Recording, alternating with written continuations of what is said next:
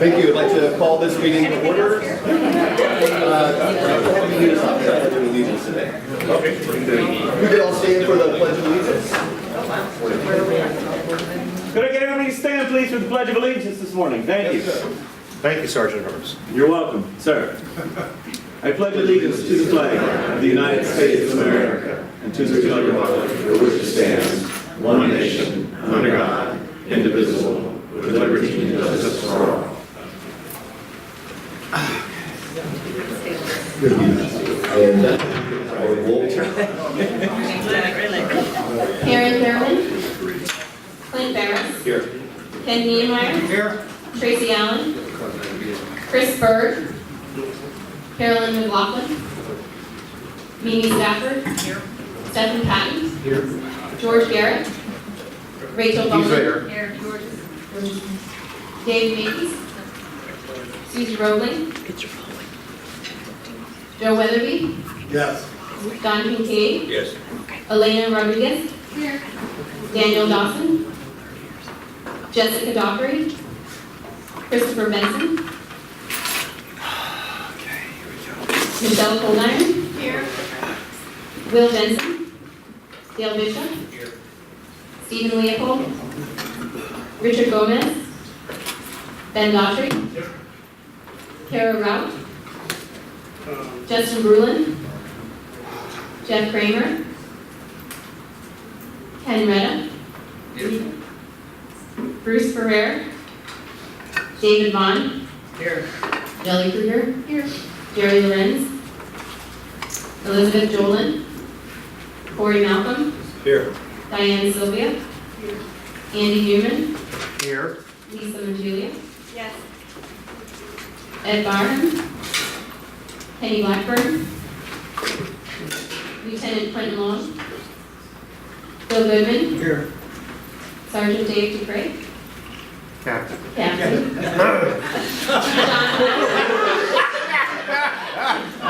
Hi. Oh, that's funny. There you go. That's funny. Sorry, it's not. Christina Burrow. Joanna Walton. Killing my ego, people. Christopher Kavanaugh. Megan Johnson. Honorable John Keneal. Honorable John Bartis. Honorable Bruce Hale. Honorable Chris Sante. Honorable Terry Johnston. Sam Coughlin for Mayor Johnson.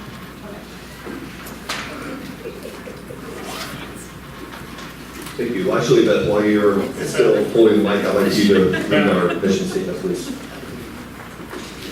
The mission statement for the Sanctuary Advisory Council. The Florida Keys National Marine Sanctuary Advisory Council is an interactive liaison between the residents and visitors of the Florida Keys and the staff and management of the Florida Keys National Marine Sanctuary. In this role, and with the understanding that a healthy ecosystem is essential to the economy and quality of life in the Florida Keys, the Advisory Council will promote restoration and maintenance of biodiversity and ecological resiliency in the South Florida environment.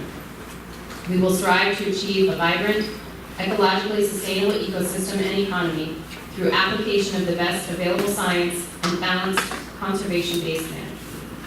Thank you. Unfortunately, I wasn't here for our December meeting, so we're going to need somebody to make a motion to approve the minutes, or if there are any edits needed to those minutes. Make a motion. Do I hear a second? Second. Second by Dave, thank you. Considering today's agenda, if we have any edits there, otherwise can I have a motion to adopt the agenda for this meeting? Thank you, Mimi. And a second. Fantastic. I have a quick question. Certainly. Access code for wireless? Do we have? The access code for the Hyatt Yes. Wi-Fi is capital H Hyatt 33050. Thank you. You're welcome. Not sure if you all have had the opportunity to look through your packets, but one of our long-standing SAC members recently passed away, David Potoff. He was our citizen at large for the Lower Keys, and if you read the obituary, you can see that he and his wife truly had a life of service, and they given a tremendous amount of themselves, and certainly David, as we all know, being on this body, was always very engaged, and he will be missed. So, thank you. Last Sunday, February 10th, I had the honor of joining the National Marine Sanctuary Foundation, who had come down from Washington, D.C. They had their board meeting down here. They brought some board of trustees with them, and we were able to take them into the backcountry off of Key West and really show them a lot of the beautiful resource that we have. It was a sanctuary boat tour. We did some kayaking. The weather was a little windy, so we didn't actually end up going snorkeling, but it was a great day. They really enjoyed it. Sara and I were able to kayak together, which was a lot of fun. But more importantly, too, not just having face-to-face time with them all day, even into the evening at dinner, we were really able to share a lot of information about what's happening down here and some of our needs.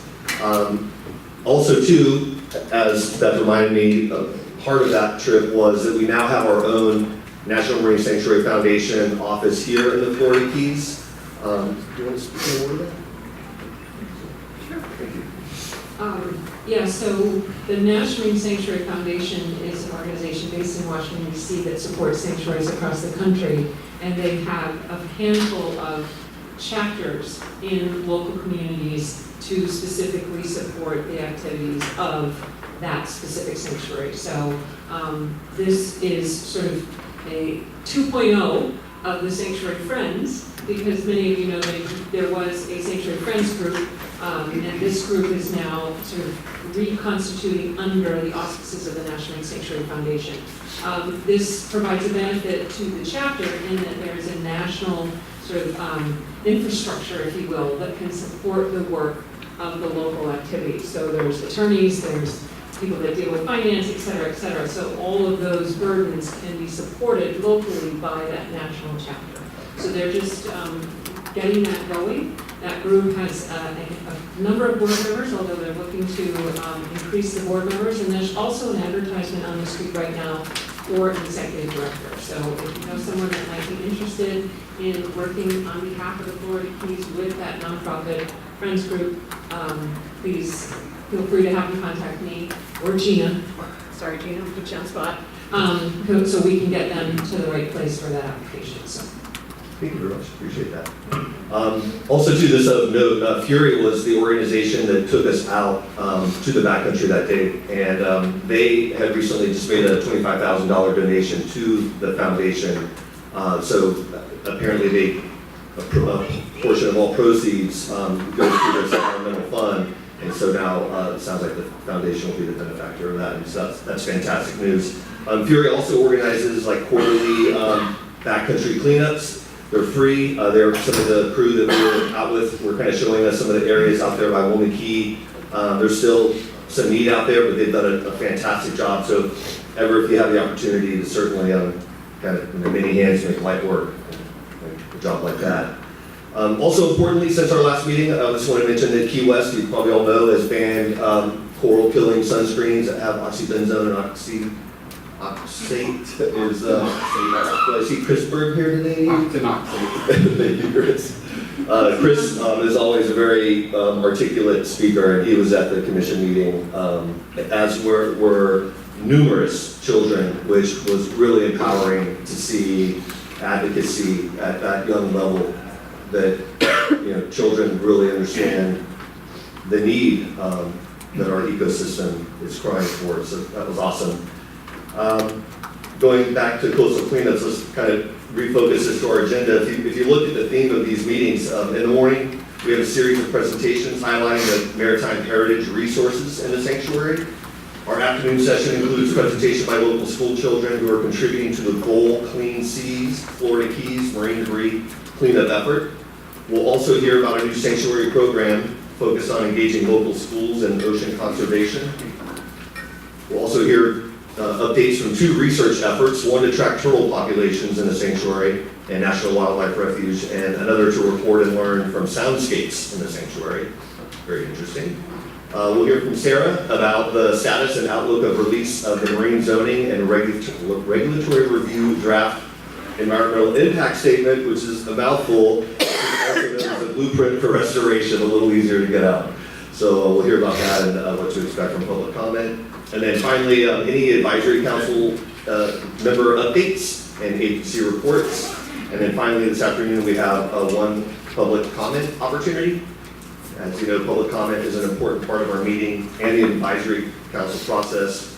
If you'd like to make public comment, please sign up on a sheet out there on the information table. We only have one public comment period today, and that's at 3:45.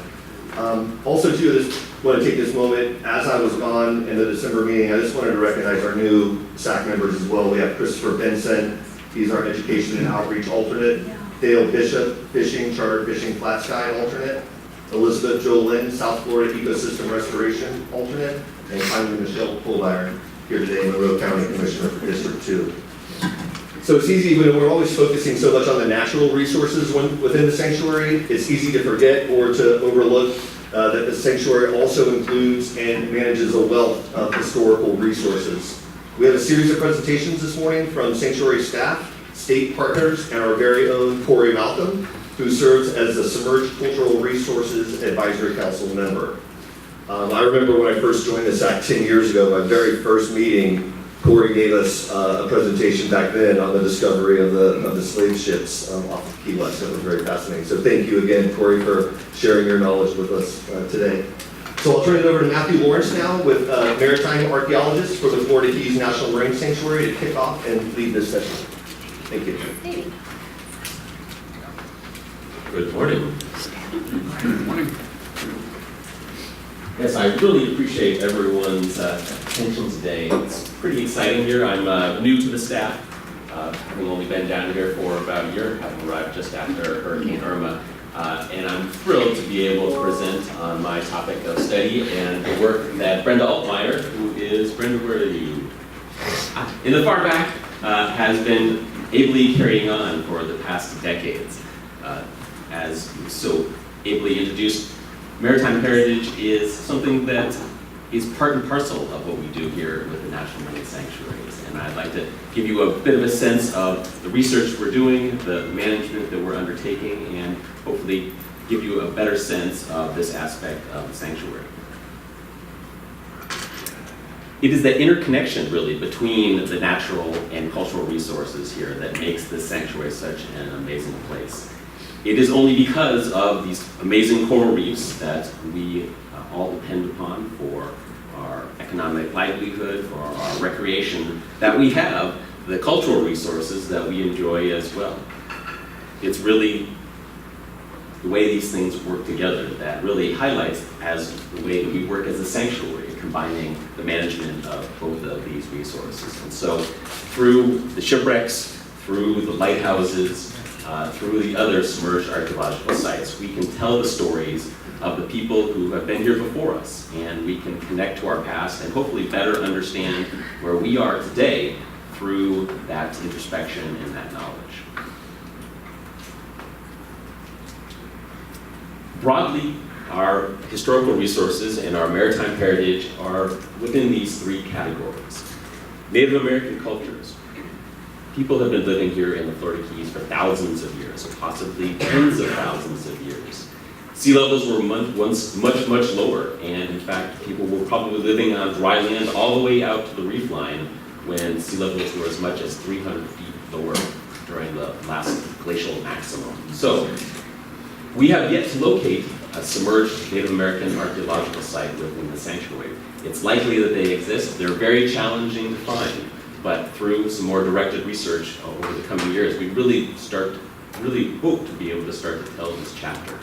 Researchers have been able to locate paleo-environmental deposits, basically areas that were peat bogs or dry land that are now submerged and covered with sand. And the amazing preservation of organic material in this environment gives us great hope that Native American sites found in similar environments will be able to reveal some really interesting things. Archaeologists out on the west coast of Florida have recently been investigating a Native American burial site that is in about 20 feet of water. And this was once a place that was a shallow bog where Native Americans would place their bodies and hold them underwater with these large stakes.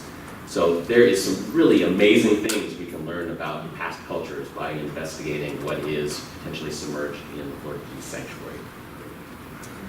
More recently, the shipwrecks, covering the past about 500 years of our history, give us glimpses into a different type of past, when the world was at our doorstep, passing up and down offshore of these Florida reefs. It was a very treacherous place to navigate, but very convenient with that Gulf Stream providing the impetus to travel north, greatly speeding your voyage. But you had to be so careful of those shallow coral fringing reefs that were ready to rip the bottom out of the hull of your vessel if you got too close to them.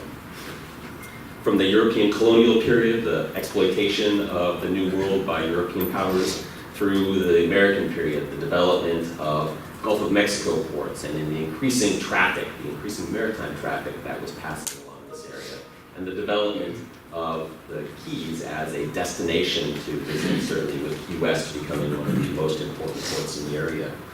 And then here in our early modern period, the activity that was going on at the beginning of the 20th century and the active battlefront that was taking place just off our shores here, where there were U-boats sinking merchant freighters. To provide mariners with the information that they needed to not wreck on the Florida reefs, we have these attempts to install historic structures out there, the iconic lighthouses that we see as we drive up and down. These are really emblematic of the U.S. federal government's attempts to prevent marine casualties. Certainly in the early years of the 19th century, hundreds of vessels were wrecking each year, and insurance companies became increasingly cost averse, having to pay for all of these expensive losses. And so lobbying of the federal government resulted in the installation of lighthouses, as well as a series of unlit day beacons up and down the Keys to provide mariners with a little warning before they wrecked on the reefs. We estimate that there's likely 2,000 shipwrecks throughout the Florida Keys here. And I would hazard a guess there's probably more shipwrecks than all the other national marine sanctuaries combined. You get a sense for just how little information is known. Here's a chart from the 1740s, and you can see all the small little coral reefs depicted on the chart there. No one really had a good sense as to where these things were located. It was the prudent mariner who stayed clear offshore, but when you have contrary wind or contrary current, the vessels were pushed into the reef and the vessels were lost. All of this maritime traffic gives us that sense for a chance to look at the global connections of the Florida Keys to the wider world, as well as looking at the culture in the Florida Keys responding to all of this maritime loss along its shores, with the wrecking communities and the development of Key West as one of the richest cities in America. This illustrates really that crossroads of the Florida Keys here, with all of this maritime traffic circulating throughout the Caribbean, European vessels coming into the southern part of the Caribbean, visiting ports along the way, and then transiting out through the Straits of Florida on their way back to Europe. And so we have this very tight constriction of maritime traffic right along this dangerous coral reef stretch, where sudden hurricanes come up, or just calm days cause ships to set into the coral reef.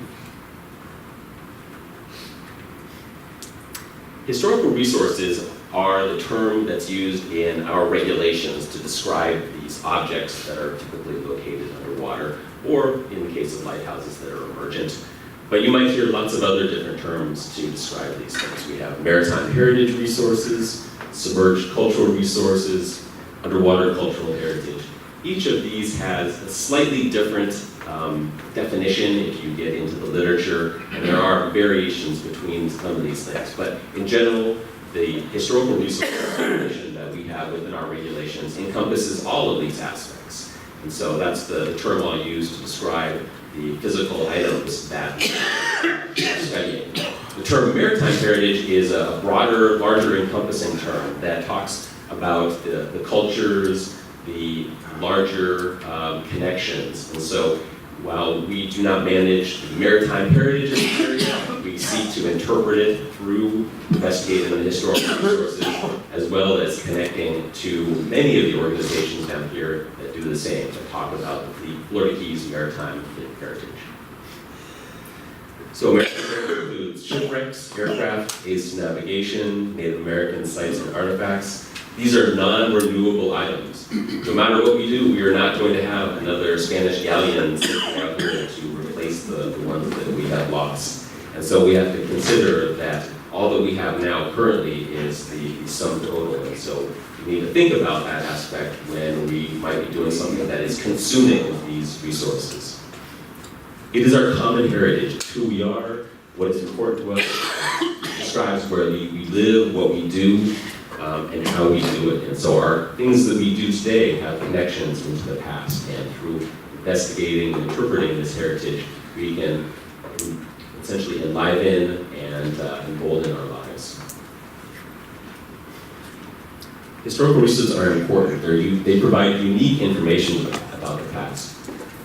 You think about your history books, those are generally written by the winner in a war, or the powerful president, or some typical business leader. That's oftentimes what our history books profile. They don't often talk about the little people, the day-to-day activities, the things that we as little people can generally better connect with. We are not out there, conquering a country or ruling a particular area. It's the little people that archaeological sites can tell us about, and they allow us to connect to those folks in a way that our history doesn't. You hear so often that kids in school are like, oh, history is all about memorizing dates. And if that's the case, then we're really missing the power that it has to make us realize where we've come from and where we're going.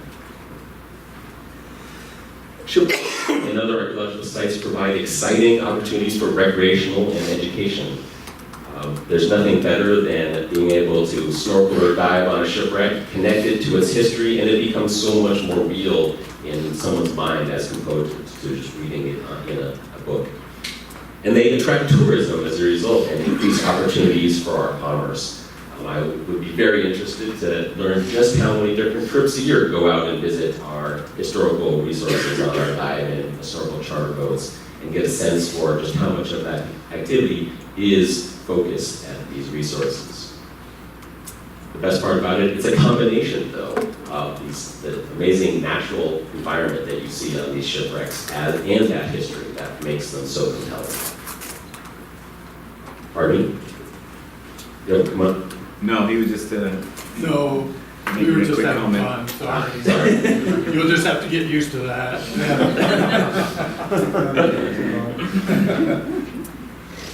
So illegally moving artifacts, damaging archaeological sites robs the American people of their history. As I said, they're non-renewable. When an artifact is removed or moved, it loses its context, its ability to provide the information about the past people that it holds.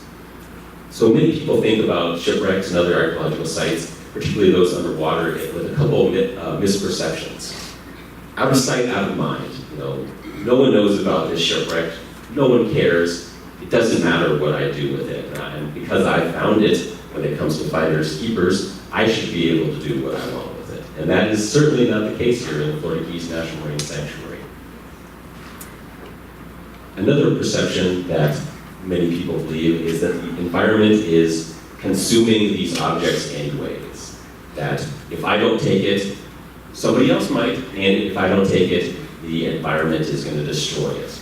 And that's in fact not the case. We have a relatively challenging historical resource preservation environment here off the Florida Keys with our warm, turbid water, but there are archaeological sites that are tremendously well preserved.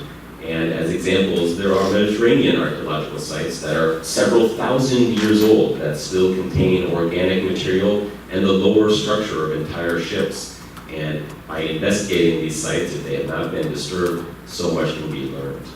So the environment really actually does a better job of preserving these sites than we do in most cases, as exemplified by the multitude of cannons and anchors and other moldering artifacts that you see as you drive up and down the highway there. If those had been left in place, and been able to be enjoyed where they were, people would have, I think, much more enjoyment rather than being pulled apart and separated from their context. I know I'd much rather dive a site with cannons all arrayed on it rather than seeing them parceled out throughout the keys.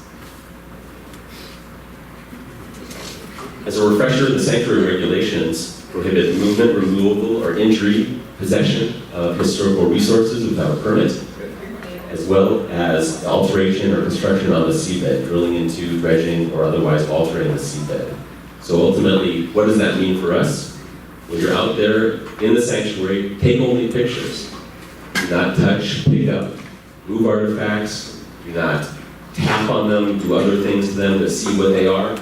Do not hand fan the sediment around them to expose the artifact. Continual manipulation of the sediment around the archaeological materials only speeds up their degradation. Brenda has led a variety of different law enforcement training programs, and we're hoping to be able to do more of those in the future so that our fantastic enforcement partners out there on the water are familiar with these regulations and that they're equipped to be able to respond to incidents they may hear about, as well as to, when they are out patrolling, observe potential violations and to react accordingly. So the work that Brenda and I typically do falls along these categories here. We're out to inventory the area's historical resources so that we can make informed decisions about managing these archaeological sites in the area. We want to, where possible, permit participatory research, allowing the public to take part in historical resource documentation. And we're generally looking to develop community-based stewardship opportunities so that more people can be involved with sanctuaries' historical resources in a non-consumptive way. Ultimately, we are taking all this information and interpreting it to the public so that everyone can better appreciate the Florida Keys maritime heritage. Our research partnerships are what make this happen for us. Without having many more folks who come on their own dime through their own university programs to the Florida Keys to assist with us, we would be pretty much nowhere. It takes a team to do this kind of research, and in particular, our team at the university, or the Indiana University, have been tremendous partners. They date back the research they've done prior to even the sanctuary designation. They've done some of the most long-term monitoring some of these sites since the mid-1980s. And through the technology that they've been developing, we are bringing better tools to be able to do our work here. Just for example here, these are 3D photogrammetric models that are highly accurate and much more quickly produced. And we learned the techniques that Indiana University has developed using GoPros and twin GoPro mounts that are swam back and forth over the site to map the shipwrecks. And you get a sense for some of the power of this. Here is the San Pedro, one of the 1733 fleet shipwrecks. This image here to the left was done prior to Hurricane Irma.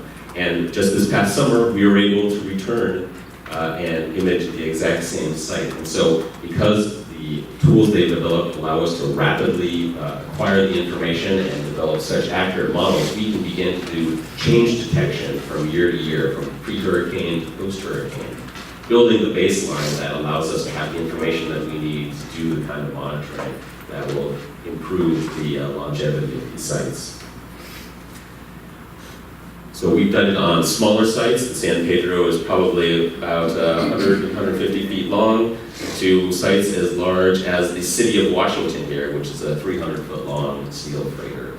And the power then allows us to essentially be able to zoom in to even minute detail that were these done in a traditional pen and ink archaeological site documentation method, we would not have been able to gather that kind of detail in several weeks of field work. Here's just an example of the way the technology, through working with Indiana University, has progressed. We have a photo mosaic done by manually stitching together images captured from a video camera, very low tech at this point to these highly detailed, integrated, and once you'll see later on, basically 3D models that allow us to spin and reorient the archaeological site in lots of different directions to be able to better study it. So here is the Benwood, and in contrast in the kind of technology we used, we had a diver with this DPD sled and video camera. Now we have a diver swimming over it with 2 GoPros mounted on a stick. Much more effective. Our partnership with Diving with a Purpose has been a tremendously valuable one. For about the past 10 years, this group of avocationalists who seek to protect and promote maritime heritage and the protection of our coral reefs have been visiting us here in Florida Keys. They've been working in Biscayne National Park as well. Through their efforts and their large teams of people, we've been mapping sites, in particular out on Elbow Reef. We've been focusing on 2 large steamship shipwrecks that rest within about 100 yards of each other. The first site, which we have finished off the site map for, is the Hannah M. Bell. This site was known as Mike's Wreck for decades, and it's through the efforts of Diving with Purpose that we were able to map this site and identify it, in fact, as the British steamship Hannah M. Bell, which wrecked on the reef in 1911. So once we completed that site, we moved on to this other smaller steamship. The Hannah M. Bell is about 315 feet, and the Acorn, just south of it, is about 180 feet long. It's an older steamship, lost in 1885, another British vessel, and we're still in the process of developing the site map for it. But once that's produced, we'll be able to make these available to the public, allowing folks, as they swim around these sites, to better understand what it is they're seeing. The Hannah M. Bell is a pretty obvious wreck with very large features, but the Acorn looks much more scattered. And through the site map interpretation, we'll be able to allow folks to better understand what they're diving on. And without teams of 30-some people being brought down by Diving with a Purpose, we would not have been able to do this. Yes? I just want to mention for those of you that don't know about Diving with a Purpose, their focus is educating underprivileged Black youth and teaching them to scuba dive, and then bring them on these excursions, which gives them quite a bit of buy-in into history and conservation. And this is a group of kids that don't normally get exposed to this. So they're bringing from inner cities like Washington, D.C.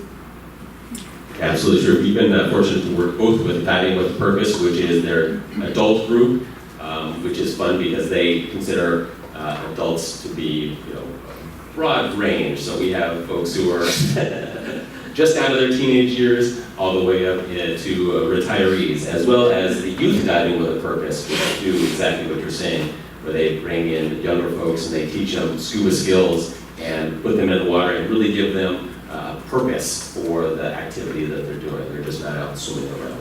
And they do have a plaque now in the Smithsonian in the Black History Center.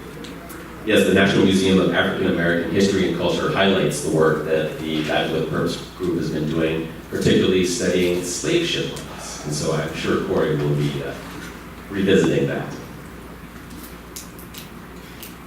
Recently, the University of Miami has reinvigorated their underwater archaeology program, and we're very fortunate to be able to work with the new professor up there, Dr. Frederick Hanselman, to bring students from the university into our program here and get some fantastic free labor. In the audience today is Ms. Cassie Qualls, sitting over there. Cassie, wave for everyone. One of the stars of the program, who is doing her thesis work on a project that I'll speak more about. The University of Miami has tremendous resources that they're making available to us to do this sort of research. They have a research facility at Broad Key, essentially a large dormitory building with lab space and other places that we can get together and analyze data. A large research vessel, the RV Maven here, that allows us to take a whole team of students out and do a week of remote sensing. And most exciting, coming up here in the future, they have partnered with us to do an aerial magnetometer survey, comparing the use of the University of Miami helicopter that you see there with doing that same kind of work with a drone vehicle, and trying to understand, when you have a helicopter that costs something like $2,000 an hour to operate, is it more cost effective to be able to do that same sort of work with a drone? Absolutely. The drone has its limitations as well. It's quite a challenging thing, and it takes quite a large drone to be able to do this, and only recently has magnetometer technology been able to be shrunk down small enough to fit into about a 2-pound package, which is this right here, the Mag Aero, that we will be using. So here's just a fantastic opportunity for us to be able to partner with a cutting-edge research institution to investigate the Carey-Sport Reef landscape. So they are broadly looking at all of the maritime heritage sites around Carey-Sport Reef, documenting the several hundred that are in that area, getting us that information and bringing some new technology to bear. So I'm really excited to be able to be working with them here in the future. Molasses Reef is an opportunity for us to bring the work of multiple groups that have been working in this area for the past several decades together in one place. And this is the project that Ms. Cassie Falls is working on. She is investigating several sites on Molasses Reef that have been documented by the PAST Foundation, the Maritime Archaeological Historical Society, Diving with a Purpose, Indiana University. All of these groups have done sort of singular site investigations over the past several years. And the idea is for Cassie to look at all of the data that has been generated and try to determine which shipwrecks all of these parts and pieces come from, because they're oftentimes scattered over a relatively large area. And so we have some great site maps that are done over the years, but she's asking some critical questions about, well, are these sites in fact related? And if we can tell the story by parsing out the different aspects of these wrecks, it provides a much more interesting view into Molasses Reef. So Diving with a Purpose just completed another site investigation with us in this past summer, and that's what Cassie is going to be using to mostly focus her information on. The Sanctuary cooperatively manages the historical resources here with the FLIR's Division of Historical Resources. So we have about 65% overlap with state waters, and so we have an active partnership with the state to manage these resources together in a similar fashion. In the past, the programmatic agreement between our two organizations has guided how this research and resource protection has gone on. Within the past several years, that programmatic agreement has lapsed, and so we are in the process of renewing that agreement to firm up the ways that we work together.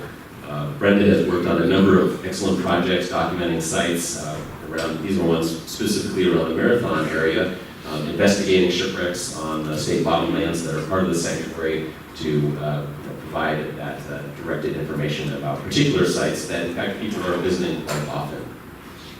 So a really critical partner for the management of the sanctuary, and of course we engage with them on all of our consultations under the National Historic Preservation Act when we're initiating permits or doing other things that might impact historical resources.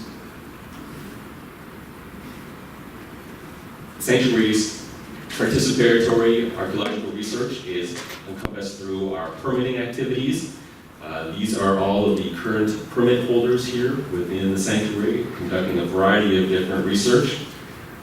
We have two varieties of permits, generally survey and inventory and research and recovery. Most of these folks are out simply looking to investigate the sites with minimal disturbance activities. One of the groups in particular that has been doing really great research for us under this permit process is the Maritime Archaeological and Historical Society. This organization has been visiting Molasses Reef for about the past decade, investigating a site known as the Cement Barrel Wreck. People call it the Pickle Barrel Wreck, with all sorts of myths about what this vessel is all about. And through their directed research, they've actually been able to determine that the cement barrels on this shipwreck are not related to the shipwreck itself. They result from another ship that wrecked directly on top of the shipwreck. In fact, probably the way this shipwreck looks, which is somewhat fragmented, you see the shipwreck itself here, is a result of this other vessel plowing into it, and then to get itself off the reef, it jettisoned about 100 tons of concrete in barrels, lightened itself enough for the wreckers to pull it off. And so we have all of these cement barrels that are scattered around, and for decades, people have felt that they were actually related. But through the mapping that they've been doing and the historical research, we're able to parse out this story and to try to tell the real story, which is much more interesting than the myths that people have been telling about this site. Some of our management challenges here for you to consider are that we still do have folks who do not understand the sanctuary regulations, and that there is unpermitted disturbance of these sites with people going out and hand fanning and disturbing artifacts, and in fact, in many cases, taking these artifacts home. And so it always is a challenge when we hear about these stories, often second and third hand from someone who witnessed it. We really would hope that through some of the education we're doing here today, all of you will feel empowered with the information that you need to be able to immediately reach out to us when you hear about this sort of thing going on. When you're contacted by another constituent that has witnessed something like that. We would hope that you would be able to reach out to us directly so that we can deal with these situations. One of our challenges most recently here has been with all the activity that we're putting towards our marine debris cleanups. It's changing the way that folks are going out and interacting with the environment. We've asked for decades, look, don't touch, stay away from the bottom, you're out there just to blow bubbles and take pictures. But now we're actually asking people to pick things up off the bottom. And we found a number of instances when people are actually recovering historical resources, believing that they're marine debris. And so Marlise and I are working closely together to update our information, the trainings that we provide to people doing marine debris cleanups, so that people can understand what, while it may be foreign to the environment, is a sanctuary historical resource and should be left in place. And so that's part of our challenge. We find folks so desirous of recovering something, anything, and oftentimes people get to a reef and there's not a lot of marine debris to clean up, and so they want to bring something back to show that they're out there, they're doing their best, and unfortunately that has resulted in some of the sanctuary's historical resources being brought back to the boat. We also do find that folks are picking up anchors and other larger artifacts as well, and oftentimes this is purely an unintentional situation. They are really just not knowledgeable about the sanctuary's regulations, and we oftentimes find this with our fishing constituents. They hooked an anchor on their trap line, and they brought it back to the boat, and the next thing you know, it's sitting on the dock, basically rusting away. We do find that there are some folks who are actively out there recovering artifacts, like this large anchor right here, in full knowledge of the sanctuary regulations. And so these are a challenging situation, but again, we hope that further outreach to the fishing community in particular, and that's something that I would really like to work with the SAC on here as well, some of the best ways to reach out to that community so that we don't have this unintentional recovery of artifacts and other items that are oftentimes brought back and just simply thrown away. Well, Brenda, wave your hand. Brenda has just spent the past year with the Treasures of Noah's Ark exhibit. This is definitely the largest heritage effort that we've probably led in the Florida Keys community here. The NOAA program for, what was it, once called Preserve America, but now is NOAA Heritage, has a traveling exhibit that Brenda identified and brought down to the Florida Keys and had installed at the History and Discovery Center in Isla Mirada. And I would hope that all of you had a chance to visit. I'm sorry to say that we've just taken it down, and yesterday we spent breaking down the exhibit. But this has been a tremendous opportunity to bring the history and heritage of NOAA to the Florida Keys, to highlight the long history dating back to 1807 of all of the predecessor agencies that have contributed to the work that NOAA does, and tell the story of what NOAA does now in all the different ways, from mapping to charting and weather forecasting. So I hope that all of you had a chance to visit, and it's been a significant effort on Brenda's part, making sure that the exhibit was all implemented and now to take it down. It's going on to Boulder next, so if you're heading to Boulder, head to the NOAA facility there. We have other displays of Florida Keys Sanctuary artifacts at the Florida Keys History and Discovery Center. Again, they have some really nice displays there. The Key Largo Chamber of Commerce, Corey's facility, the Melfisher Maritime Museum, as well as a recent installation at the Crane Point Museum. So these are ways that we're able to get this information out to the public to allow them to experience their maritime heritage. Upcoming, the History of Diving Museum. We are partnering with Lisa and Diving with a Purpose to highlight the 15 years of Diving with a Purpose and to tell their amazing story. And the story is so interconnected here with the Florida Keys. Highlights all of the wreck mapping work they've been doing, the work they've been doing with the Coral Restoration Foundation, and it will ideally open people's eyes to some of these untold maritime stories, in particular the slave trade that Corey's going to speak about. We are developing a visitor exhibit at the John Penny Camp Coral Reef State Park. That's going to be quite an exciting one. It'll be in the main aquarium room. And we are refreshing the Eco Discovery Center here coming up soon. And we really hope to bring maritime heritage content to the Eco Discovery Center, where it is largely, it has not been a focal point. Sara will be presenting here more about this, but I can't speak enough about our partnership with the Florida Public Archaeology Network through their two particular initiatives, the Submerged Heritage Monitoring Scouts and the Heritage Awareness Diving Seminar. Sara will describe these programs in much more detail, but they are a fantastic partnership and tool to engage the community in our maritime heritage preservation. The Shipwreck Trail has been one of our signature sanctuary interpretive efforts here. 9 sites that allow people to dive at a variety of different shipwrecks, interpreting a host of different histories here encompassed by the Florida Keys Maritime Heritage, from the city of Washington up in Key Largo down to the Amesbury off of Key West. This has been one of our signature ways, but we're really looking to do some new things to kind of amp up the Shipwreck Trail and bring some of the technology that we've been employing to it. So here's the Benwood, for example. You get a sense for the capabilities of that 3D model. You can virtually just dive in and rotate this model and explore every little nook and cranny of the site. Really is a fun way to visit this. You can go onto the web at sketchfab.com to see these models and investigate them through our partners at Indiana University. And we're employing our virtual dive technology here on the shipwrecks to provide people with a more immersive chance to visit them, even if they can't get wet. So you can view the Sanctuary virtual dives here at those websites. Currently, we only have one, the Benwood 360 Panorama VR dive, available on that website. But we are capturing imagery now. We have some good ones I'll show you in a minute, so that we'll be able to flesh out these Shipwreck Trail sites and allow people to get a sense for what it might be like to dive these sites even before they get a chance, and hopefully get them really interested in making the effort to go and visit them. So let me see if this will work here for you.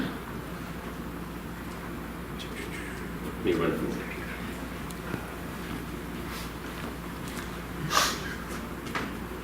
So the VR is a static image at this point. Maybe we can employ some video in the future that allows you to look all around the particular area where we set up the camera.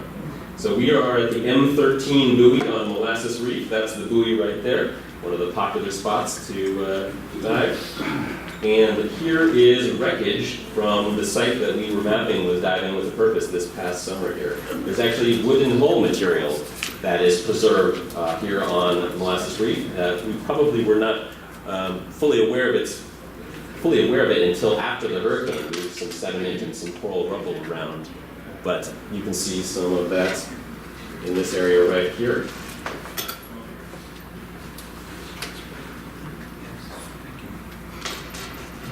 And you see all these metal timbers essentially scattered all over. So many people thought that this wreckage was related to Flagler Railroad material, that these were all railroad rails that had been dumped off of a barge.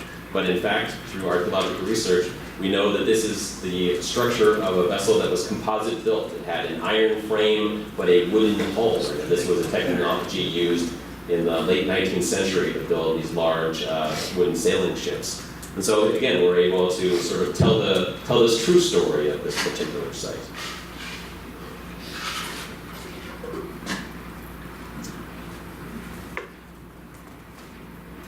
This is the very famous winch hole on Molasses Reef, with the signature winch, which is the windlass that we believe to be associated with the Slobodna, which is the vessel we believe also related to the M13 site. They're about 100 and some feet away. Not exactly a shipwreck site that sort of sticks together, but this is emblematic of the kind of salvage that went on these ships. They were broken apart to, in the case of the Slobodna, to get the load of cotton that it was carrying out of the vessel by the wreckers. And so this tells us a little bit about how the Florida Keys folks interacted with these particular shipwrecks, breaking them apart, salvaging the material that was valuable, and getting that back into the stream of commerce.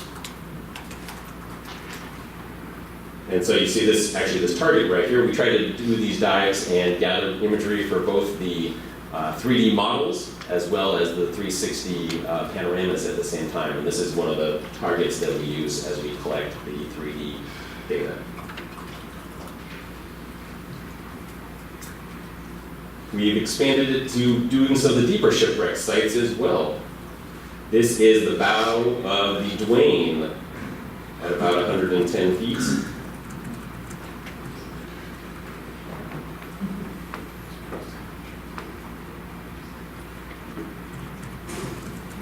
What was this shot? So this was all shot this past summer. 2018. Yes. Thank you. And here we are up on the very top of the superstructure, and actually this is where I believe the smokestack from Duane got peeled off from right back in this area during the hurricane.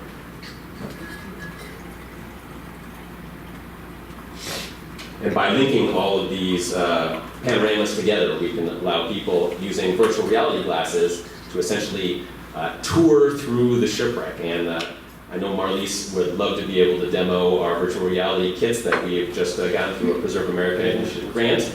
And hopefully in the future, all of you will be in here looking around with goggles on, being able to explore these shipwrecks and hopefully not falling over. I would recommend sitting down when you do it. And is this produced under a special permit because you got a tripod? So we use our manager's permit to do these sort of activities. But yes, if someone else were interested in doing it, we would need to issue them a permit because they would be contacting us. Exactly. Thank you very much. Thank you.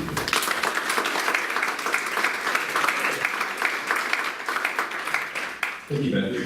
Does anybody have any questions for Matthew? I do. Yes. This way for microphone. Sorry, it was please. okay, sorry. Thanks. Well, it's great to see the subject getting the attention. Appreciate your work very much. It must be, you talked about the challenge of marine debris versus a historical resource. That must be a real conundrum, and I know it is for terrestrial national parks and so on. So, it's sort of a hypothetical. At what point does a plastic lobster trap throat or concrete trap bottom become a historical resource, or does it never become one of those? Because we probably won't pick them all up in our marine debris cleanups. You name it, whatever kind of marine debris. What's the threshold, or how do you deal with that? That is a real challenge, and I think we can all recognize that no one wants to have any of that derelict fishing gear in the environment. And so what we're advising as we're developing these educational materials is that that sort of derelict fishing gear should be taken out of the environment. And so while we would, in the future, 50 years down the line, we might look at where all of those the concrete lobster tombstones are located to give us a sense where historical fishing might have happened. In general, we should be doing our best to remove that derelict fishing gear out of the environment right now. And so our guidance right now is if it's derelict fishing gear, it should be removed as long as it can be done safely and not be impacting the rest of the environment. But if you miss it for 50 years or 100 years, is there some number of years where it changes from one classification to the other, or is that TBD? I'd say that was TBD. In my opinion, it should be removed. And even 50 years down the line, if it still is impacting the environment in particular, I think we want to look at it. And if that is an object that is causing damage to the surrounding environment, we'd want to remove it at that time. But if it's a lobster tube stone 50 years from now, you're likely not even to be able to tell that from the surrounding environment if it's in a 4-week area. Nice presentation, thank you very much. I'm just curious, what qualifies a vessel to be part of the historic trail? So there were a number of studies done at the time when the Shipwreck Trail was initiated. There were a variety of sort of categories that it had to sort of meet. It had to be a historically significant site, that is, be able to tell some important aspect of history. There were sites selected from various time frames throughout Florida Keys history. So we have ones relating to World War II, we have merchant shipping, we have ones from the 1733 fleet. So they were chosen to represent different varieties of eras. There was also a decision to choose sites that were in a variety of different depths to make them make portions of the Shipwreck Trail accessible to many different skill levels. So not everyone's going to be able to dive the Duane, but pretty much everyone can snorkel on the San Pedro. And I can't recall, is the Vandenberg part of the trail? No, it's not. And what would it take to make it part of the trail? Because it is, I mean, in my mind, you know, it is a signature bookend wreck for the Florida Keys. Yeah, it is absolutely something that would be interesting to look at. And we are considering ways that we can use that Shipwreck Trail concept to promote the Sanctuaries Maritime Heritage, and if that means working to include the Vandenberg and other sites to flesh out different aspects of our history, that would be something that we're interested in doing. And it'd be very good to hear if our dive operators feel that that signature concept, the Shipwreck Trail, is a really grabber, catchy point, then that's something that's definitely worth I mean, considering. from a marketing standpoint, I'm talking a little louder to the mic, marketing standpoint, Tourist Development Council, you know, they have the wreck Shrek, historic wreck Shrek or so, and certainly that particular vessel is its signature, it is. So I don't know, it would be great to be able to get, you know, the dive umbrella and the Sanctuary on the same marketing, you know, the same nomenclature on it. I agree, I think that certainly makes sense, so we'll have to explore that and speak with the Wreck Trek organizers to see how our interests can be aligned. I think Phil Goodman has a question. Yeah, well, Flatter's Railroad, you mentioned that. Are there any, most of this is above the water, but below the water from storms, are there any of those sites preserved? You know, it's a very important thing. Yeah, in fact, there are materials from Flagler's Railroad, and not necessarily the railroad aspect itself, but the features that were used to build it. There are places where there are barges that have been sunk. There are various other pieces of machinery that are located in the submerged environment. So we're currently sort of compiling and investigating all of the sort of disparate sites that we're aware of that related to that. But that might be a very interesting way to group a collection of resources together to tell a larger story. And it is a significant portion of our history, and it would be great to connect our Florida Keys historical resources to it. And Will Benson.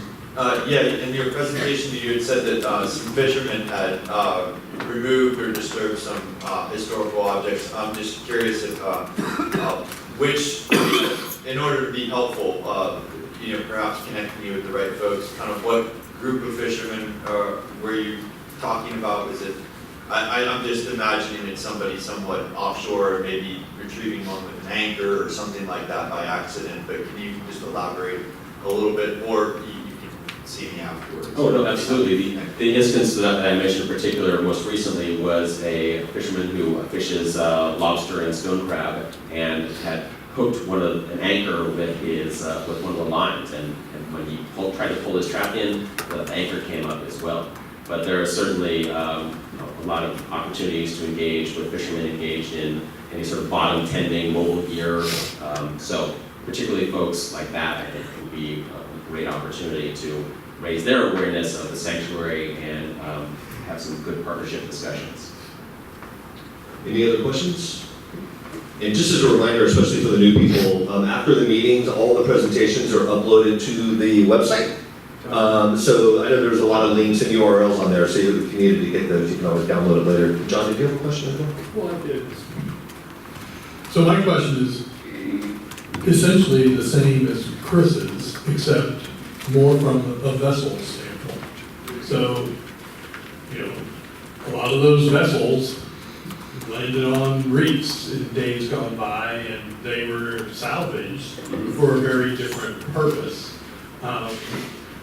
But we still have vessels, maybe a lot of them are fiberglass, perhaps it's not as attractive as steel.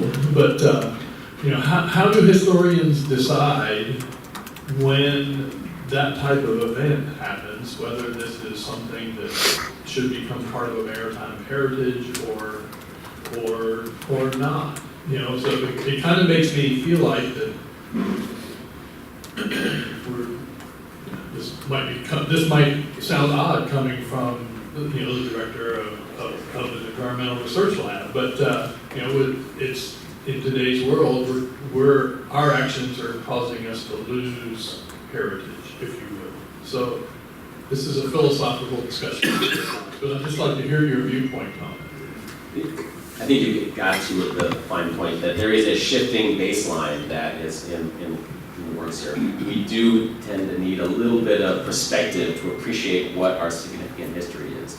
In general, we use the criteria for the National Register of Historic Places, which generally states a 50-year time frame from its use period, but that does not mean that there aren't potentially newer resources that have significance to a particular group of folks that, for example, a Cuban chug baby, that are much newer than that, but have the ability to speak to a particular community's past. And so it does take a certain amount of evaluation and a little distance to understand what that is, but we want to be continually sort of updating and thinking about these questions so that we can respond when there is a situation and highlight whether that's something that needs to be immediately removed because it's impactful to the environment, as opposed to, well, maybe that is something that has a deeper story that would be something in line with preserving the Florida Keys maritime heritage. So it's not a hard and fast situation. Thank you very much. Any other questions? Next we'll move to Corey Malcom, our very own Submerged Cultural Resources member, and also Mel Fisher, telling us about research and interpretation of slave shipwrecks in the sanctuary.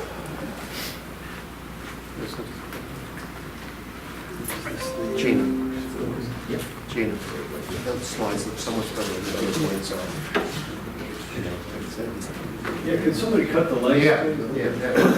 Thank you, Ed.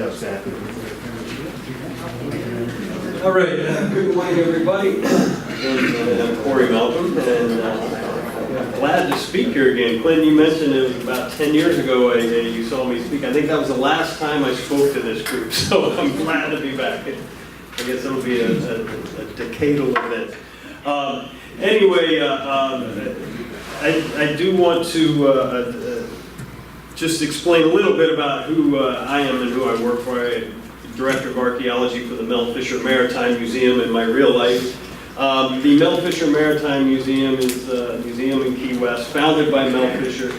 We were basically established in 1982 with the idea that we would be the permanent home for a very large collection of objects from the wrecks of the galleons Atocha and Santa Margarita that sank in the lower Keys back in 1622. And that is something we do, and people can come and see all those wonderful things forever and ever.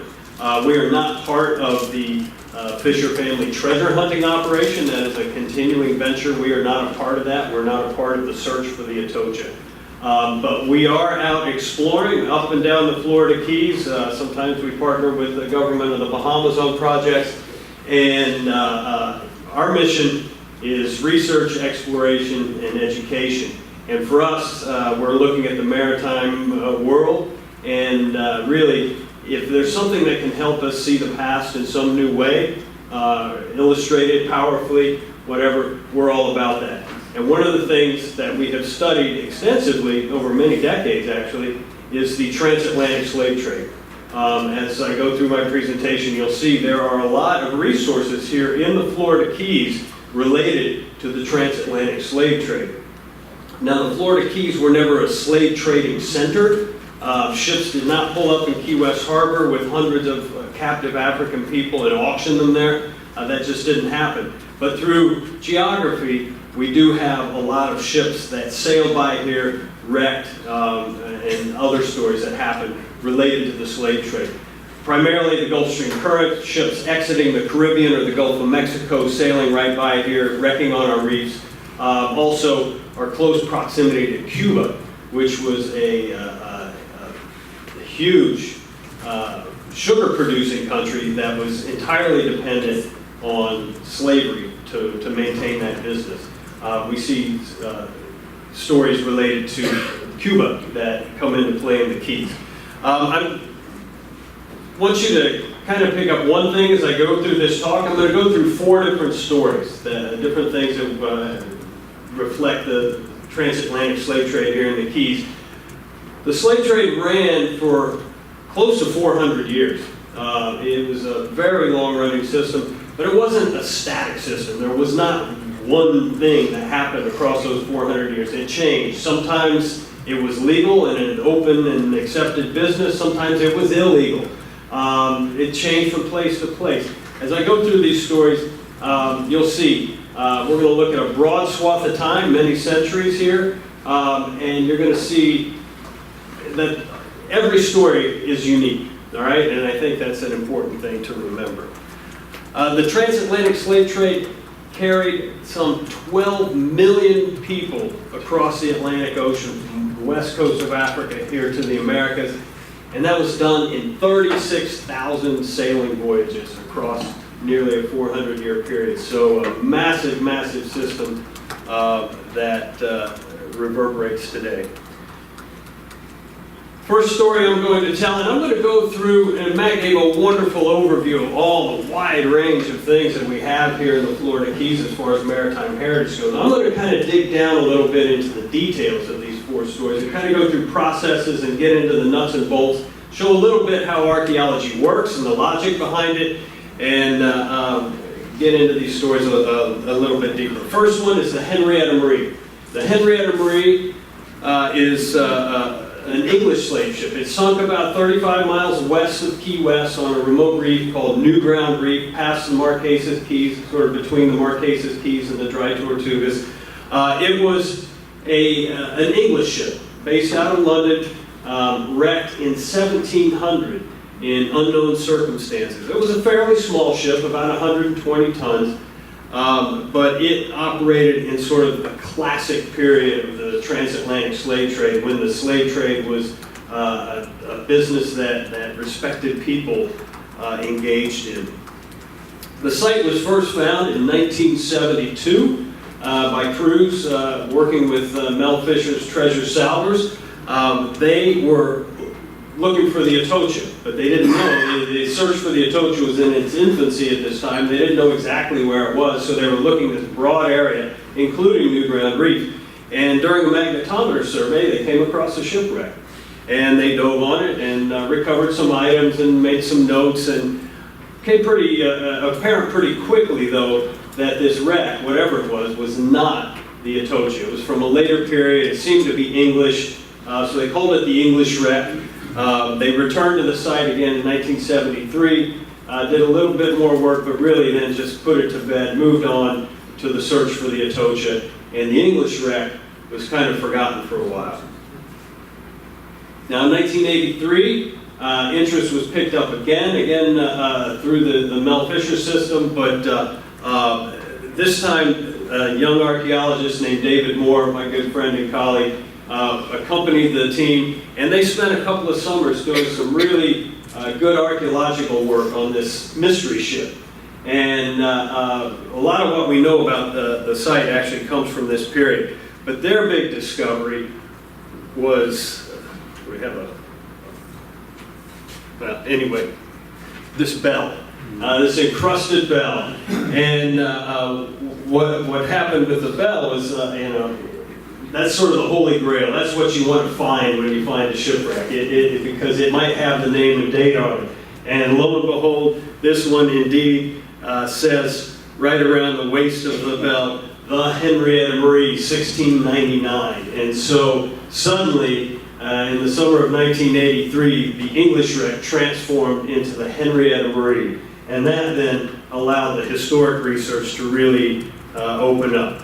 And looking in the documents in England, the Henrietta Marie its story was written down. We know the Henrietta Marie was in its second voyage as a slave trader. It had sailed once in 1697 and 98, and this time it sailed in 1699, September of 1699.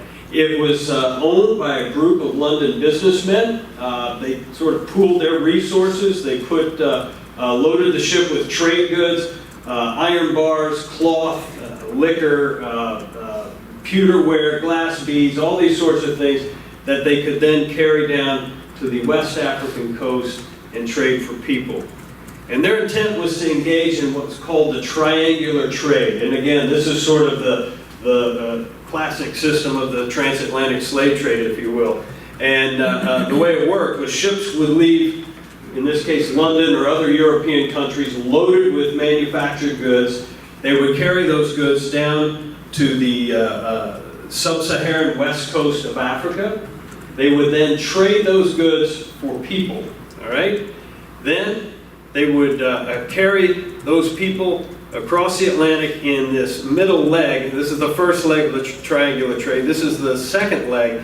It's called the Middle Passage. And they would carry those people from Africa to the New World and sell them to the plantations or the mines there. And then in the New World, they would pick up a cargo of agricultural products or mining output, and they would then carry those things back to their home port. And as you can see, 3 legs, they could make 3 different profits, and it was a very, very lucrative business for those engaged in it. Oh, there we go. Now we know the Henrietta Marie sailed in September of 1699, left England, and went right down here to a place called Calabar. And Calabar is in Nigeria today. The Henrietta Marie picked up approximately 220, maybe 230 people. We don't know the exact number. And then from Calabar sailed to Jamaica. And in the May of 1700, sold 191 people in Port Royal, Jamaica, to the sugar plantation owners there. In Port Royal, with the proceeds from the sale of the people, the crew of the Henrietta Marie, they bought a load of sugar, they bought casks of ginger, tropical hardwoods, and then they set sail for England in the summer of 1700. And after they set sail, the ship simply vanished. No idea what happened to it. It just disappeared off the face of the earth. And that is, of course, a mystery that would take another 300 years to solve.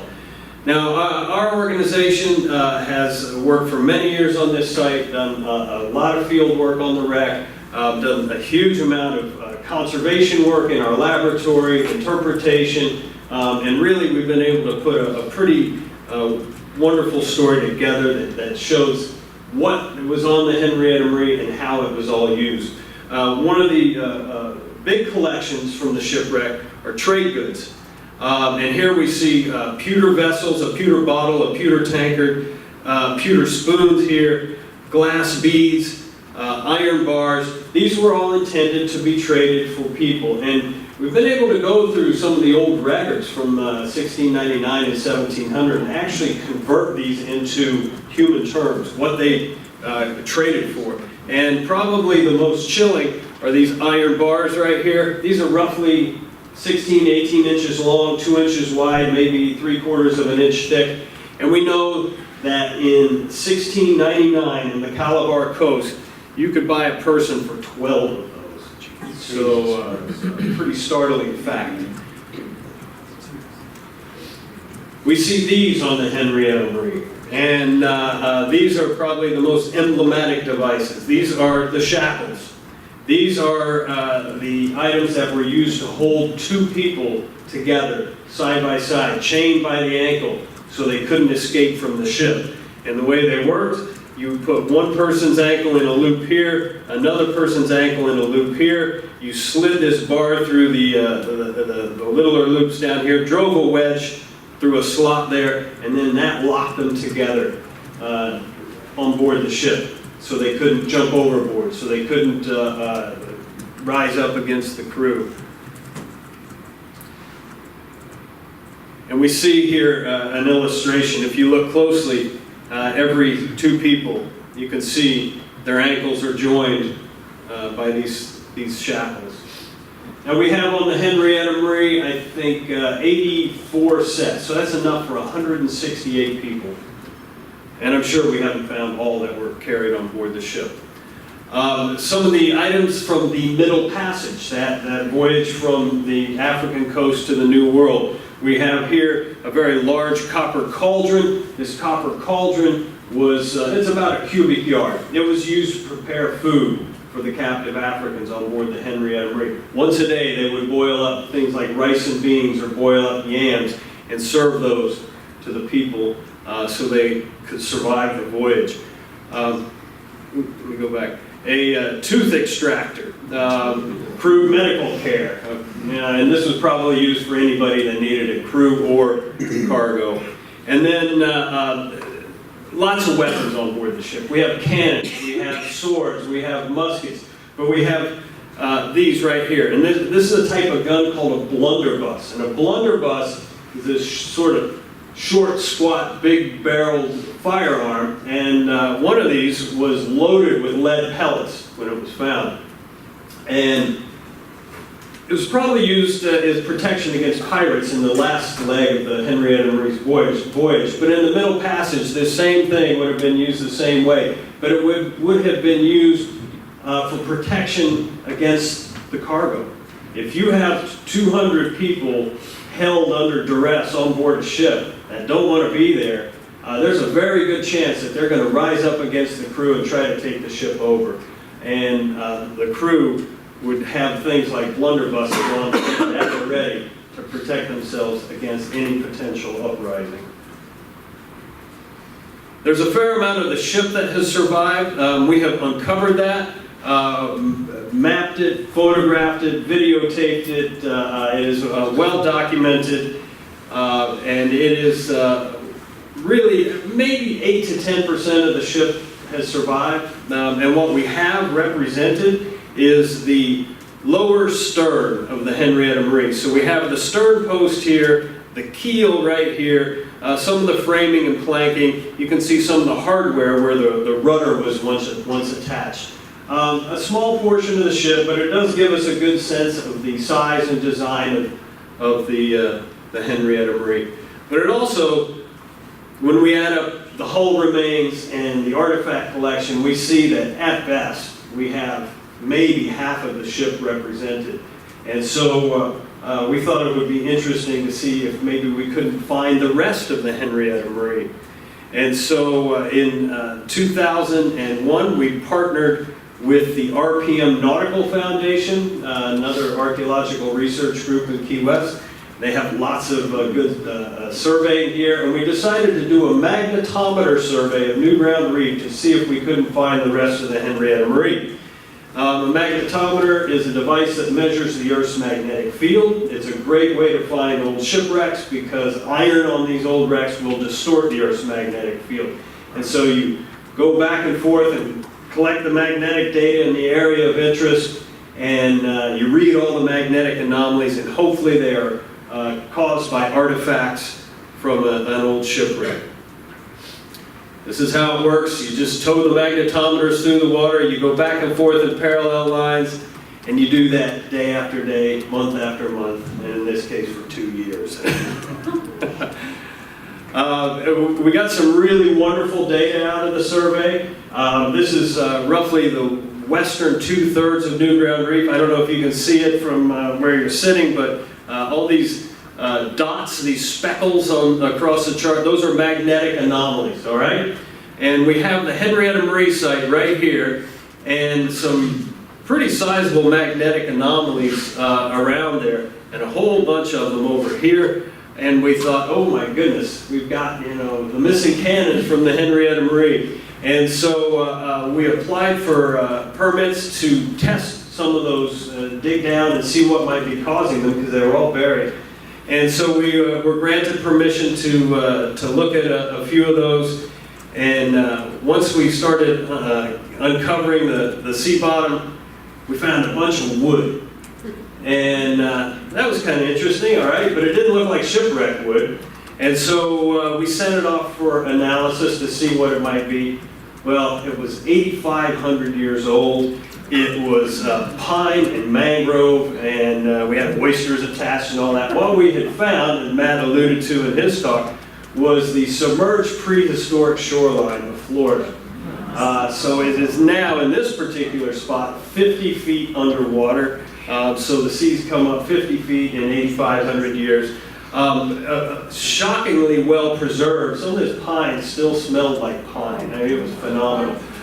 So we took a couple of samples and reburied it and moved on. And this same thing happened at site after site. And one commonality we were finding was that these areas had been burned. There was burned rock, charcoal, burned wood.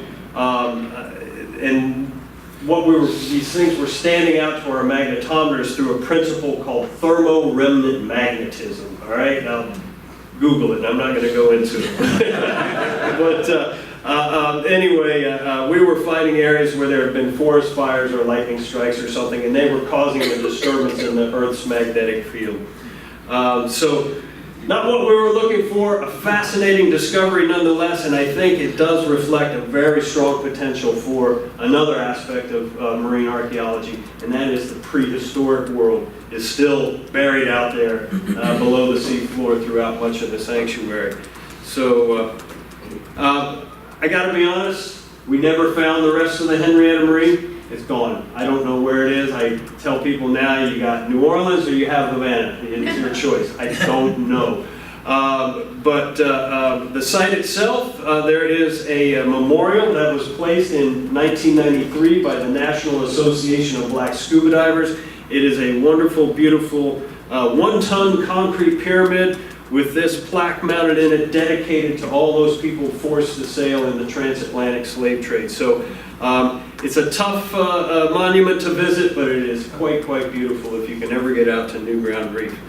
The Henrietta Marie really has formed a lot of our modern understanding of the mechanics of the transatlantic slave trade. Very important site. And we have another wreck called the Guerrero. And that's at the other end of the Keys. We're off north of Key Largo now. And the Guerrero was a Cuban pirate slave ship that sank in December of 1827 while it was being chased by a British Royal Navy schooner called the HMS Nimble. The Guerrero sank in the upper Keys on the reef there while carrying 561 African people. Guerrero was, it was originally an American ship, a ship named the James Monroe, the brig James Monroe, had launched in 1813, served as a privateer in the War of 1812, was very successful against British shipping in that war, but somehow, some way, and we don't know exactly the process, the James Monroe wound up in Cuba in the 1820s. And it fell under the command of a Havana-based pirate named Jose Gomez. And Gomez had a pretty simple way that he worked. He would take his crew, he had 90 pirates on board of his ship, and they would sail out from Havana, and they would just plunder any ship that they ran into. We have accounts of them literally taking everything but the clothes that crews were wearing, stealing. It didn't matter what it was. It could be a barrel of lemons, it could be rope, it could be soap, anything. as long as they could somehow convert it to cash somewhere down the road. They also had another modus operandi, and that was they would go to the west coast of Africa during these plundering voyages, and they would somehow, some way, acquire African peoples. We don't know the mechanics of it, it's not documented. And then they would take those people and sell them in Cuba to the plantations there. Again, very lucrative business. We know that they did this in 1826, and they did it again in 1827.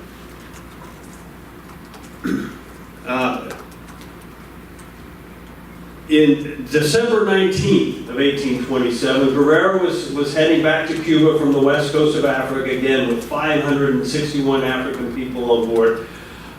It was sailed by the Bahamas, and there was a British Navy ship anchored off Orange Key below Bimini.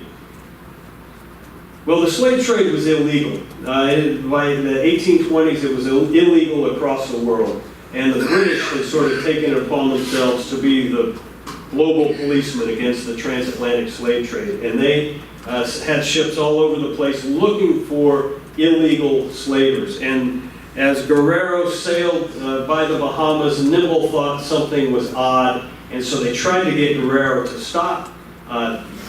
Jose Gomez and his pirates took off. They didn't want to deal with the British Navy, and so a chase began. And then they got into a gun battle, and they sailed westward towards Florida. Night fell, and at 7:30 in the evening on December 19th of 1827, Guerrero smashed into the reef under full sail. The bottom was torn out. The ship rolled on its side and sank, never moved again. 41 Africans drowned right then and there. The Nimble saw what happened. They could hear what happened. They tried to veer off the reef, but it didn't work. They ran aground just minutes later. Nimble was able to refloat their boat. They threw over iron ballast blocks. They threw over iron cannonballs, lightened the load, got off the reef, set an anchor. Their anchor line parted. They drifted onto the reef again. The next morning, wreckers stationed nearby came to the aid of both ships. They got everybody, pirate and African, off of Guerrero. They got the Nimble towed off the reef, got it anchored safely, and through that day they started doing some salvage work and getting everybody squared away. And as night fell, they were getting settled in for the night, and the pirates rose up against the wreckers, stole 2 of the wrecking vessels, got away to Cuba, and with 400 of the Africans. So it's kind of the bad guys won in a sense here. There were some pirates still under control of another wrecking ship, and 121 Africans. Those people were taken to Key West. The Africans turned over to the government. They became virtual slaves for 3 years, and eventually the government decided they should be sent to Liberia. Liberia was a country that had been invented by the United States to basically absorb these people rescued from slave ships, or absorb people who had been freed from slavery. There was sort of a send them back home idea, which Liberia wasn't home at all. But anyway, that's what happened to the Guerrero people. It's a wonderful account of their saga, and I'd encourage you to read it. It's a book called The Slave Ship Guerrero by Gail Swanson. You can find it online. It is a very good read. Tells you lots of the history of this ship. The story is well documented, wonderfully documented, and so for our interest, we were wondering, could this ship still exist, and what was it, what would be found on the site, and most importantly, where was it? So we have government records, newspaper accounts, ship's logs, court records, really wonderful, wonderful paper trail with lots of detail, and they all say that this happened on Carysfort Reef. Well, that's great, except Carysfort Reef is huge, and it was even bigger back then because the whole North Key Largo area was considered Carysfort. So where could this have happened? Well, we got lucky, in a sense.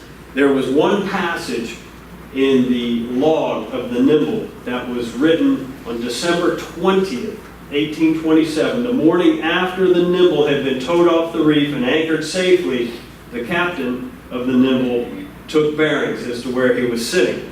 And it says right here, I know you can't read it, but I'll translate. Slipped the BB cable, the best bower cable, their main anchor, and came to in 2.5 fathoms. Carriesfort light vessel, south by west, 1/2 west, and Black Sarah's Creek, north 1/2 east. Well, that was a very precise location. All we have to do is reverse those bearings, see where they intersect, and we will know where the Nimble was sitting on December 20th of 1827. We just got 2 huge problems here. There is no Carriesfort light vessel, and there is no Black Sarah's Creek. So, what do we do? So again, it was a matter of going through all the records and old charts and all of that, and we found indeed the location for the lightship Caesar down here, near what we do recognize as Carriesfort Reef. And Black Sarah's Creek was what we call Caesar Creek today. All right, so it was just an old English name for it. Now, using those locations, we could reverse the bearings, and we find that Nimble was sitting somewhere right around here the morning after all of this disaster had occurred. And then looking at weather patterns and other evidence from the records, we found that these 3 reefs right here were the most likely strike zones for those 2 ships the day before. And that is where we decided to do our search and survey. So we partnered again with the RPM Nautical Foundation, with the Marine Sanctuary staff, and with a group of volunteers called the Submerged Resources Inventory Team that was working with the sanctuary at the time. And we all partnered together. We did surveys of these reefs. Now, these are 2 of the reefs that we predicted. This is the 3rd one up here, and this is one we did just for good luck. So those are the areas we surveyed. We started in 2003 and went and did our magnetometer surveys again. This time we had magnetometers suspended over the water because the reefs were so shallow and so beautiful. We didn't want to snag our magnetometers on them. We didn't want to lose the magnetometers either. So we used rigid hull inflatables, and again spent lots of time going back and forth, measuring the magnetic field throughout the area. And we got lots and lots of anomalies in there. I think total throughout the project about 90 anomalies. We dove on all of those, identified most of them, but 3 really stood out as far as we were concerned, looked related to 1827. One was a shipwreck, a debris field of wreckage all over a reef top in shallow water. And so it looked promising. So we partnered with the National Association of Black Scuba Divers, the Diving with a Purpose group, Sanctuary staff, the Submerged Resources Inventory team, and volunteers from the Ocean Reef community. And a couple of times we went out to the site and we simply mapped in everything we could see, documented every artifact we could find, and we'll look at some of those right now because a lot of clues out there on the sea floor. First, ballast stones. These are just rocks on the sea floor, all right? But they're not natural rocks. They're not limestone rubble. They're not coral rubble.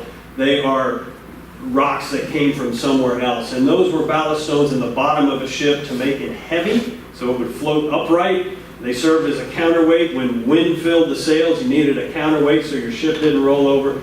And they used stones back then. And that's what we see on the sea floor, deposit of ballast stones. We have some iron blocks. These may be ballast as well. They could be a trade cargo. We really don't know. Lots of iron pins across the site used to hold big ships' timbers together. Copper nails to hold planking on. These are scattered across the site. Copper sheeting. This doesn't look like much, I know, but this is a wad of crumpled copper sheeting. This is the remains of a plate of copper sheeting fused to the sea bottom. and there's a little sheathing tack there. This is important because we know that Guerrero was sheathed with copper, and that's exactly what we're seeing on this site. We did find a piece of wood, a small piece of wood. It's probably 2 feet long at most. We did sample a little bit of it and sent it off for analysis, and it came back as white oak from the northern hemisphere. So we know our ship was not built below the equator, so that cuts out half of the earth for us, which is helpful. Lead shot, again, important because we know Guerrero carried muskets. They're mentioned very prominently. They were recovered from the wreck after it sank. And we see on the site lead shot like this. This is exactly what would be fired out of a musket. We have other types of shot. This is a type of cannon shot here. An iron sort of cylinder with flattened ends. But this is a fairly distinctive type of artillery shot. This is called a palanqueta, and it seems to come from Spanish contexts through the 1700s and up into the early 1800s. So Spanish cannon shot, perhaps. Here's an iron round shot. This was recovered and conserved. This particular piece is again important. This is really just a plain old cannonball, but its size is important. It is a 12-pound cannonball, and we know that Guerrero carried only 12-pound cannon. I think had 14 brass 12-pound guns. So this is what you would expect as far as shot size from that shipwreck. We find lots of sort of odd day-to-day things on the wreck site. This is one of them. We thought it's pewter. We thought, oh, an inkwell, except it didn't have a bottom. And found out they didn't make pewter inkwells. There was no such thing. But doing some research, we found it's the end cap from a clyster pump, which is a huge enema syringe. So That's funny. TMI. yeah, right. Not funny When you had 3 colors. Lots of glass from this wreck, and this is an important thing, and it kind of gets to what Matt was saying about people picking up marine debris and getting it confused. And this, I think, as we go through some of these things, you can see it can really mess up the archaeology if somebody recovers something inadvertently. And it would be pretty easy to mistake some of these glass pieces for just junk. But here we have a large glass bottleneck. This comes from what's called a demijohn or a carboy, basically a huge liquor bottle. So you can envision a lot of rum in that. Here's another bottleneck, and this too is very important. You see, this is from a wine bottle, but you see this rim design right here. Well, those change through time, and those changes are documented very precisely. And so here we see a comparable design, the same exact design as a matter of fact. And the recorded dates for that, 1819 through 1840. So that is right on our time frame. Another one, this is remains of what's called a rummer. This was a drinking glass of a British style used in the late 1700s, early 1800s. We have another glass vial neck here. This looks like it came from an eau de cologne bottle from the early 1800s. And then this is a fragment from a plate, and this is what's called blue-edged pearlware, all right? But what's wonderful about this piece is blue-edged pearlware, again, like the bottlenecks, changed through time. There were styles that were popular, they came and they went. This particular pattern with the undulating rim, the blue paint, and the sort of wheat sprigs, and there's a flower under there, that reached its peak popularity, what was used between 1820 and 1840, with its popularity primarily in the 1820s. So fits our wreck scenario. This is our map of the site. It's not much to look at from your seats, I know, but if you can get the sense, it's basically a debris field. It is a deposit of ballast stones down here that fans this way for about 350 feet. It's about 300 feet across, and it's just a jumble of artifacts scattered in water from 8 feet deep to 12 feet deep.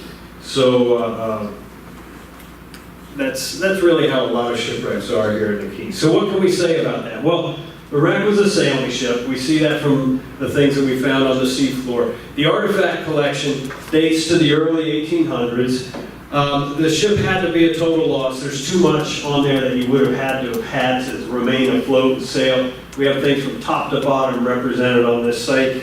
It's sheathed with copper, as was Guerrero. 12-pound cannon shot, but no cannons. And we know Guerrero's cannons were all salvaged shortly after his tank. No anchors. Again, Guerrero's anchors were all salvaged. Musket shot is present. And we see sort of hints of a mix of cultures. We see some English things, some Spanish things, some maybe French things. And what does that mean? Well, if you're looking at a pirate ship that sailed around and just stole stuff from people, that's what you would expect. Just sort of this mixed bag. Now, I can't say we have enough of a data set to make that declaration, but it's sort of hinting at that there's multi-cultural stuff on this ship. Unfortunately, nothing definitive found. No bell with a name, like the Henrietta Marie. Nothing that's explicitly African. So still more out there. There is wreckage that is buried and unseen. We know that, but we're not doing any digging on this site. So we'll have to let nature uncover it. The second site was a large anchor located about a third of a mile away.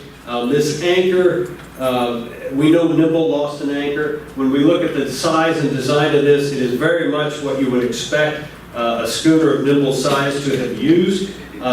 Unfortunately, anchors are a bit generic, so it's tough to make a positive identification, but it certainly fits the historical record and is suspicious.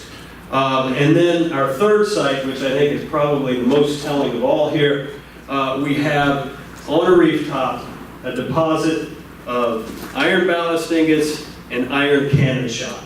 And that is exactly what Nimble threw overboard when it ran aground on top of the reef and you jettisoned that to lighten its load. All of that was mapped out. You can see what a beautiful area it is up there. Here's one of the ballast ingots right there. All of that was mapped out. We found 6 slots, about 20 cannonballs, and a huge area where we were getting readings, but it's all buried under the sand. And we actually found a 7th ballast ingot this past summer. Can you make that go? It's a little... This is what our most recent effort is. We're doing, as Matt presented in his talk, there's a lot of 3D photogrammetry. It's the new thing, and this is what we're doing on this site. And, we worked this past summer to make 3D images of artifacts. And then what you do is you basically take an artifact and you, in this case, an anchor took about 300 photographs of it from every possible angle. And then you blend those all together through special software, and it is something that's like you can spin it around and look at it from any which angle, and it is a really vibrant and dynamic way to see these underwater resources that are sometimes, not accessible for a lot of people. So these can be used in museum displays. They're online for anybody to access. You could even 3D print that anchor from the data and make a 3D model for people to look at. So this is the new revolution in archaeology, and we are fully embracing it on this project. So where do we stand with all of this? Well, these are the reefs we surveyed right here. These two are predicted reefs. This one we found nothing. We did Turtle Rocks down here. We found nothing related. But we did find on this unnamed reef, east of Ocean Reef, 3 sites that all fit with what we know about Guerrero and Nimble. The wild card is up here. This line right here is the boundary line between the National Marine Sanctuary and Biscayne National Park. Biscayne has their own team doing similar work, and they are looking at this reef right now and seeing if there's anything up there related to these shipwrecks. So we're waiting for their data to come in. We're moving forward with our studies, still trying to put all the pieces together, but honestly I feel pretty confident that we have located the remains from the Guerrero and Nimble saga. But more yet to come. I'll talk briefly about a couple of other sites. This is the Ivory Wreck. This sits due south of us right now where we are today. This is on Delta Shoal. The Ivory Wreck is known primarily from an expedition that happened in the 1950s. There was a family that came down from Ohio, a doctor and his wife and their kids, and they just went diving, and they wrote a book about it. But they wound up partnering with the legendary Florida Keys diver Art McKee, and they worked on wrecks off Delta Shoals. And one of those wrecks had a lot of elephant's tusks on it, all right? They had some, you see all these tusks here, and these brass pans that they recovered, and they had some cannons that they found and other artifacts. Unfortunately, it wasn't very well documented beyond a few photographs and some words written in their adventures. We do have in our collection one of the elephant's tusks, and you can see it's a pretty remarkable piece. We also have in our collection, we got these from the Art McKee estate after he passed away, a couple of the brass pans. These may have been trade goods on board the ship, we just don't know. We know that the Cryle family, the doctor's family, they have a couple of the elephant's tusks still in their private collection. And they have what might be a clue into the identity of the wreck. This fragment of incrustation that had formed around one of the cannons. And you can see it has this cryptic mark here, this sort of JN or JAN, it's hard to say. And that is probably the founder's mark for the cannon, but so far it's defied identification. So I know that Matt and Brenda Altmeier went to the Ivory Wreck a couple of years ago to see what might be seen there. Didn't really come across anything that was visible, but certainly with the elephant tusks, it has an African connection. It could well be another slave ship here in the Florida Keys. So it's something that might be worth revisiting and doing some maybe more detailed survey work on. And then I'm going to talk lastly about the African cemetery in Key West. Now this is not a sanctuary resource, this is not underwater, but it's certainly part of what we would call the maritime landscape here in the Florida Keys. And the African cemetery dates to 1860. Slave trade was highly illegal in 1860, but lots of American ships were still finding it worthwhile to risk persecution. They could make so much money, sometimes $500,000 in one voyage in 1860, that they would go to the west coast of Africa, get people, and then sell them in Cuba. Again, to the sugar plantations. Cuba was producing a third of the world's sugar, all based on the slave trade. And lots of American ships were participating in this illegal business. And so President Buchanan in the fall of 1859 said, this is ridiculous, enough is enough. And he ordered a Navy blockade of Cuba. And so they stationed 2 Navy steamers on the north coast of Cuba, 2 on the south coast of Cuba, with the explicit directive to intercept American-owned slave ships going into Cuba. And in the spring of 1860, in a 2-week period, they caught 3. The Wildfire, the William, and the Bogota, all around Cuba, heading in. Each ship with roughly 500 people on board. They took command of those ships, sailed them to the nearest U.S. port, which was Key West, and delivered 1,432 African refugees to the U.S. Marshal in Key West.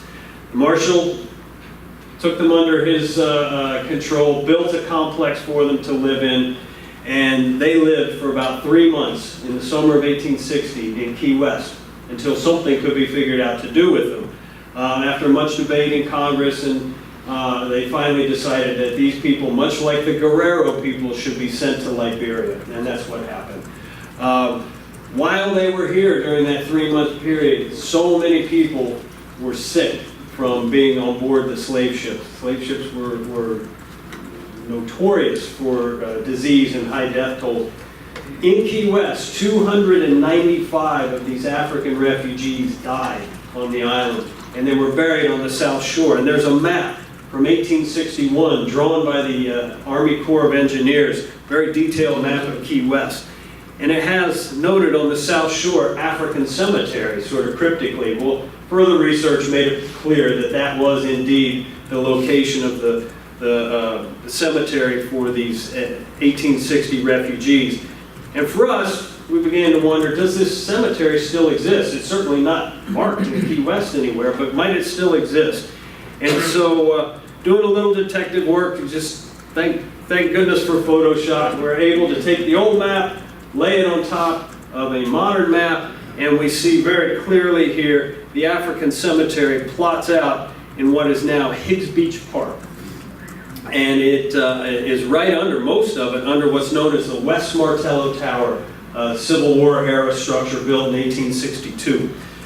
Some of it juts out a bit to the east, and we thought, okay, that's promising. Let's see if something might be there. And so we partnered with archaeologists from the University of Denver and did some ground penetrating radar surveys on Higgs Beach, seeing if there might be graves still located there.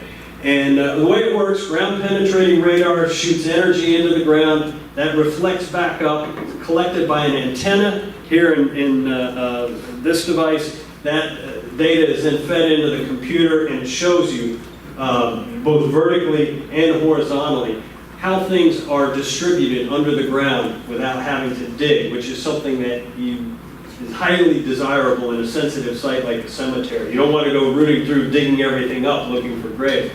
And this lets you see below the ground without disturbing the earth. And so literally within an hour, as we approached what was the area drawn on that 1861 map, bingo, we started finding these very distinctive signals for graves.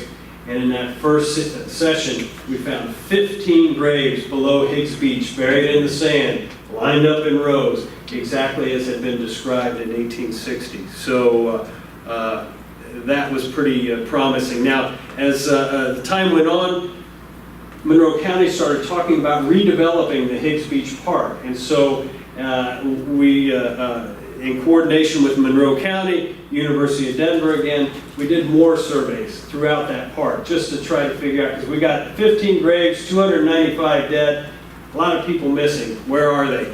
Well, once we did those surveys both in other areas of the beach and inland, we started finding even more graves, especially in areas across the street from the West Martello Tower, just grave after grave sort of jumbled all together into a big mess. And what we had found in the historical record was when they built the Martello Tower, they actually uncovered the graves and moved them elsewhere. We know that, it's written down, but they never said exactly where. But it certainly looks like they just took them in the brush and brambles across the way and buried them right there. So this is all slated to be redone. There's talk with the county about moving this road at some point, and hopefully when that is done, we can do more surveys under the asphalt, and I suspect find even more graves. So for now, it's all marked with a beautiful memorial on Higgs Beach. It tells the story of these people through words and art. And I encourage you to please go visit the site. It is unique in the United States. There is nowhere else that there is a cemetery of African refugees rescued from slave ships in the United States. So please visit it. It is an important site. As far as our museum is concerned, we tell these stories in our displays in Key West. We have traveling exhibits. We have one that just opened in Jackson, Mississippi. If you're going there this summer, please visit the museum there. We have lots of online resources. We just launched this a few months ago. It's called FloridaSlaveTradeCenter.org. Lots of documents, an online museum, and a searchable database of all the artifacts, especially from the Henrietta Marine. And if you want to see the 3D stuff in effect, go to sketchfab.com, and we are MF Maritime Museum. So there is a lot to see there. I've got a couple hundred 3D models up there of artifacts from all different sites, but lots of slave trade stuff. And I hope in this presentation you've gotten a sense that here in the Florida Keys, we are home to an incredibly important collection of sites that reflect what was really one of the most influential systems of social change in our modern history. And it's something that I think we can all agree upon is something we feel the effects of today. So with that, I will say thank you, and I'll take any questions if we have time.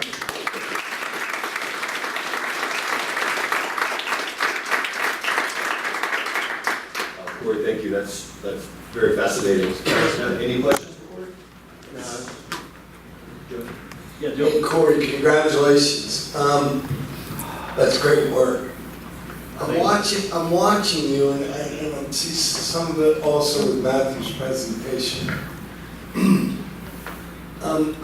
I think that, or I'm impressed that I think you guys have had very unique success in partnering with a wide array of different groups and capabilities.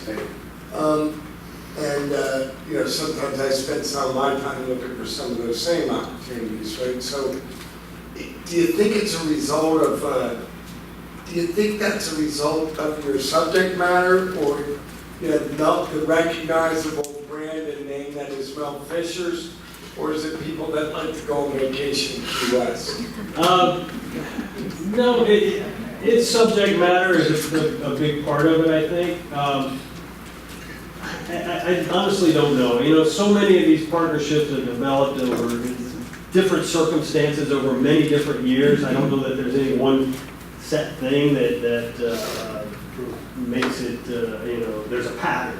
I don't know if that's the case. Do you go out and kind of actively hunt? If there are, well, let's say the African cemetery site. We knew the area that we wanted to search in. We knew that we didn't want to dig up the graves, that GPR was going to be the best way to do it.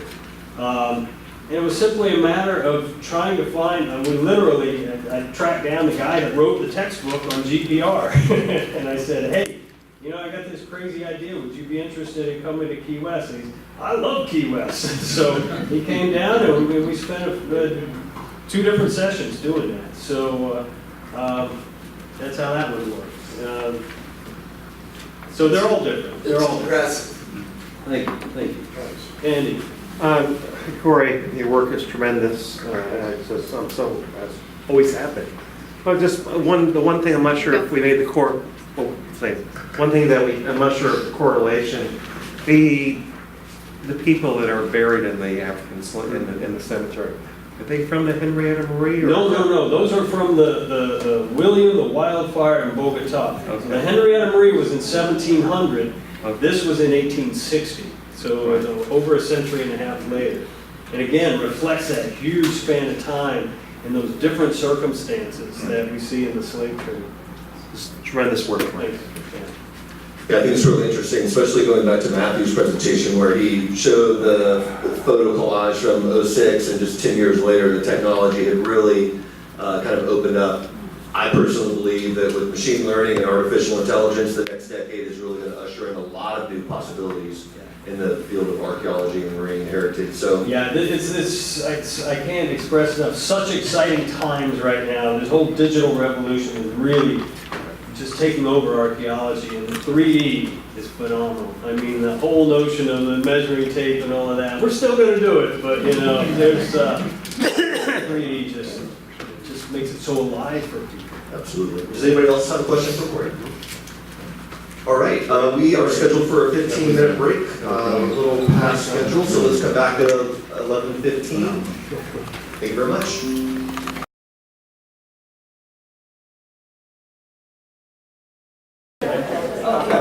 Thank you.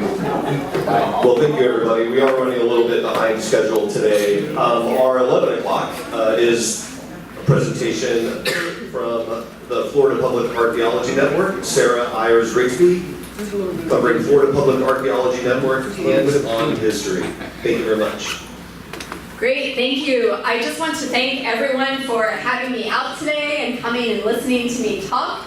I really appreciate it. It's a gorgeous day outside, so I personally can imagine that many of you might rather be boating or fishing or something along those lines, and we're inside, so thank you. I'll make it worth your while, I promise. So my name is Sara Ayers-Rigsby, and I work for the Florida Public Archaeology Network. What is that? We are a statewide educational organization with a tripartite mission.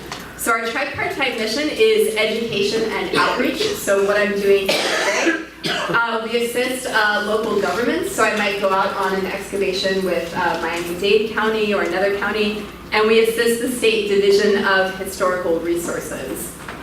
So our work, our partnership with NOAA and our work in the sanctuary covers all of these missions. We try and cover all three aspects.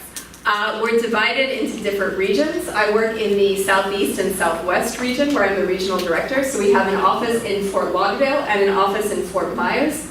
And we are hosted by Florida Atlantic University. So I'll talk a little bit about the Bureau of Archaeological Research, which Matt mentioned earlier. So they work with state agencies and local communities to manage, preserve, and interpret Florida's irreplaceable archaeological sites for citizens and visitors. So as part of our work with the Bureau of Archaeological Research, we've developed these programs, the Heritage Awareness Diving Seminar, and some other programs that deal with underwater resources to try and get people out and aware of those resources, which will allow people to better protect and care about them. So first I'm going to talk about our Heritage Awareness Dive Seminar. So just for a show of hands, who has been to one of our programs? I know Lisa. Oh yeah, okay, so a few numbers. So most recently we did our Heritage Awareness Dive Seminar with Lisa at the History of Diving Museum last summer. So this was developed by our Associate Director, Della Scott Ireton, who is also a NAUI instructor. And it is a specialty course that's been approved by these different organizations, PADI, NAUI.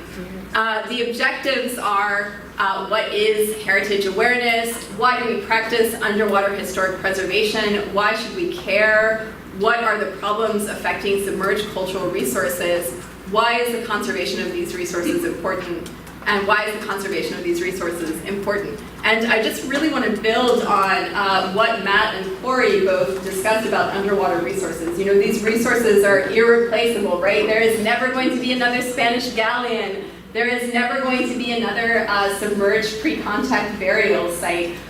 These sites have an important story to tell all of us about the history of not only the state of Florida and not only of our local area, but they are a critical contributing element to the history of our country. And it's our responsibility to protect all of these submerged sites. So in the Heritage Awareness Dive Seminar, so this program is geared towards scuba instructors to help them protect these sites and help them allow their students to protect these sites as well. So we discuss issues like archaeology and shipwrecks, ship construction, maritime artifacts and dating materials, and federal and state laws concerning shipwrecks. And we're hoping, you know, by doing this in partnership with the BAR and with NOAA to try and create a smaller element of people who are unaware that it's not okay to bring an anchor back to the surface or take something when you're diving. We're trying to raise awareness that those things are illegal and not ethically or morally proper to do. Why should we care about underwater historic preservation? I'm preaching to the choir here. We all know there's value for recreation, heritage, tourism, and research by protecting these sites. Archaeologists are often not happy to discuss numbers, but I used to work in the private sector as an archaeologist before I joined the public sector. So I'm happy to talk about numbers. Heritage historic preservation brings over $6 billion annually to Florida. So that's a huge number. People want to go out and dive wreck sites that are recognizable as wreck sites. They don't want to go dive a site that's just a sandy bottom that's been completely picked over where all the coral have died. So it's important to all of us, to everyone, that we preserve this so we can preserve this number and keep this tourist industry coming in. What's the problem? Here are some of the problems. Again, Matt spoke about these really eloquently. So We have issues like looting, souvenir collecting, people not always being aware that it's inappropriate to take something both from a submerged site or even a terrestrial site, so we see that as well. Things like people collecting shells from a shell mound site, that's something I saw a lot of when I was documenting terrestrial sites after Irma. So, and interest in heritage is expanding. So interest in heritage is expanding, and more people are interested in having an authentic experience when they go and visit a place. So upon completion of the seminar, diving instructors are able to teach this specialty, which has been, again, approved by various agencies, use this information in their open water courses so they can explain in a coherent and educated manner to their students why it's not okay, again, to bring sites up, and spread the message of heritage awareness in diving. So our next program is going to be April 25th through 27th in Key Largo. So we hope to see some of you there for that. Please save the date. And I just want to say that this program, so Della Scott-Ireton, our Associate Director who developed the program in conjunction with NOAA and with the BAR, she has trained over 150 instructors to this date. So that's 150 scuba instructors. So think about every single class that instructor might have who's now better informed about exactly these types of issues. So now I'm going to talk about one of our newer programs, our Heritage Monitoring Scouts program, which is geared towards documenting sites that are at risk due to environmental impacts. So things like sea level rise, climate change, major storms, all those impacts. I'm just going to speak very briefly about our terrestrial program before I discuss our submerged program, which is under the larger umbrella of our HMS program. So what is HMS Florida? It's a statewide citizen science program for monitoring heritage at risk. So we want to confirm the basic site information in the Florida Master Site File. So the state of Florida maintains a list of every single archaeological and historical site that they know about. So we want to make sure that information is still correct, that the site is still there. So again, it helps the BAR with their work. And we want to assess impacts to sites as well as human impacts. So things like development and vandalism. So all these things that we're trying to document at terrestrial sites apply to submerged sites as well. So we also want to help land managers collect data so they can prioritize sites and threats. So there's over 16,000 terrestrial sites that will be impacted by a 1 meter rise in sea level. So obviously with FPAN, I think there's about 20 of us. So we can't go out and document 16,000 sites, but by enlisting the help of the public, we can try and get out there so we can tell land managers which sites they need to be focused on. So in the evaluation of our program, so 864 reports were submitted by last year. We have, here's just a different, here's a pyramid that shows you at what level people are engaged. So most people are kind of at the bottom end of the period where they're knowledgeable about the program, or perhaps they've been to a training. And then we have a few rock stars that are leading the program. And I will say that one of Brenda's volunteers for the Marine Sanctuary has documented 17 submerged sites since being trained in July. So he's one of our rock stars. He's in owning, and he's almost up in the leading category. So we're really grateful to his efforts. I have some charts. I apologize. I'm going to go through them very quickly just to show you all some of the impacts. So here's the majority of sites are on state land, followed by private land. Most of our sites, luckily, we can locate, which is always good. Majority of sites are archaeological sites, followed by historic cemeteries. So as you see there, most of our sites that we've monitored are archaeological. And so far, we've really focused on pre-contact archaeological sites with this program. So things like shell mounds that are on near coastal areas that are really at risk.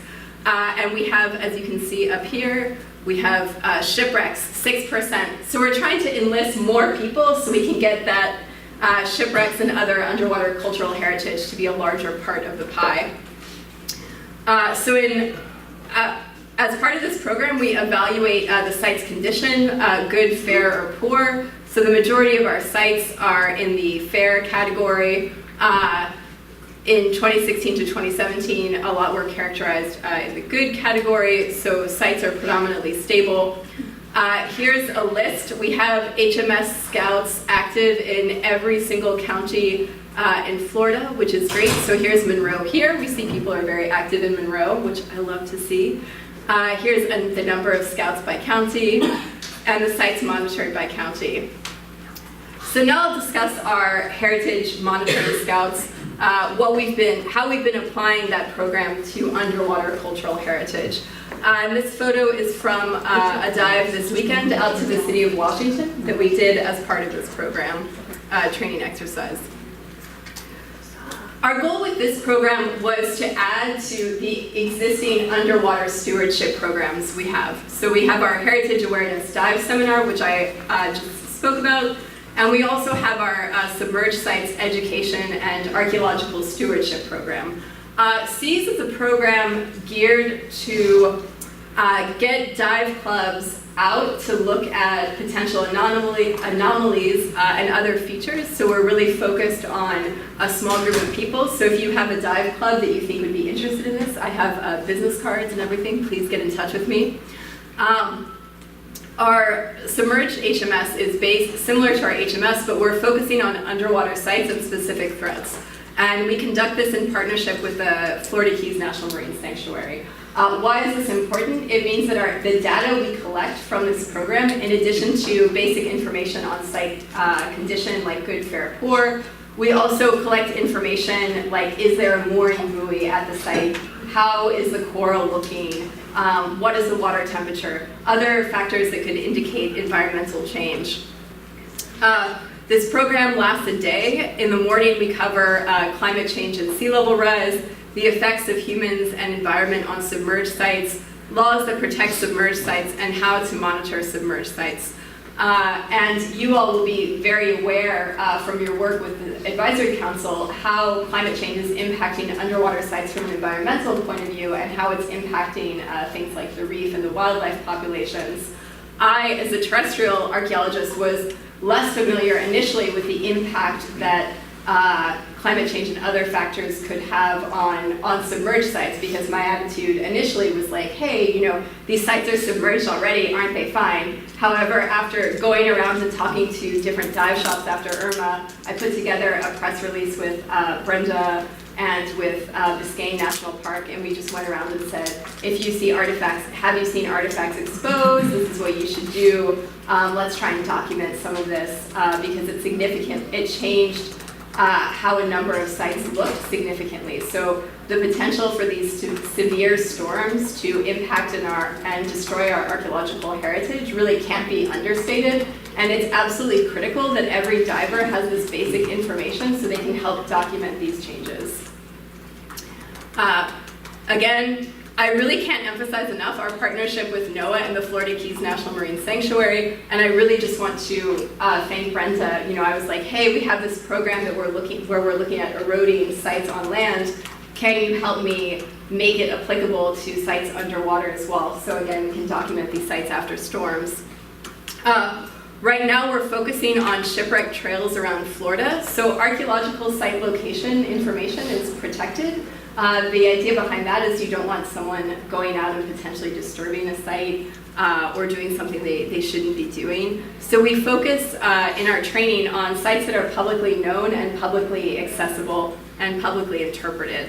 So that covers the Florida Keys, the Shipwreck Trail, Florida Shipwreck Preserves Trail, and Florida Panhandle Shipwreck Trail.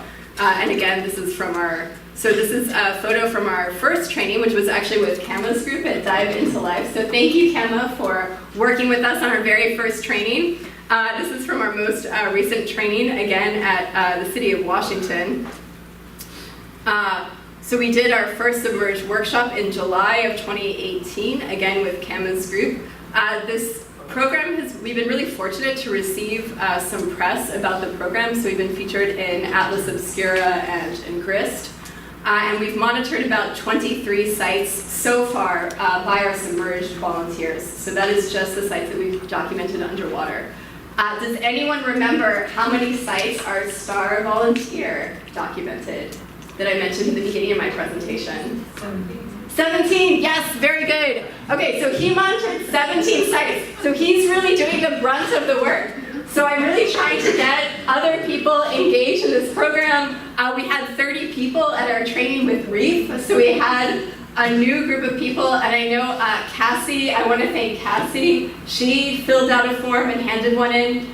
So again, we're trying to get people engaged with this program. And we've trained, so far we've trained about 45 people. So we have 45 people specifically to document changes to underwater sites.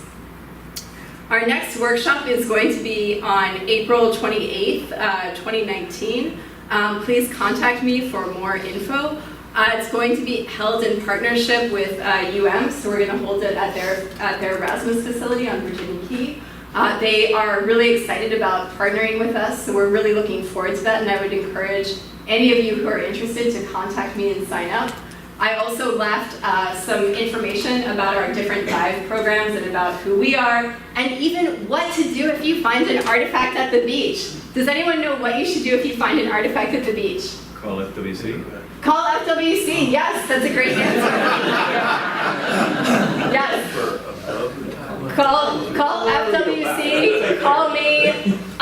Please don't pick it up, just snap a photo, make sure the photo is geo-referenced, and contact an archaeologist or contact law enforcement, and we can get that site properly documented. As I think Corey did a really great job in driving this home in his talk, every single individual artifact tells a critical part of the story, so we want to make sure we're not going to be missing that piece in the future when we try and tell that story. I'll also be speaking actually at History of Diving Museum on March 20th. It's going to be my birthday, so I hope to see you all there as well as part of their Immerse Yourself series. And I just really want to thank all of our volunteers. So we have almost 500 active volunteers throughout Florida. And then I want to thank all of our different partners, NOAA, Florida State Parks, BAR, and the Aquatic Preserves. I just want to leave everyone with this quote from another one of our rockstar volunteers. She is mostly documenting terrestrial sites, so I hope you all don't hold it against her. But she says, I feel like I'm contributing in a small way to a very rational endeavor. So we're really grateful that people are going out and helping us assemble this information so we can try and prioritize which sites are most critical and focus our energy and efforts from there. So thank you all so much.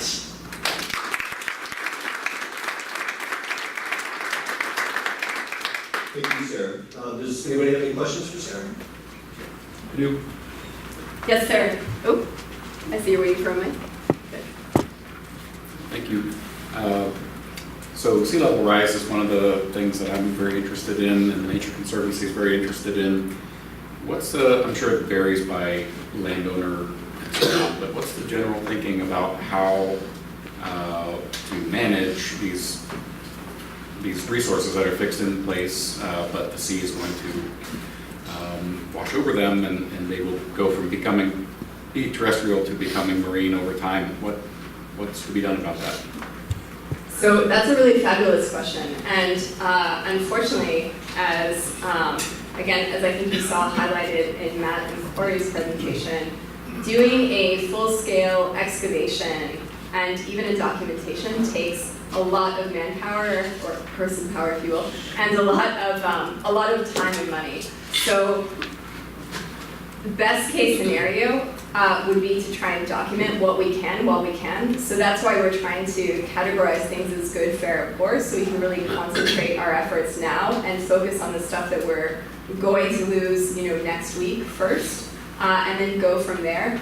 In a perfect world, we would be able to excavate more. In archaeology, we're really looking for the information, so it's not necessarily important, prudent, or even feasible from a basic point of view to save the site, right? We can't just wrap shell mount in bubble wrap and then hope for the best. Documentation is really our best case scenario, but even documentation is difficult. So we have to accept that we're going to lose a lot. Thank you. Anybody else? Oh, yes. If someone wants to sign up for your Heritage Awareness class, April 25th or 27th? Yes, please contact either my business cards outside, or I can give you one after this. Okay. And great, thank you. Glad we have interest. How about give us the number right now if you got a contact number for that? Or if you... Oh yes, hang on. I'll go back to the slide. Hang on, you're gonna have to see these graphs one more time. I'm sorry, they're just gonna be like burned into everyone's mind. Oh, there we go. Yes, so her number, so that's my colleague Nicole Grenan. So here's her email and here's her phone number. Can everyone read that, or would you like me to? Okay. Okay. So her phone number is, and our phone number is 850-595-0050. And her email is, her name is Nicole Grenan, and her email is ngrin@uwf.edu. And you can also go to our website, which is FPAN, as in Florida Public Archaeology Network.us. So all the information is there. You can look at all the different projects and get in touch with the staff, either myself or staff from our other regions. Thank you. Great. Thank you all. Thank you. Sarah, can you make a question, please? Hey, it's Cameron back here. Oh, hello. So you're having another HMS training on the 28th, and it's a partnership, or it's being facilitated in Miami at UM? Yes, that's correct. Is that open to anyone? In other words, can I sign up for that and bring a few students? Is it the same format, morning and afternoon? Oh yes, that would be wonderful. We would love to see you. Yes, so that's same format we did before. So it's morning in the classroom, then afternoon actually out at a dive site. And this time we are inviting all of our scouts who have already been trained to come with us to the afternoon dive portion, so people can gain confidence in their skills. So if you have students that were not able to come before, they can come to the whole day, and if you have students that are just interested in the dive, that is fine too. Thank you. Thank you. All right. Thank you very much. All right, next up we have, again, Matthew Lawrence and Brenda Altmeier speaking about community engagement in the Florida Keys Maritime Heritage. Thank you again, Matt.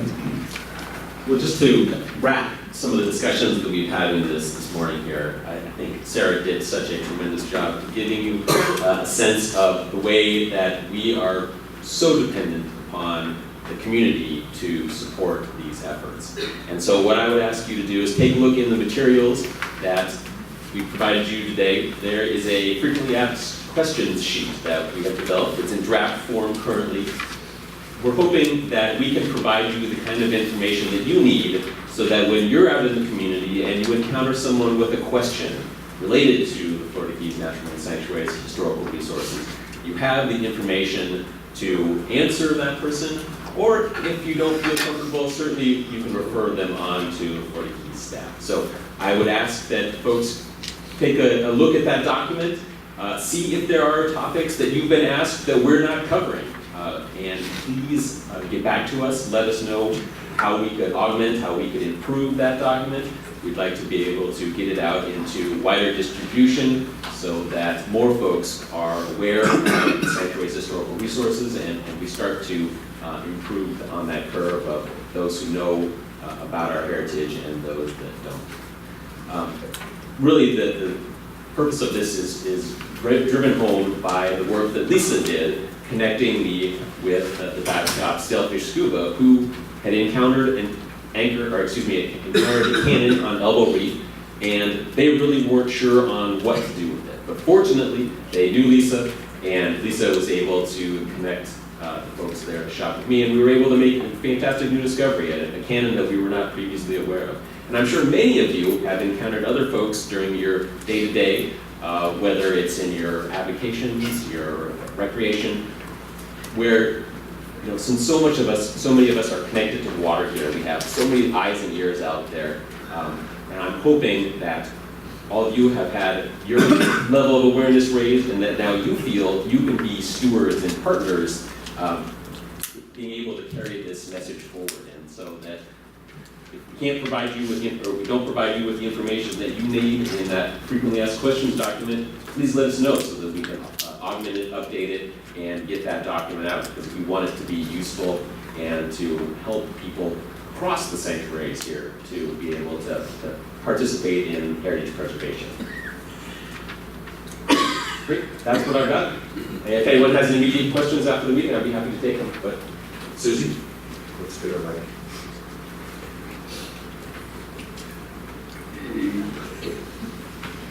Yes, I was real curious. I've heard only some anecdotal accounts of artifacts that were previously sort of maybe only partially seen or not at all, that were unearthed by Irma.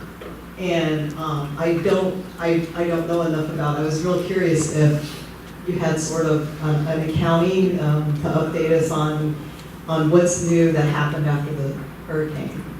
Absolutely. There were a number of reports that we received of artifacts being uncovered. Probably the one that got the most attention was an anchor off the bow of the Benwood. That was an anchor that was largely visible to anyone who had been swimming in that area in all the years past. So that was not a new discovery. However, the wreckage that we just studied this past summer on Molasses Reef at the M13, we do believe that there was some sand movement, some material movement at that site that made it much more obvious that there was hull material visible right there. And so it was through some reports about some new wreckage out there and follow-up that the staff did that we were able to identify that as a particular place that we should really focus some attention on and document that organic material.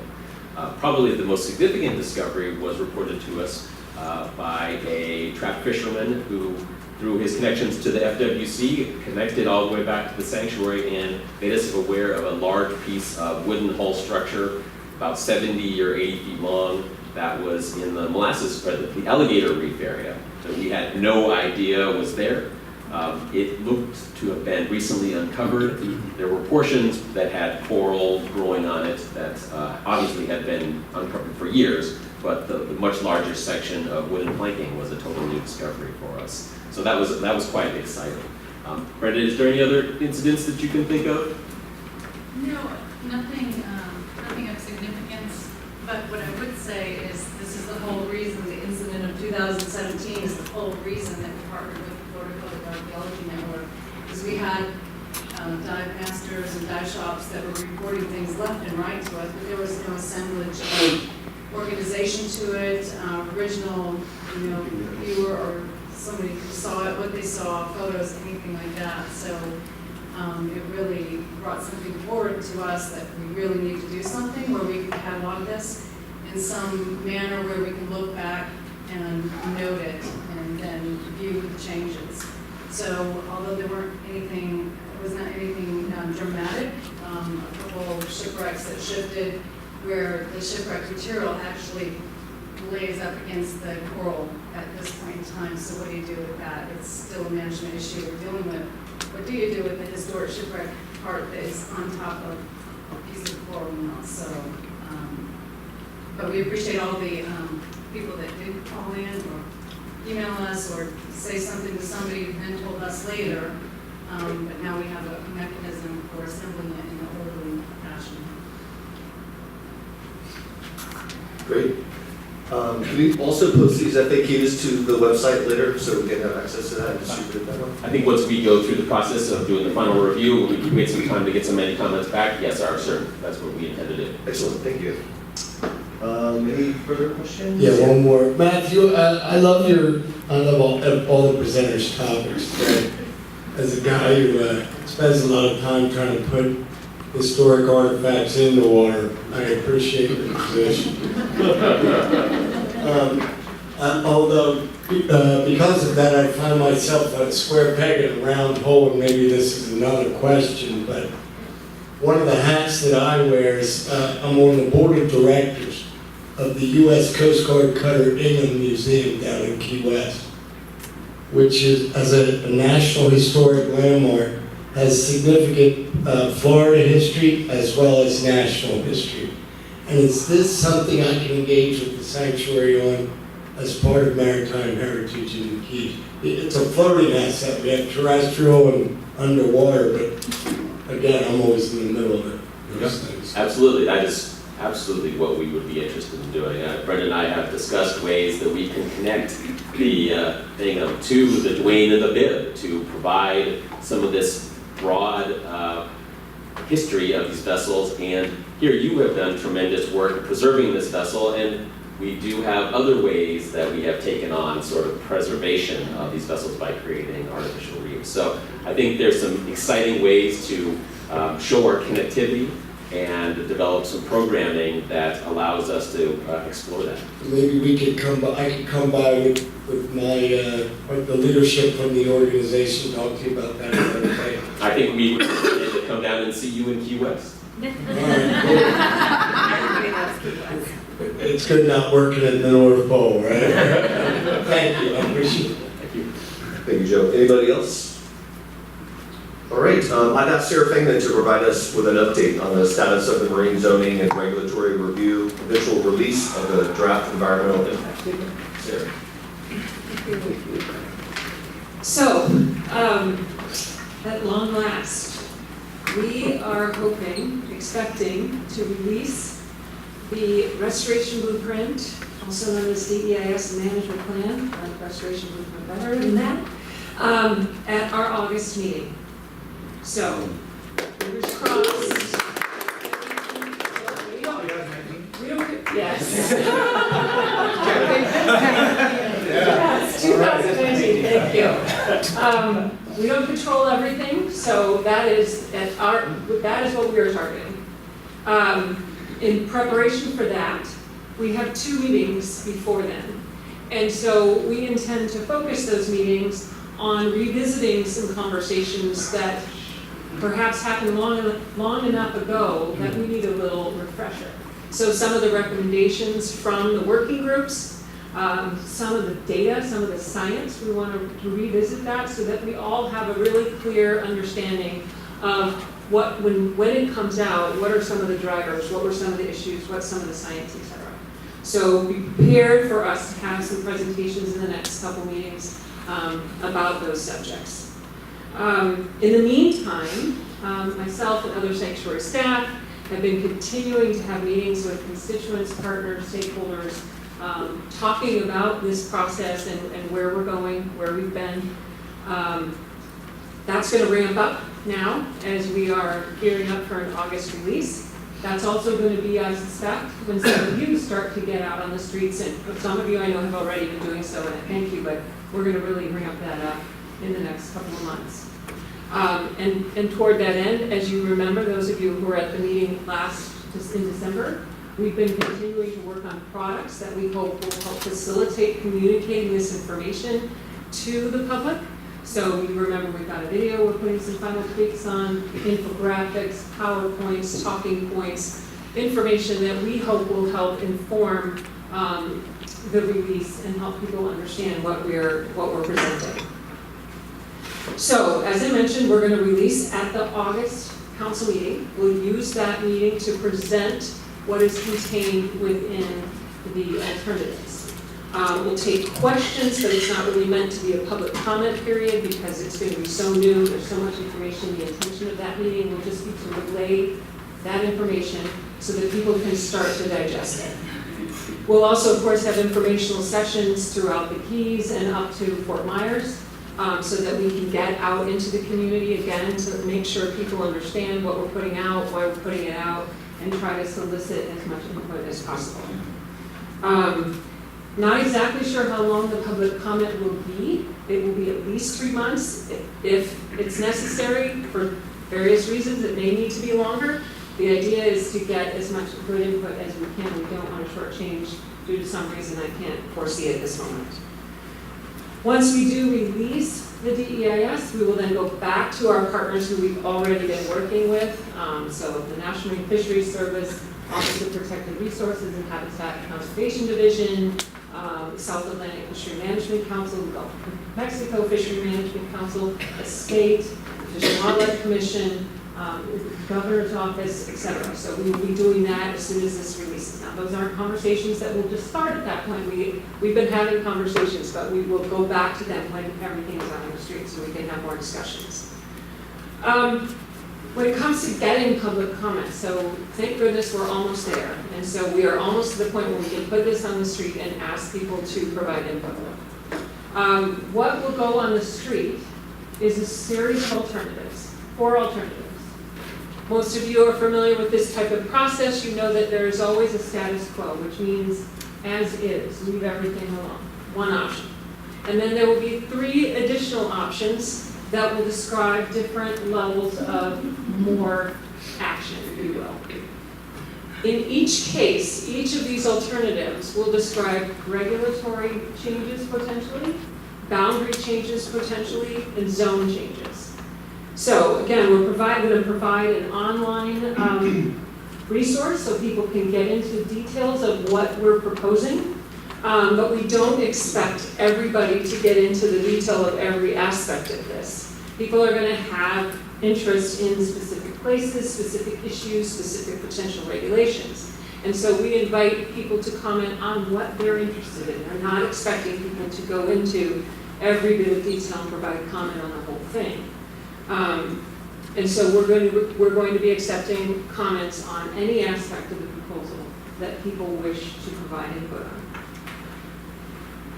At that point, once public comment is ended, the next steps, it's important to know that that's not the last chance for public comment. So that is public comment on alternatives. After we receive that, the public comment is closed. We start to synthesize all of those comments, try to pull that all together and present one final proposal. And that goes back out for public comment. So once again, we will have additional comment that is based upon creating a proposal that reflects what we heard the first time. She can't wait to get all those public comments. She just she can't wait. Okay, so yeah, so once the final rule is released, then there will be a 45-day pause before we can implementation. At that stage, the governor of Florida has an opportunity to review and to potentially object to any actions that were taken in state waters. So it's been a long road getting here. There's more road ahead of us, but I hope that we can, in fact, make that August deadline. And so buckle up. We're going to get ready to, the next 2 meetings, really get ourselves in a position where we can get this out of the street and start getting public comment finally. So that is what I wanted to announce. And I figured there might be a question or two.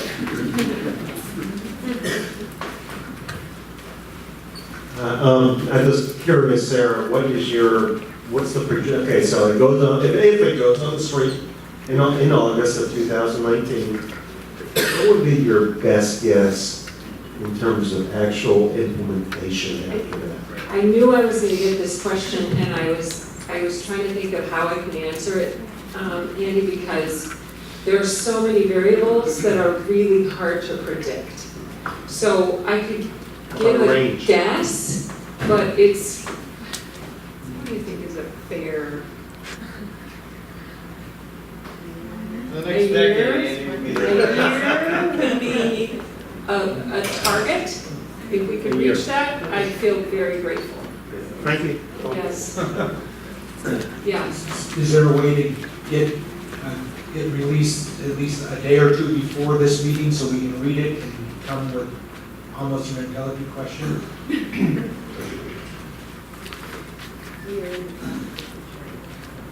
you want to answer that?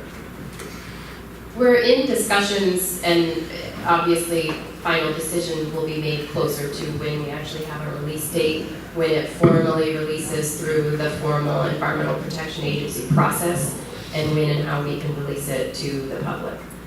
So we're talking about how to provide it shortly in advance, or if it has to be concurrent. So. You had at the December meeting and all along, we talked about educational materials we can use in presentations. Are they available, video, PowerPoint? Are they available to us now? We're putting finishing touches on them, so they're not available now, but we intend for them to be available very soon, so that we can start using them. And at the last meeting, I remember some folks, well, I won't call out who I think I remember, but some people were saying, well, you know, until we really have more for people to comment on, it's difficult to go out and get excitement about this. So I recognize that, but we are trying to get those out so that we can remind people, because I do believe, and I said it last time, for us, this feels like a long slog, but for some people, this is kind of fallen off the radar. So we do really need to kind of bring up some of the basics of this conversation. And so we're preparing materials that will help with it. Will the video be ready before the next meeting? It should be, yes, yes. We can actually. Yes. Record them. Okay. Yeah. Sarah, just so I can explain it, the public commentary period, does that walk and talk like a vote, or how is that translated into the things? I didn't think so. I would like anybody who asks me about it to be able to explain it. But how does that get translated into one of the 4 choices, or So public comment on a NEPA document, a draft environmental impact statement, as Sarah outlined, the public can comment on any component of the DEIS. The staff then takes all of those public comments, and we are obligated to consider every single public comment received. We can categorize them if there are many comments that come in with the same themes or issues or notice. We can categorize those, but we are obligated to respond to every public comment. And that, informed from agency perspective and public comment, is what will shape that final alternative. The advisory council, that first meeting, is an informational meeting outlining what is in this plan, what the alternatives are.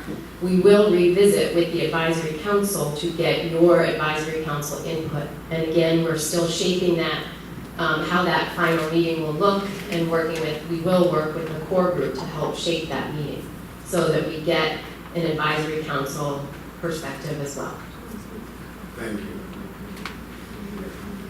So public comment, officially public comment is taken through regulations.gov, but there'll be other opportunities as well through written comment at meetings and the informational sessions. Good. A question maybe for you, Ben. So the 4 alternatives will be presented, commented upon. You will do your lumping and categorizing of the comments that come in, and then there's this new reworking of what you had in the original alternatives and what you heard. I guess the question is, if something that wasn't part of any one of the original alternatives emerges, is that on the table at all, or not on the table, or is that yet to be determined? Yes, things that are not included in what is being put out for public comment can be on the table, depending upon the scale and scope of what that is, and if we are considering that in the final, that may require a supplemental, because we didn't do, if we did not sufficiently and adequately do the environmental and economic analysis, we would need to do that and put that out in public comment. I know Andy has 6 or 7 things he wants to propose that will drag the process out another couple of years. Poor Andy, he's always beat up. Poor Andy. I mean, I'm just sitting here in the corner. Will you help me with the call? Thank you. Appreciate that. And possibly to that point, I just want to highlight one other component.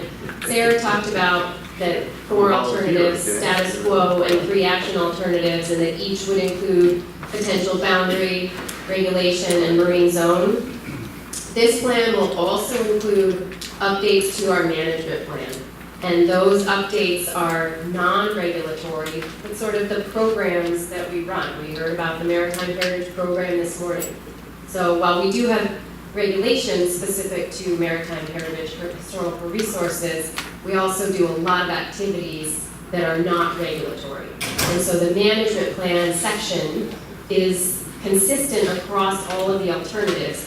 and it is how we would update our programs and how we manage the resources. And so that's another component that I feel is very important for the public to understand and to comment on, and may capture some of the activities, Chris, that may not be included in the core alternatives. If I can just elaborate on Chris's question also. So let's say that there was an element in one of the plans that we wanted to bring in to cherry pick into another, that's okay as well? Or does it have to be a plan? We will accept public comment on everything that is in the TAs and consider public comment in shaping the final plan. Any other questions for Sara or Beth? Excellent. All right, guys, thank you. We're going to break for lunch until 1:15. Please keep in mind to try to be on time coming back. We have a group from Dive into Life students. We're going to hear about their efforts and experience in helping to clean up marine debris. So we'll be back at 1:15. Thank you.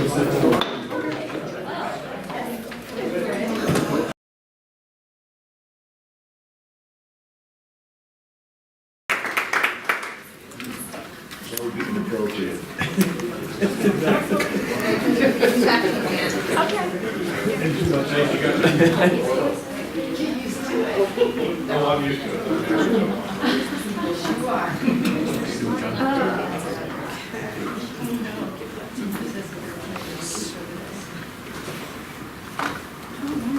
Testing. Okay. Alright, so girls, you're not going to have the podium, so we're just going to wing it. Hey everyone, thank you for coming out today. And which one do I click to advance the forward? We'll test it. Okay, good. I'm Cama Cannon. I'm Director of Education for Dive into Life. It was last year about this time that I came to my first SAC meeting, actually, and I met so many of you and told you a little bit about Dive into Life. And so since then we've grown. We've received close to $70,000 in grants and raised another $30,000 during fundraising. And we've been able to support full year programming, STEM enrichment, scientific diving, recreational dive training, and civic voice lessons and activism for over 100 students, but we currently have 12 participants. We try to keep our groups to about 12. And I'm just going to go ahead and say a few words about our program and then turn it over to the girls because they're the reason we're here. So we started our nonprofit in 2017. Our paperwork went through right before Hurricane Irma went through. And so that put a little bit of a squash on our fall programming, but we bounced back strong.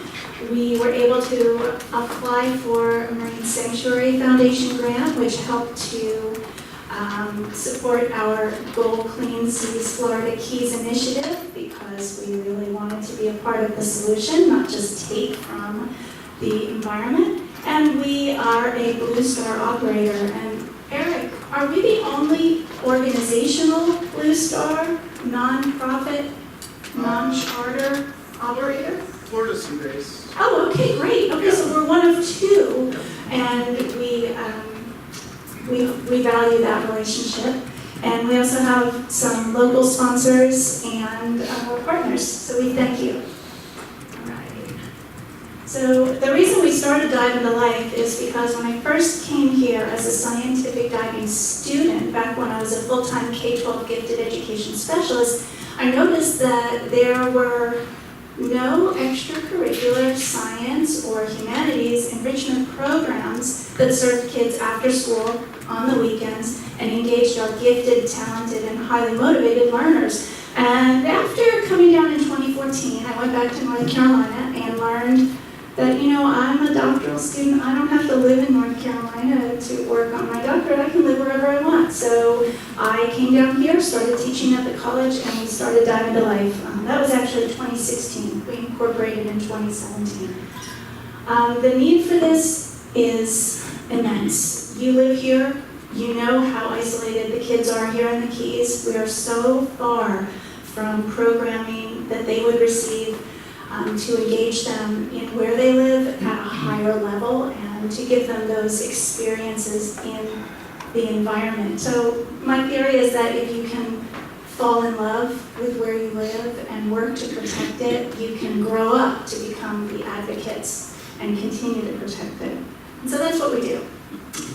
All right, these are some of the characteristics of our program. I believe in developing responsibility and accountability in children, not just when you go off to college, suddenly you're responsible. I expect that in my 4th and 5th grade students, and so we teach them to work autonomously. We support them as they do that. We know from educational research that kids need to be challenged to grow. They also need to be able to make choices about what they study and how they present their understanding. And so we incorporate all of these, I guess you would call them mantras or characteristics, pedagogy into our program.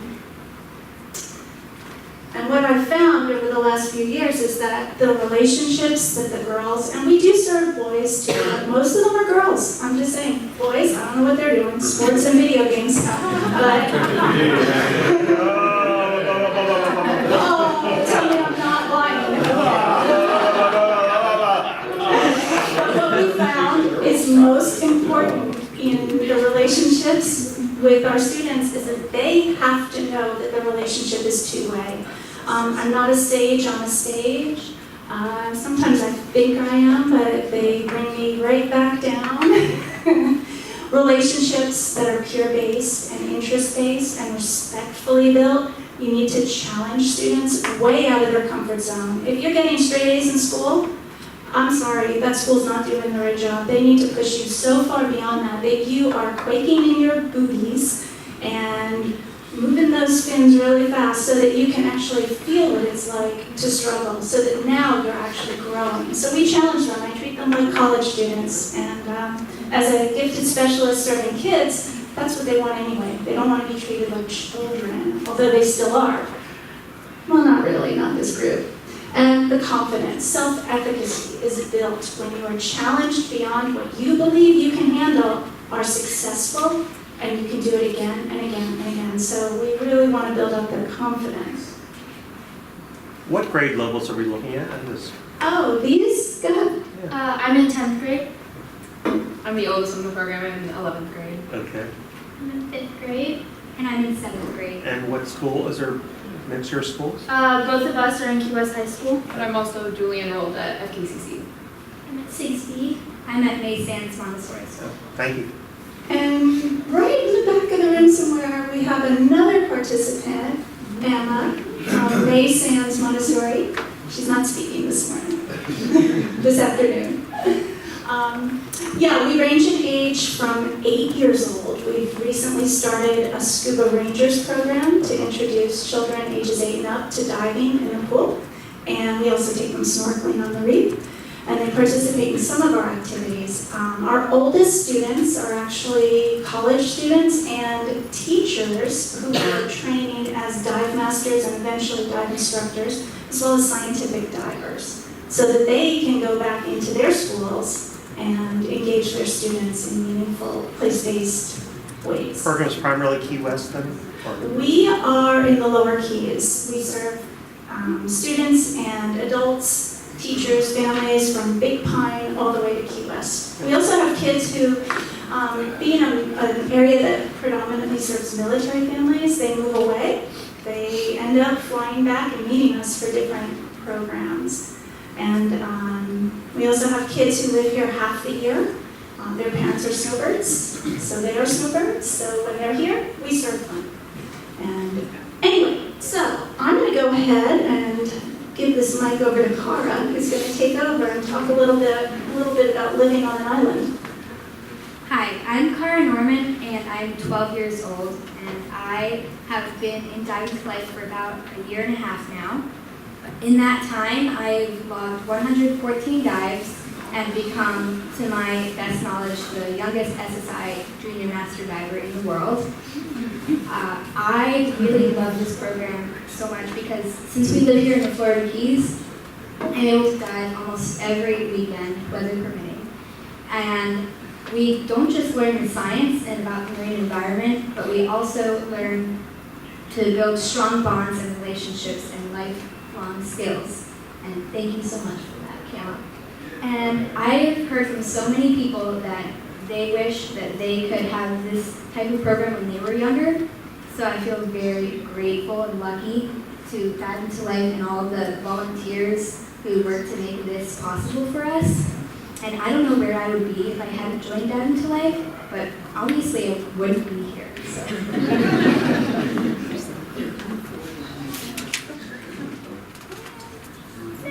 So I actually have a funny story to share. I used to be terrified to step foot in the water. I wouldn't be able to go in the ocean without clinging onto someone's hand or their back or just having someone there with me or a group until my friend urged me to start diving to life. Actually, Kama came and she presented to us at Ayers-Rigsby to our science class, and I was like, oh my God, these people must be so adventurous to go diving. This is crazy. It's insane. And then my friend's like, let's do it. And I'm like, okay, let's do it. Like, we'll do it. I was planning on backing out, I'm not gonna lie. I was go to the first meeting, I'm not comfortable. But then I got to my first open water certification dive, and I remember going down and I was like, I wonder how deep I am now. And I look up and I'm like, oh my God, I am 25 feet down, this is insane. And then I remember looking at the reef and I was like, this is breathtaking. It's absolutely stunning. And I wasn't scared in the least. I remember going on the boat and hearing there was a shark in the water, a little scared then, but I still went on the second dive. And ever since then, I decided that I wanted to stick with Dive Into Life and I wanted to advocate for the ocean. And I'm no longer scared to be in the ocean. I go shark diving. So, but I've been here since the first term, the first cohort, and now I'm a dive master in training, and I am doing my own research study on the rate of progression of the stony coral tissue loss disease in correlation with dissolved oxygen and temperature. So as I said before, like Marcella just said, with working with this stony coral tissue loss disease, this isn't just a program that's just about scuba diving. We're a STEM enrichment program that we carry out through scuba diving. So a lot of the kids in our program do lots of extensive training and classes to learn more about advocacy, about the science and how to be the safest divers we possibly can be. Because on every dive, we want to make sure that we have the safest diving habits so we can protect the reef, because that is what we advocate for. And we want to leave the reef even better than when we first dove in it. So when we're there, we want to take off any lionfish that we see or any marine debris. Even if we're not on a marine debris cleanup dive, we want to make sure that we're always taking care of the reef, because it's what we love to do, because we love diving.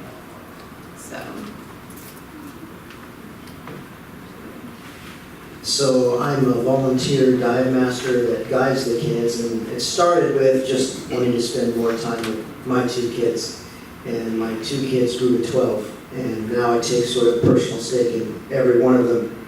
And one thing from your opening remarks that really resonated with me, which was the meeting down in Key West about the reef safe sunblock and how the kids came out in force. Well, it was these kids that came out in force, and their voice echoes loudly. And so I appreciate the opportunity for them to speak to you, because their voices do echo.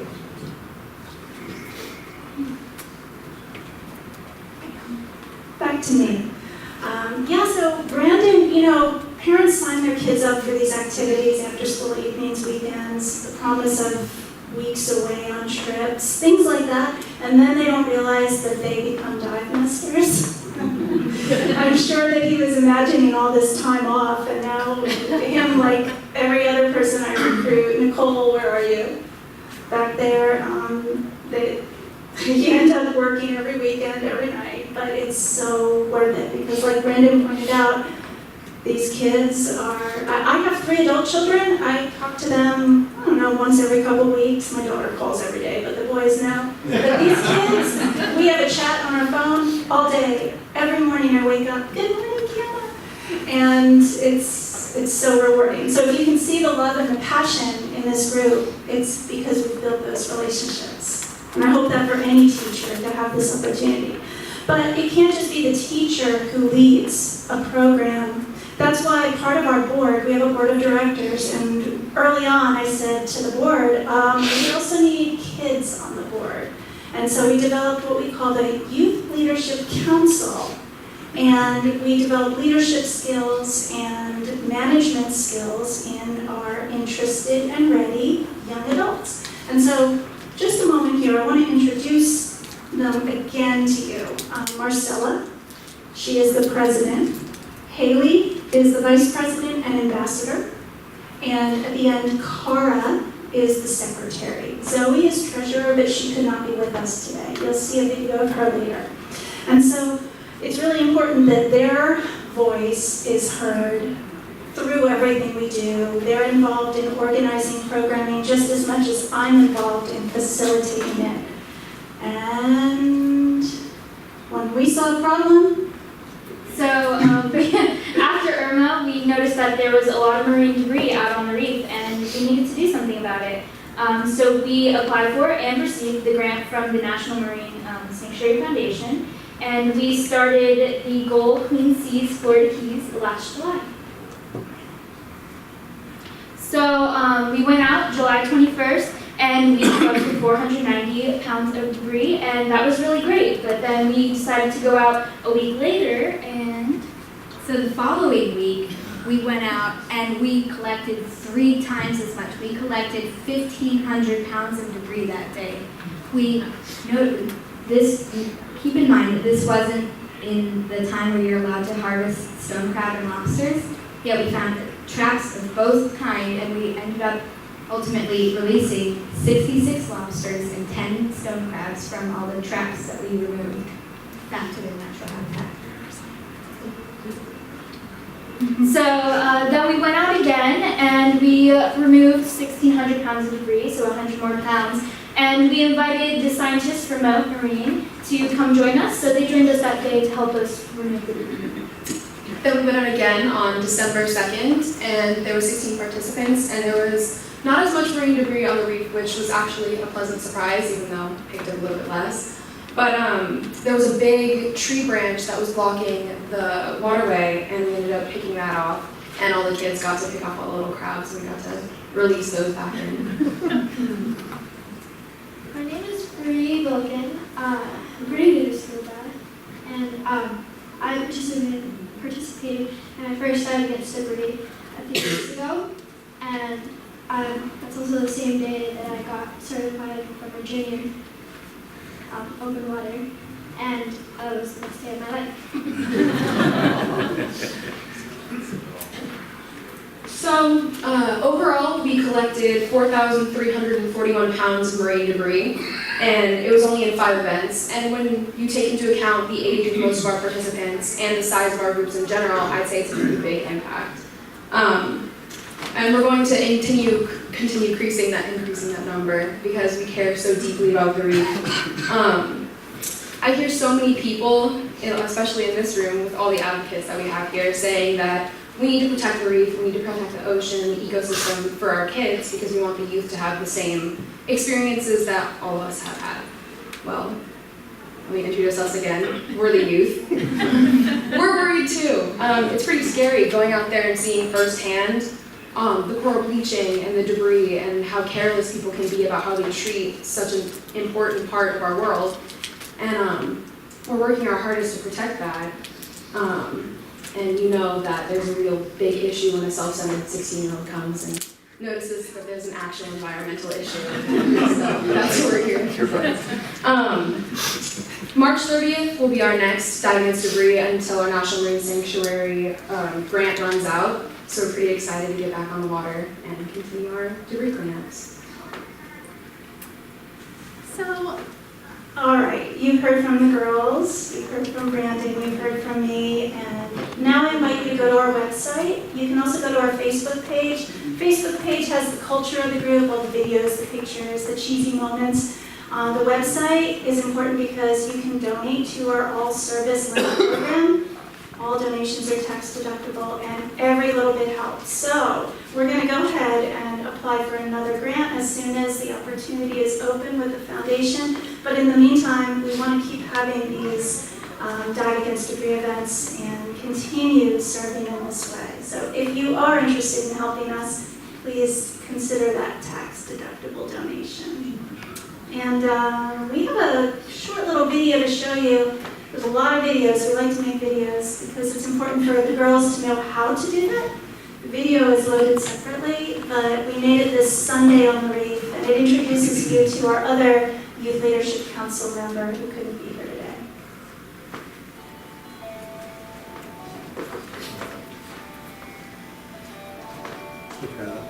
Tested it. It wouldn't be AV if there wasn't a copy.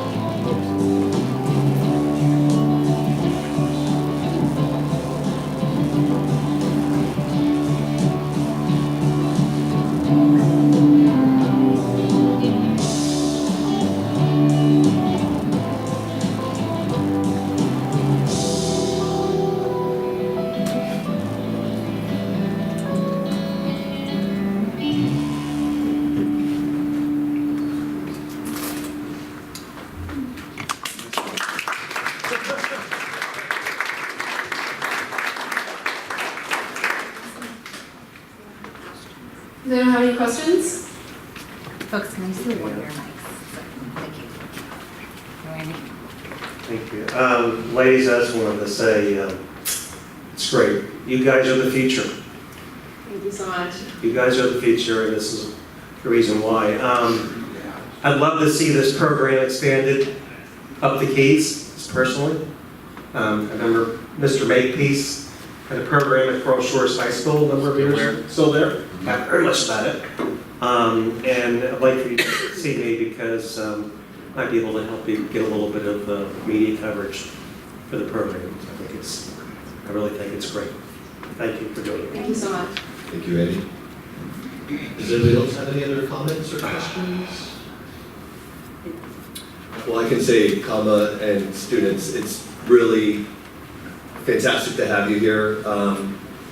Haley, I think you said it best, to see the youth today recognizing what's happening and to take an active role to try to make it better themselves, to not wait for somebody else to do it for them.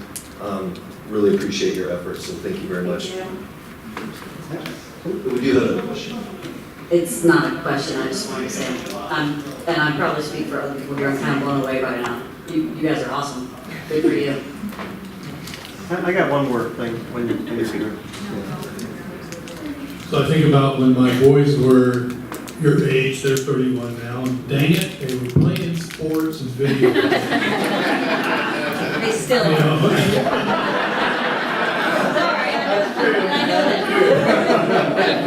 With my daughter. Yeah. and one of them lives under our house right now because his home is Ross and Irma, and I talk to him once every 2 weeks. Go figure. But seriously, that was very impressive, and it actually reminds me when I was your age and had the opportunity to go diving for the first time. It was 1966. We'll just put that out now, and it opened my eyes to the field of marine science, and I'm still there today, many years later. So I'm very impressed, and I would like to talk to you, maybe not out here right now, but about your research project on oxygen and temperature. So I'm with the Fish and Wildlife Conservation Commission. Are you folks allowed within your organization to go to places outside of Monroe County? Of course, we travel a lot. We Okay. actually travel internationally. Okay. Well, I have an idea, but I'll just keep it to myself. Thank you. Yes, definitely talk to us after. Very interested. Hello, Michelle Coulter, County Commissioner, and I spoke with you ladies in the back, but I just want to reiterate what I said back there to everyone here. You all are our future. You're the rock stars of the next generation, and thank you all so much for playing hooky today from school and being here and educating us and giving us such a great presentation. Thank you for what you're doing. Thank you for getting us out of school. Yeah, well done all around. I'm so impressed with the presentation and what you're doing. And one of the slides you put up showed you girls at the Everglades Coalition with our Congresswoman. Could you just comment on that? Because I remember seeing you there and I was impressed then, and I'd love for you to shout out about that event and your participation. I think it was a really amazing experience. It was personally my first time ever going to one of these meetings, and the exposure was incredible, meeting so many people who cared so deeply about the environment as our program does. So I think it was really important for the girls and boys in the program to see how everything works in the more advocacy side of the marine wildlife. I just wanted to say that our Youth Leadership Council was the one who went, but in the future, I think it would be really great to go to more and have more of our programs go as well. I remember after, when we were driving home after the whole conference was over, and I was telling Kama that I didn't want to leave yet, and I wanted to go to another meeting.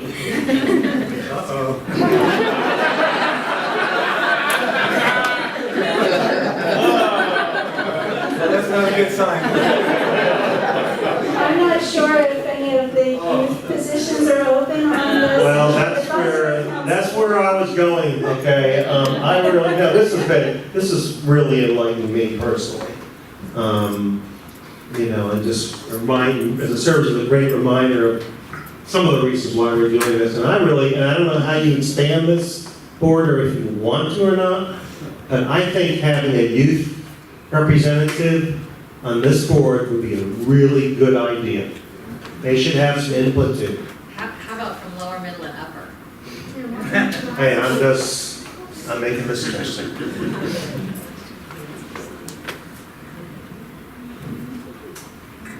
Thank you. Thank you so much.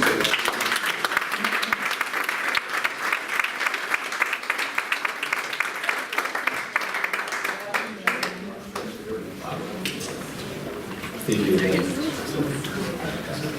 Now we're going to hear from Marlise Molo. She's our Sanctuary Education and Outreach team member. And she's going to share some information about a new Ocean Guardian school program she is coordinating here in Florida Keys. Marlise, thank you. Hi, everyone. Sorry, give me a second. It's over by me. Well, that's a hard act to follow. But at least they set me up to really talk about the power of hands-on stewardship programs with children. We're very fortunate in that the National Marine Sanctuaries office is very supportive of hands-on learning programs. And they've been working on one program in particular for a very long time. And have invested a lot of funding as well as research into this program, and we're very lucky that this program is going to be in Florida Keys. So I'm here today to talk to you about a program called the Ocean Guardian School Program. So just to give you folks an idea, the NOAA Ocean Guardian programs are a partnership between NOAA, the Office of National Marine Sanctuaries, and the National Marine Sanctuary Foundation. There's kind of 3 different facets to this program. There's the school program, there's a dive club, which works with dive shops, and then there's a kids club, which is kind of more informal. But today we're going to focus specifically on the school program. So the Ocean Guardian School, basically they're a school that guards or protects or preserves our watersheds and our ocean, and in particular special places like national marine sanctuaries. These schools receive small grants of up to $4,000 from NOAA to lead stewardship projects in their local community.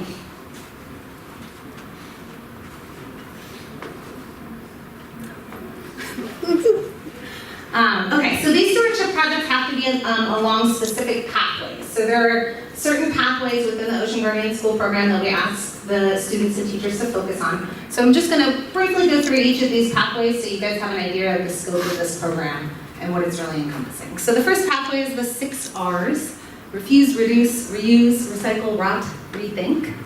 And this is really students learning how to reduce their waste and implement programs in their own school environment that are going to reduce waste on a larger scale. Community habitats or gardens. This is a program, a pathway that allows students to create local, native, ocean-friendly community gardens or habitats within their schoolyard or in their larger community.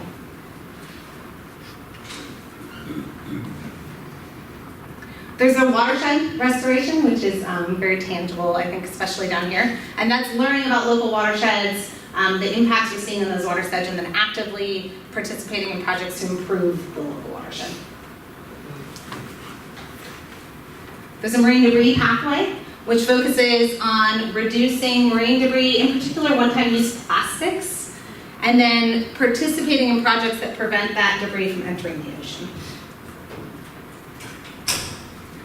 And then last but not least, there's energy use and ocean health. And this program really focuses on reducing fossil fuel-based energy consumption that impact the ocean. And the students really implement these energy projects within their school communities. So an example of a project in this pathway would be some schools do like no idling campaigns, or they actually look to switch to different power alternatives within their school. Okay, so this program has been running since 2000, it started in 2009, and one of the really impactful things about this program is that they collect tangible, measurable data on the impacts. So the teachers and the students record various metrics throughout the year while they're completing their project, and then they submit that at the end of the year so we can really see how this program is directly impacting resource protection. The students in this program have removed over 123,000 pounds of trash. That number is actually higher up now. It's up to 145,000 kilos, which is over 300,000 pounds. They removed 200,724 square feet of non-native plants.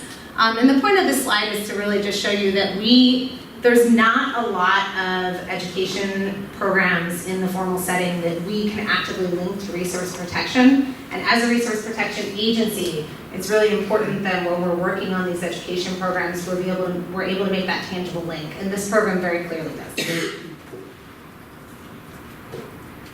Okay, so this is a little bit of additional information that I find really interesting. So Sanctuary headquarters, with our economist Daniel Schwartzman, recently did a study on the economic value of this program. And one thing that's particularly interesting is that this, to our knowledge, is the first study that's ever been done to really put a monetary value on a formal education conservation program. So it's a way to tangibly say, yes, this program is worth money and should be, implemented. So this was done through surveys of parents. They focused specifically on parents in schools in California, and they sent out over 500 surveys to parents to understand what they're willing to pay for these types of programs, what types of impacts these programs are having on their students, and then which project pathways they prefer for their students to participate in. So again, the research goals for this study were to understand the preferences for environmental education programs, identify those behavioral changes within the students, and then estimate the willingness to pay. So 88.5% of the parents were extremely supportive of the Ocean Guardian School program. There were some parents who were kind of unaware, and some had no response, but overwhelmingly there was great support for this program. When surveyed about what the benefits of the program were, parents reported that their students, their children had an increased sense of environmental responsibility. They also reported that they were much more likely to speak to others about the environment. And I'm going to share these slides, but I'm sure those of you in the back room probably can't read this, so you'll have these available to you. So when they looked at the monetary cost of the program, they asked the parents, what would you be willing to pay? Basically, it increased costs, field trip costs for your students. So that's how they said, how much would you be willing to pay per year additionally for your student to participate in this type of program? And they broke it down amongst the different pathways, and then they defined the pathways so that the parents understood what each one represented. And they found that the most valued pathway from this study was habitat creation. So this was that schoolyard garden habitat, creating that ocean-friendly habitat. And parents were willing to pay almost $59 per student per year. And this is really an impactful number, because if you think of a school with hundreds of students, maybe schools could start funding their own Ocean Guardian school programs through these types of activities. Okay, so Florida Ocean Guardian schools. So that's a little bit of background on the Ocean Guardian school program, and then some of the research that's been done to better understand the impacts that we're seeing from this program. And we are lucky enough to now have a couple Ocean Guardian schools in Florida. So through the support of the NOAA BWET program, we were able to gather a small pot of funding to pilot this program in the Florida Keys. So we have funding to support 2 funded schools over a period of 3 years. And then we've also had interest from schools that are not funded, and we've had 2 other schools in Monroe County request to participate without funding to be recognized as a NOAA Ocean Guardian school.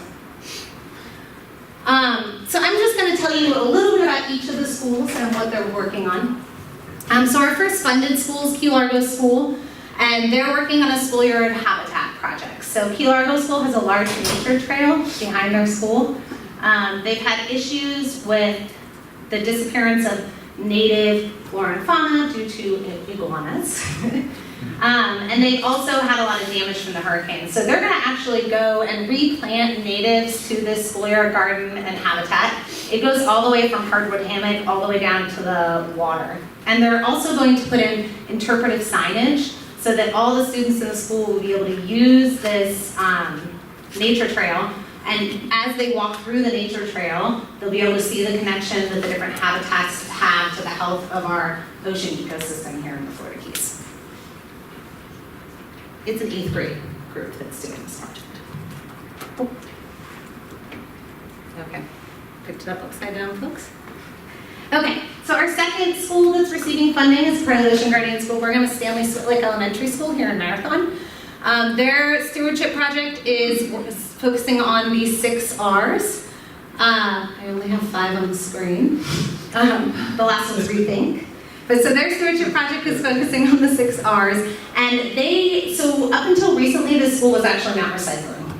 So they have been working really hard to put a recycling program into place in their school. But they noticed that they now have the ability to recycle, but are not very successful in implementing that. So what they decided to do is their student council is working on a recycling awareness program with the school. So they're doing waste audits in all of the different classrooms to determine what type of waste they're producing most. And then they're doing targeted education within each of the classrooms to increase the amount of recycling that they're producing.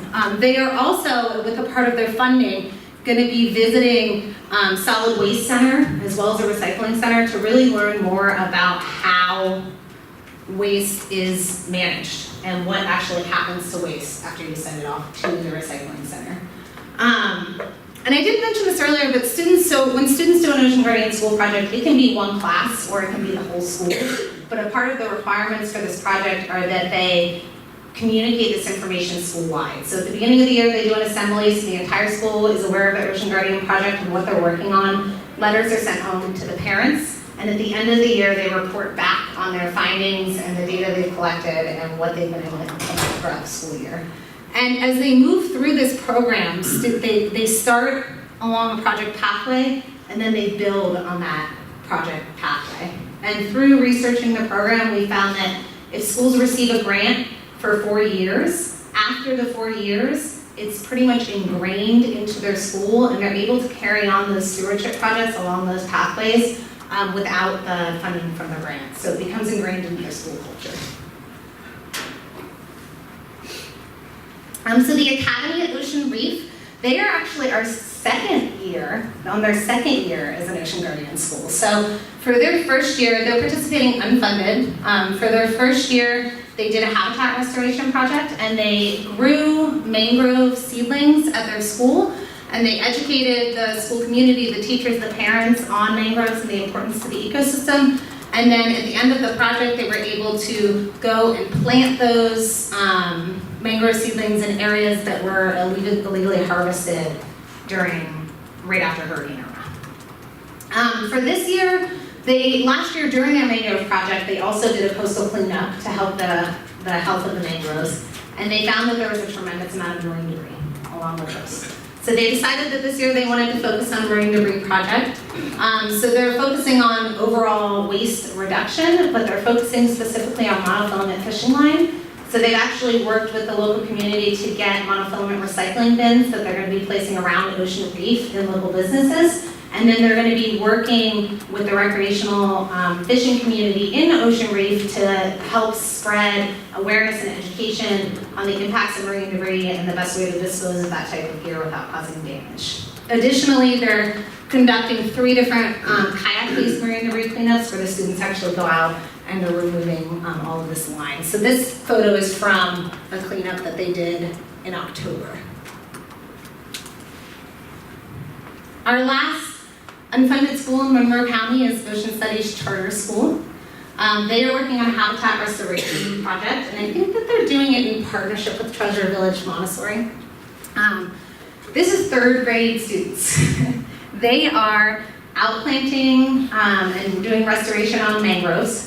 They are monitoring and collecting the data, and at the end of the year, they're writing a research article to publish their findings. They're hoping to also expand this project and begin working on seagrass restoration as well. Oh, I thought I'd wrap up slide, but I will wrap up. So, as you guys can see, these are really, really impactful, tangible ways for students to kind of go outside their classroom learning and really engage in their local community. The grants are really small, but they're really important. They allow the students to go on field trips and learn more about waste. They allow the students to go on field trips to do the restoration.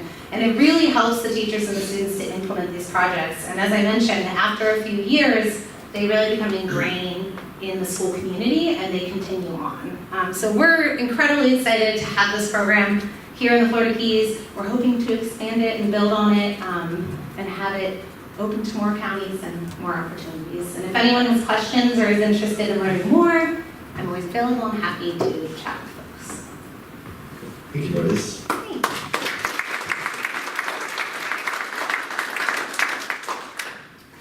Any questions?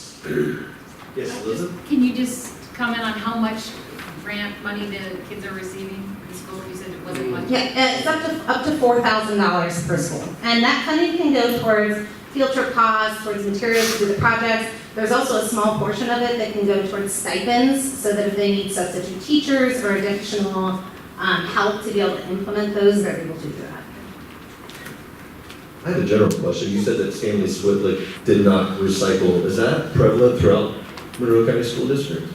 That's a good question, and I don't know the answer. Stanley Switlick, we really asked the schools to identify a project that's related to their local school culture and to something that is tangible, that they're encountering. And so that was a very easy one for them to say, hey, we weren't recycling, and then now we're recycling. We have the bins, but it's still not happening.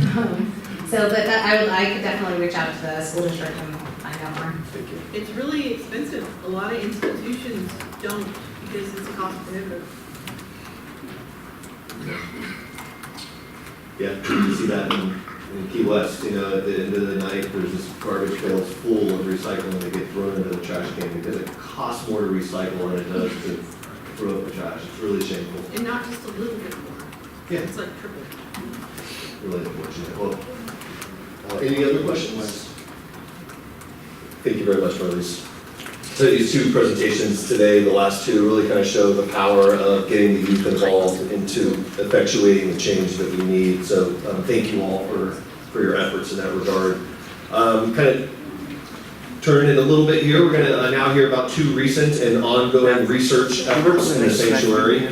In-water research has been working in the sanctuary for many years to assess turtle populations and better understand where and how they use the environment of the Florida Keys. They have contributed their knowledge and the data to inform the marine zoning and regulatory review process. I welcome Brian Welsh and Blair Witherington to present their most up-to-date information. Turtles in the Florida Keys National Marine Sanctuary. Thank you, gentlemen. Well, thank you, and we really appreciate the invitation to speak before the council and the future council on what we think is an interesting subject, in part because the marine animals I'm talking about, that we're talking about, are really iconic to the Keys. And we're going to try and convince you that the Keys is a really special place for sea turtles. I'm Blair Witherington, this is Ryan Welsh. We're with the In-Water Research Group. We're a small nonprofit focusing on both research and outreach. And to just give you a quick introduction to In-Water Research Group and one of the projects we're doing, I'll show you a quick video. And it's a video that was done by the Sea Turtle License Plate Grant Program to showcase various research projects, and we were one of them. And it shows a project that we're working on just west of the Marquesas in the eastern quicksands.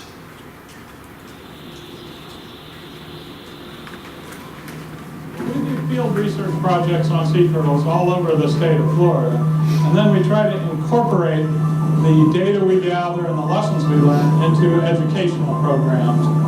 Our biggest discovery, there's a very large population of these adult green turtles that stays right here in Florida off of Key West.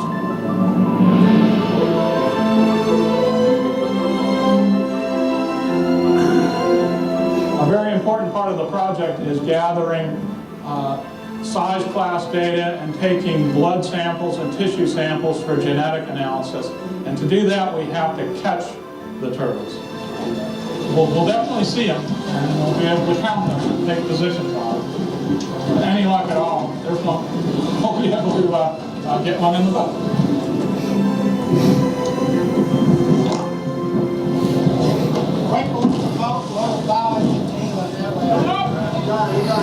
We'll see one of these turtles, we'll follow the turtle around, sometimes for a long time, till we get it in just the right place, and then that jumper makes a giant leap and tries to get a hold of the turtle.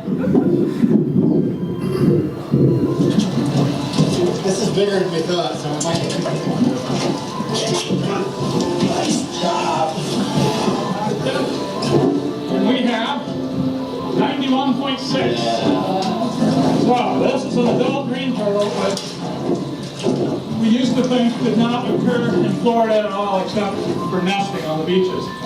We just sort of assumed they all went to Nicaragua or the Southern Caribbean for their internesting habitats. And this area here that we found off the Marquesas Keys is so far the only really well-documented foraging habitat for internesting adults in the United States.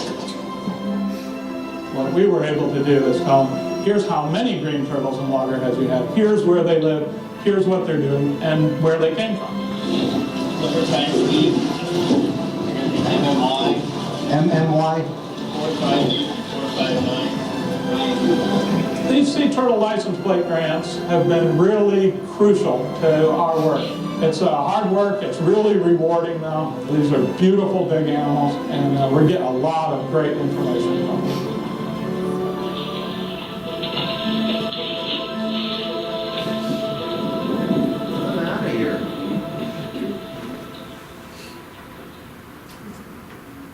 So I'll be pointing out that research project just a little bit later, talking about some of the data, and Ryan's going to be talking about the data from that project.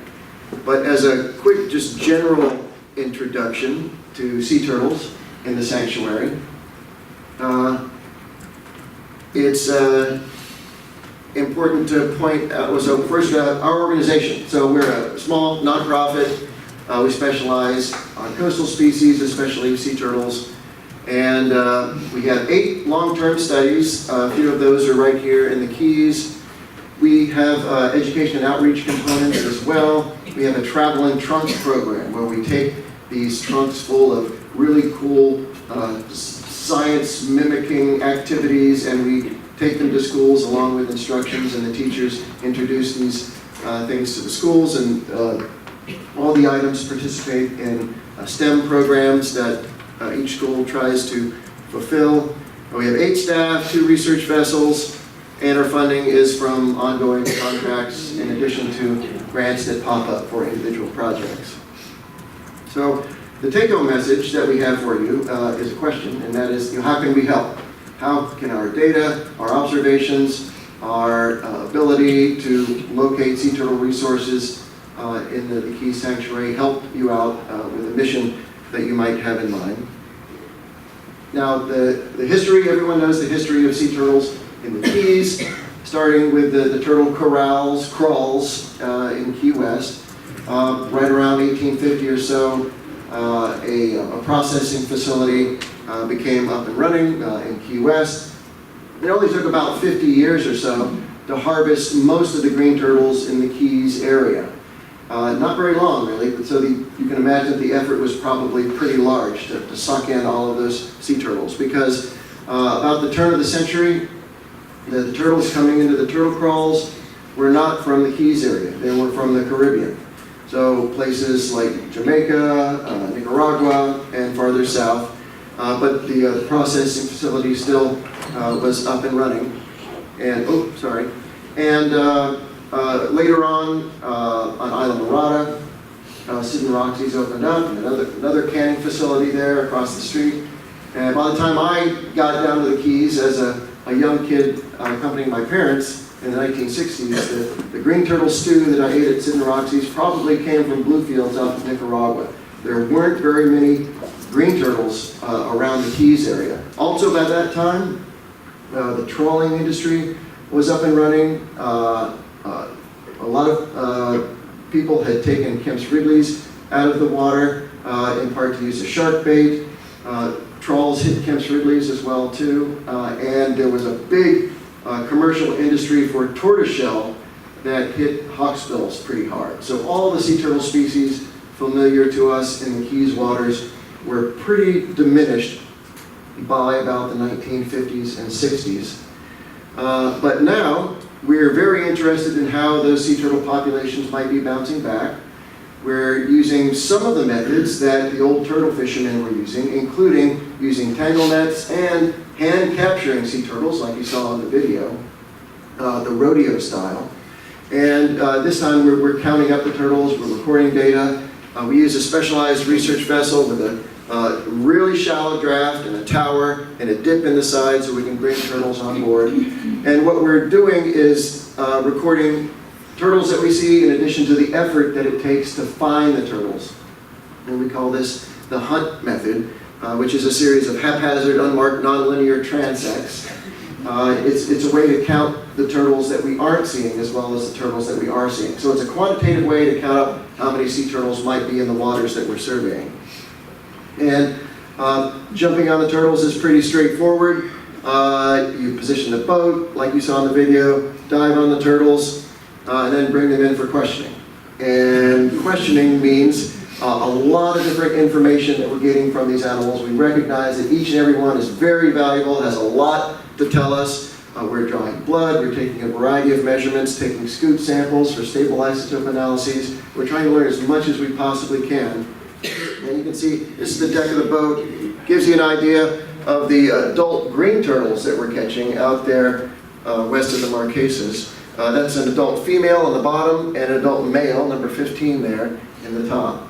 So we're able to work them up on the boat, do a variety of things, weights and measures. Health status is important to us. We take blood for their genetics. We try to learn what nesting beaches they came from based on their genetics. Diet, we do stable isotope analyses and sample their most recently eaten lunch to see what they've had. We put long-term tags on them, and we're interested in their growth rates. And of course, we want to know how many sea turtles there are out there. And some of their movements we track with long-term recoveries of their tags and also satellite transmitters that we put on the turtles before we release them. In fact, you can barely see one of the satellite transmitters on this green turtle here. You see it sticking up above Steve Traxler's hand there. And that's the dip in the side of the boat that makes it a little bit easier to get these turtles in and out. Not all the turtles are quite this large. Some of the green turtles are much, much smaller and easier to work with. But we've been working on sea turtles in Keys waters since about 2002, mostly in the Key West Refuge, which is this red box here. And so we work a little bit to the west of there to include that eastern quicksands area that we found was very important for these larger green turtles. And we have 4 species of sea turtles recovered, captured and observed in Keys waters. The sea turtle species that we see are green turtles. Then we see both adult size and subadult size, in other words, big green turtles, like in the 200 to 300 pound range, along with small juvenile green turtles, and they're much smaller, from the size of a football up to about yay big. That's probably one of the more common sea turtles that you would see if you're, say, fishing on the flats. We also see loggerheads. Loggerheads will be really conspicuous to most people because they have a really large head, and they're also slightly larger animals than these little juvenile green turtles. We also catch hawksbills in the waters that we survey, and Kemp's Ridley. So where are these species located? As it turns out, they're located in different places that we survey. Now, Kemp's Ridley is the world's rarest sea turtle. They eat swimming crabs. They're sea turtles of estuaries rather than open waters. But we do see them on the bay side of the Keys, especially right here just to the north of the Lakes Passage. And I threw in Florida Bay as well, because I take part in a project that has been long running for about 30 years in Florida Bay. And that's another place where we find Kemp's Ridley. Hawksbill sea turtle is a sea turtle of coral reefs fame, more tropical than the other species of sea turtles. We're at the very northern end of the range of the hawksbill. We only see juveniles and turtles that might be close to maturing, and the hawksbills that we find are in a few areas. Here in the Lakes Passage, in Mooney Harbor, in the middle of the Marquesas Keys, and then especially here at Cottrell Key and the Northwest Channel that goes out from Key West. Loggerheads, probably many of you who go offshore are familiar with loggerheads. We see them in really shallow waters of the Lakes Passage here and inside Mooney Harbor, in addition to Florida Bay. And you might say, well, what about in between? I see loggerheads, and you probably do. We just don't have quantitative surveys there. They're probably also, I know that they're also common along the reef tract and during certain times offshore as well in the Straits of Florida. We see subadult and adult loggerheads. The big ones, of course, have really large yellow heads and are really conspicuous when you see them coming to the surface. And green turtles. As I mentioned, we see smaller juvenile green turtles and larger green turtles. Now, the juveniles and the adults are distributed a little bit differently. The juveniles are here in shallow water seagrass habitats here in the Lakes Passage. Sometimes we see them up here in Cottrell Key in the Northwest Channel and in the Mooney Harbor in the Marquesas there. And it's different for the larger green turtles, which will be vividly larger to you because there's about a 200-pound difference between the juveniles and the adult green turtles. And we see the adults exclusively in the Boca Grande Channel and this area just west of the Marquesas in the quicksands. In fact, it's the only place in the continental United States where these adult green turtles are found. In addition to this being a unique place in finding adult green turtles there, it's also unique for the densities of turtles out there, and Ryan's going to talk about that in just a little bit. Now, the habitats that we survey and find these turtles are varied. We find these species in hard bottom habitat that you might see looks like this. A lot of sponge and gorgonians and drift algae. And seagrass on mud, the really shallow, dense thalassia beds that you're probably familiar with. Another place where we find especially loggerheads and green turtles commonly. And this is what the habitat looks like out west of the Marquesas. So it looks like there's not a whole lot of seagrass out there. In part, that's because it's so heavily grazed by green turtles. There's so many green turtles out there, they're literally mowing the lawn extensively out there. You see some certain patches of dense seagrass, but a lot of it is pretty sparse out there, and you wonder why the green turtles are there. I scratch my head about that as well. Another habitat that we survey is an artificial one. So many of you might be familiar with the jetties on the northern side of the Northwest Channel that goes out from Key West. So this is a pile of limestone that was dumped as a jetty, probably to produce sea turtle habitat, back in about 1900. No, I don't think they had producing sea turtle habitat in mind, but as it turns out, it's great sea turtle habitat. It's had over 100 years to accumulate biota, just the right amount that the hawksbills really appreciate it. So there's a lot of sponge in there that the hawksbills enjoy eating. And we also survey the reef, patch reef there off Cottrell, which is just a lovely little shallow water place that we can survey for sea turtles. Now, there are 4 areas I'll tell you about that are kind of special in the Lower Keys area. The quicksands, Mooney Harbor, Lakes Passage, and Cottrell Reef in the West Jetty. And they have different proportions of the sea turtle species that I talked about. Over here at Cottrell Key and the West Jetty, it's mostly hawksbill. So that's the peach and the orange color here.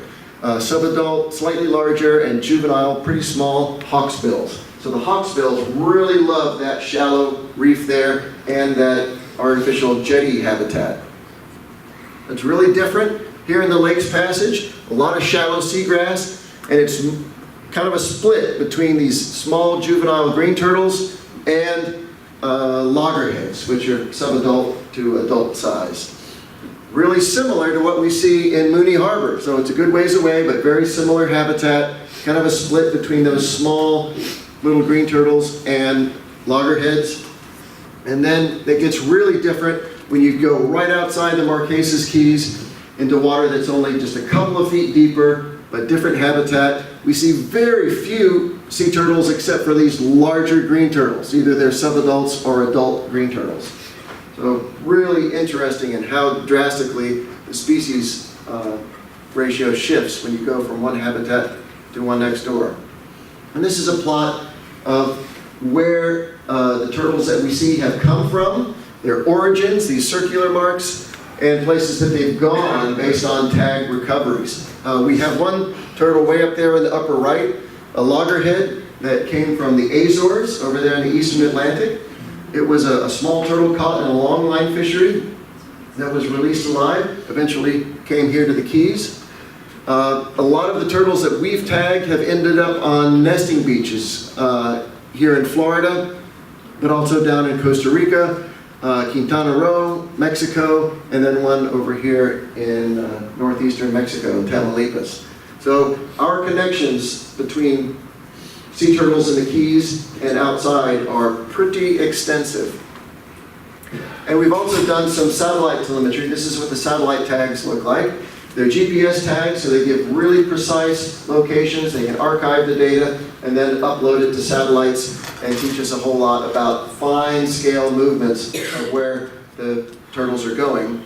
And just as a quick example, of where 6 of these turtles have gone. So these are green turtles, this larger size, near adult class green turtles that were here west of the Marquesas. They tend to be homebodies and form little areas of their own little home range in all these little spots. Each squiggly line looks like an angry child that's just scribbled all over the paper.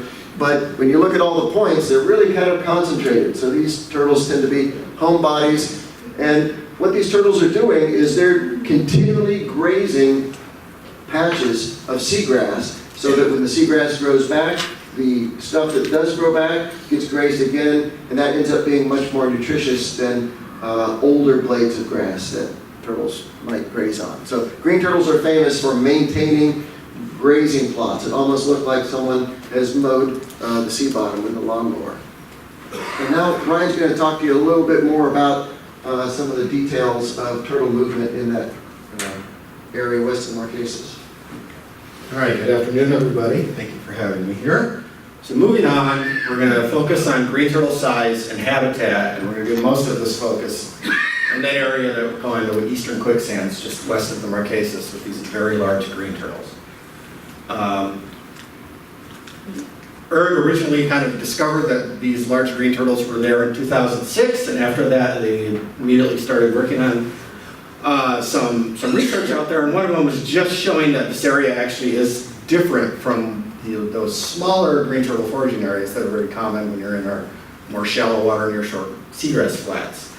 And that was the paper, and basically the big take home from this, if I'm hitting the right button, is that this is the typical small carapace size of the typical small juvenile greens that we see near shore waters, and this is the carapace size of what we see out in the eastern quicksand. So we are not getting the small turtles, we are getting these very large subadult and adult turtles. And we're comparing that simply through the Mooney Harbor. This is where all these small turtles are, and then this is where all the big turtles are. And once you get into a little bit deeper water, the size of these turtles grows. So for abundance and distribution, we then started doing what Blair had mentioned earlier, which is we started doing these hunts.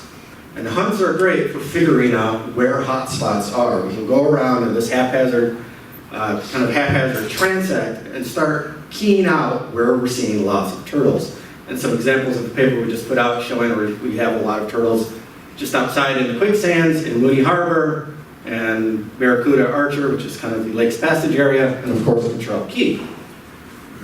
So once we have these areas identified as hotspots, one of the things that we can do is we can then set up standardized transects. Now, standardized transects are what we can then call fixed repeatable transects, or we can then run these transects year after year, and we can get a better quantitative or statistical way of determining abundance. And one of the first things we did after we discovered the quicksands was that we set up transect lines over it.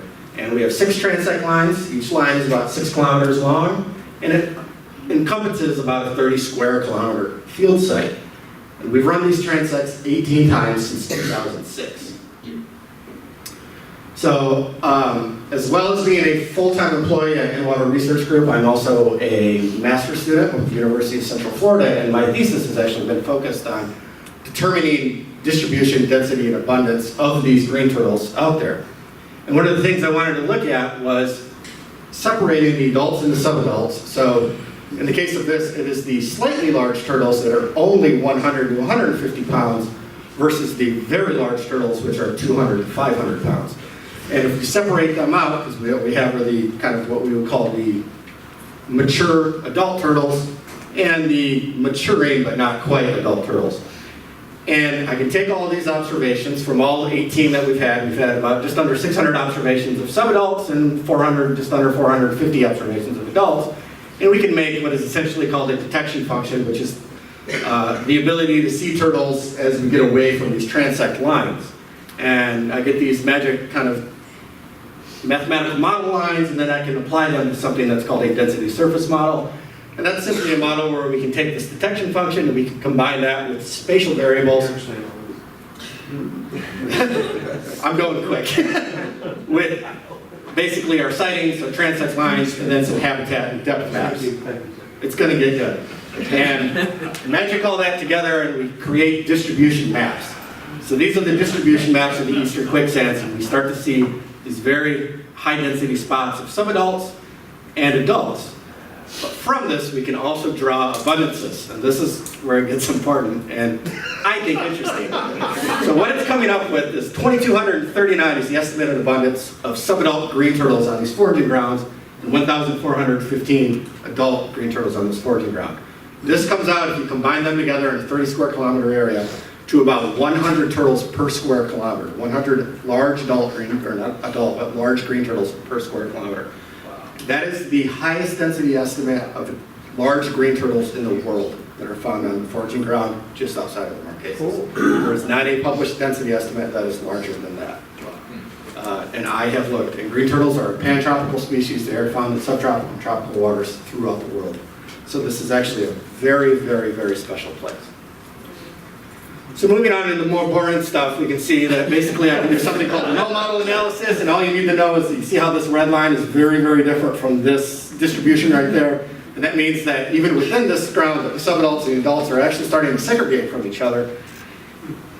And then I just bored the projector to death. There we go. And so you can make another nice fancy map, but basically it shows if it's in blue, that's a proportionally heavy adult area, and in red, that's a proportionally heavy subadult area. And all it means is that there is actual spatial segregation, that even though these are all large turtles, the larger turtles are occupying different areas than the not quite as large turtles.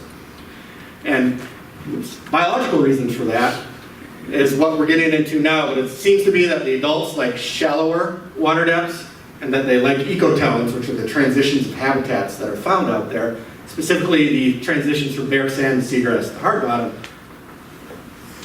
While the subadults are very focused on being in heavy seagrass areas, they seem to be wanting to have deeper water that they may be able to escape from. And hypothesis coming from that is that this segregation may help us with further aspects of the species biology, and one of them is a predator avoidance strategy, because tiger sharks do exist on these foraging grounds, and tiger sharks are one of the few predators of animals of this size. And it may be that there are some papers that were put out in Australia, but it basically says that tiger sharks, that the stripes that make a tiger shark, that provides wonderful camouflage in seagrass, but not very good camouflage when you're in bare open sand.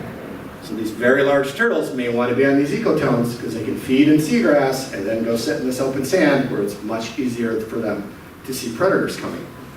Some adults, they just want to be in the seagrass, but they want to be near deep water.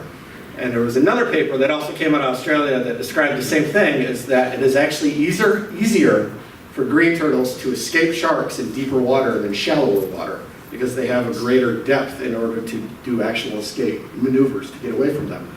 So these smaller turtles may be using predator avoidance, where they get up into the shallow seagrass and eat, but they have their place to ditch if they have to, if they see a predator come by, where they have a better way to get out.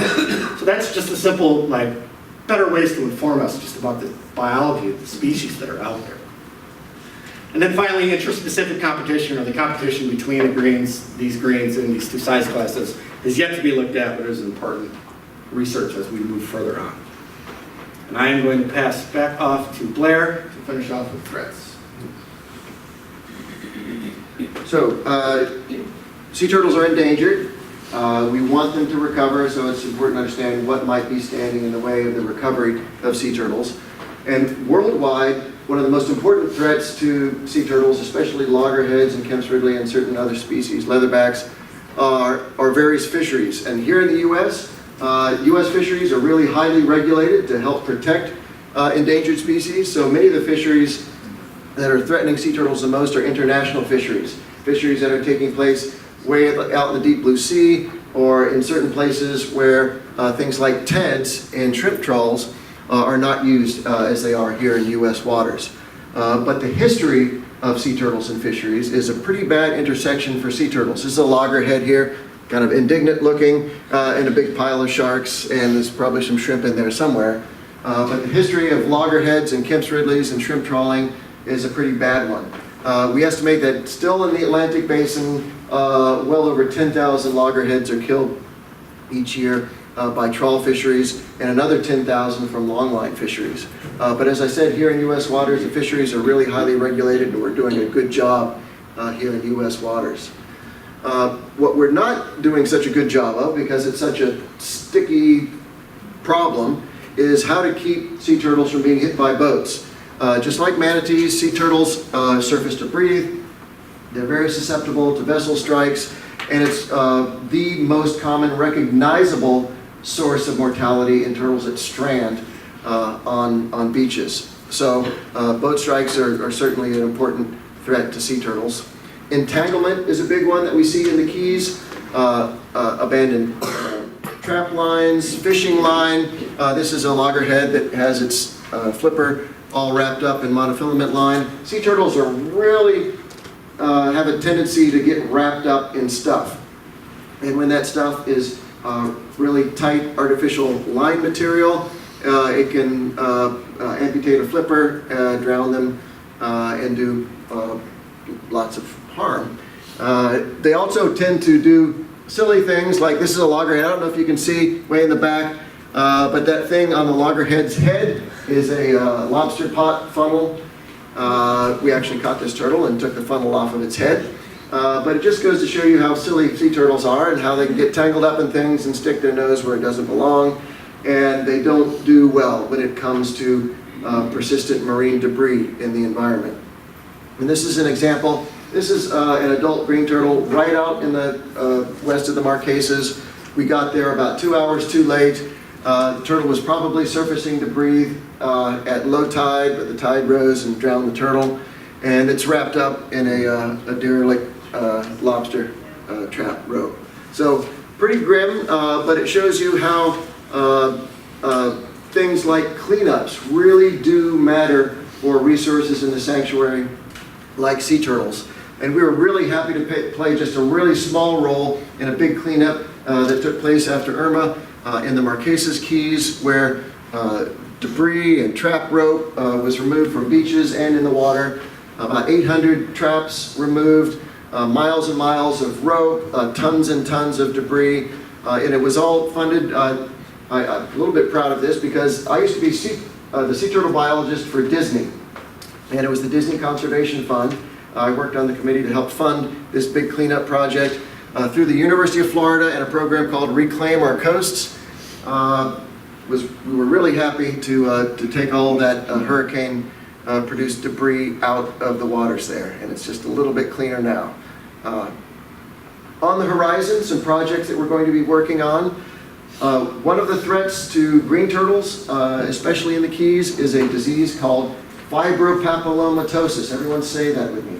No, you don't need to do that. They're really ugly warts that these green turtles get. It can kill them.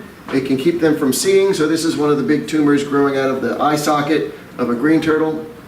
For whatever reason, there are certain hot spots for this disease. One of them is Florida Bay. Another one is somewhere north of the middle to lower Keys, and we don't know exactly where. So we're working with the Turtle Hospital and Force Blue. You saw a presentation on Force Blue at a previous council meeting. They're going to be coming along to help us catch turtles, recognize what the habitats are like where these turtles with fibropapilloma tumors are living, to see if these habitats have anything in common and whether we can do anything about it. Also on the horizon, other surveys elsewhere in the Keys. And just to underscore what Ryan was talking about, in case it didn't soak in, at one time the sea turtles of the Keys were largely depleted because of a fishery, especially green turtles. And now we're at the point where there's a location in the Keys that has the highest density that we know about in the world for green turtles. It really is an astounding conservation success story. We'd like to underscore that, learn about it, know why we're so successful, what is special about these certain hotspots in the Keys, and make sure that they get protection that the spots deserve.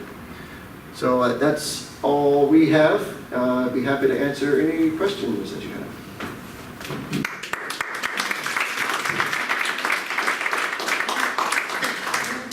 Mimi has a question. Can we get her a mic? Thank you.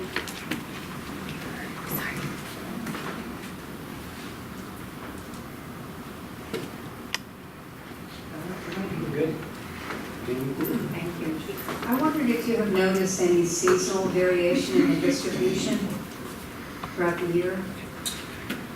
So that is a tough question to answer with our survey techniques. We get out in the summer a lot more than in the winter. There's a really pronounced seasonal shift, though, for those adult green turtles west of the Marquesas. And that's because during the nesting season, they aren't there. They are migrating to the nesting beaches of Mexico, of the eastern coast of Florida, and they're out of there. And then they'll come back after the nesting season. Other than that, it doesn't look from our satellite telemetry data like there's a really pronounced seasonal migration like you see up north. It looks like a lot of the turtles, other than the adults, are here year-round. Of course, the adult loggerheads and the green turtles are nesting on beaches nearby, so they'll disappear during the nesting season and then come back. But it looks like a lot of the residents are year-round. Thank you. Corey? You kind of answered my question. I was wondering where our Keys turtles nested. So, So some of them you saw from the tag return data. Some of those loggerheads and green turtles are nesting up the east coast of Florida, some up the west coast of Florida. Some of the green turtles have nested in Quintana Roo, Mexico, and Tortuguero, Costa Rica. But the hawksbills don't have any nesting areas around here. They're from Mexico. And almost all of them are from Mexico. Some of them might be from Cuba, we're not exactly sure, but most of them are going to be from Mexico. Yeah, I have two questions. One is regarding the fibropapilloma virus. Has there been increased frequency over the last few years? That you know how we have studies that go back a bit.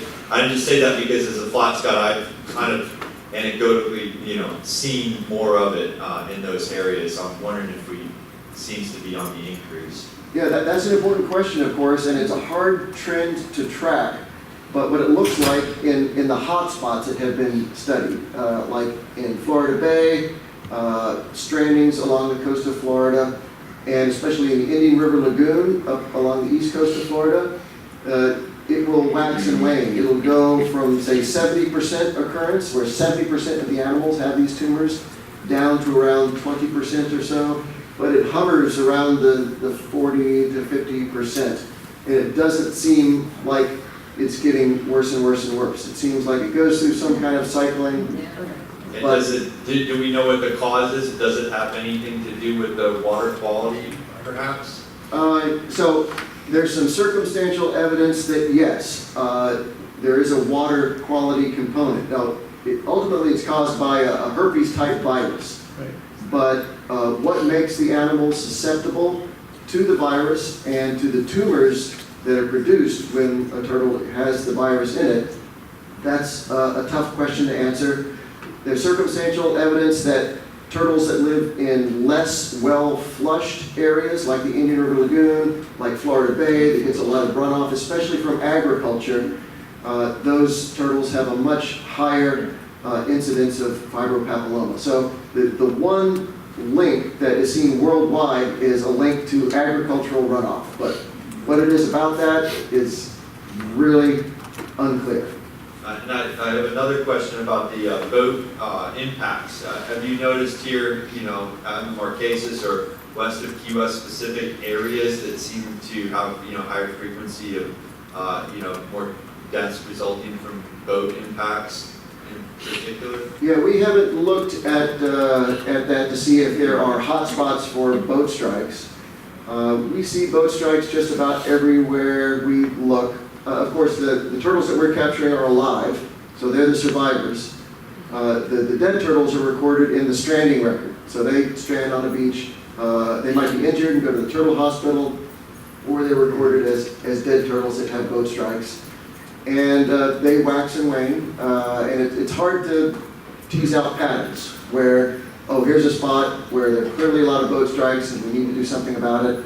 It just isn't so very clear, unfortunately. Was it you that was here and spoke to us 3 or 4 years ago? You might be thinking of Michael Brissett, also with the Inwater Research Group. Probably was. Yes. You spoke of the population west of the Marquesas, correct? Yes, yes. I have a few questions for you. Number one, do you think that population is growing? Is it healthy and growing?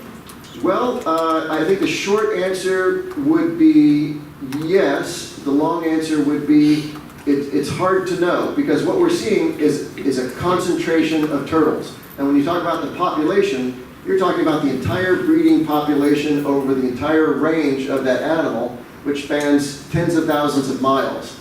So our ability to understand the population based on what we see in this foraging area is really limited. So we're just touching the toe of the elephant and trying to figure out what the elephant is looking like. But the number of animals in that area is certainly very high, and the one thing it shows for sure is that that is a very important foraging area. Now also, you talked about mortality resulting from interaction with fishing equipment. How significant is that? Especially like entanglement with lobster traps or monofilament. Is that a measure? No, I've seen it myself, so I know it goes on, but how bad is it? Well, it's up there with some of the more significant sources of mortality. It's not the most significant source of mortality, but it's important. And in terms of certain turtles, like these adult-sized turtles, they end up being more valuable to the population than, say, a young juvenile. They have, as biologists call it, they have a higher reproductive value. That is, they have a higher chance of growing up and then making more little turtles. So they're more valuable, and when we lose those, it hits the population a lot harder. Richie Moretti told me 2 or 3 turtles a year to the tangled lobster traps.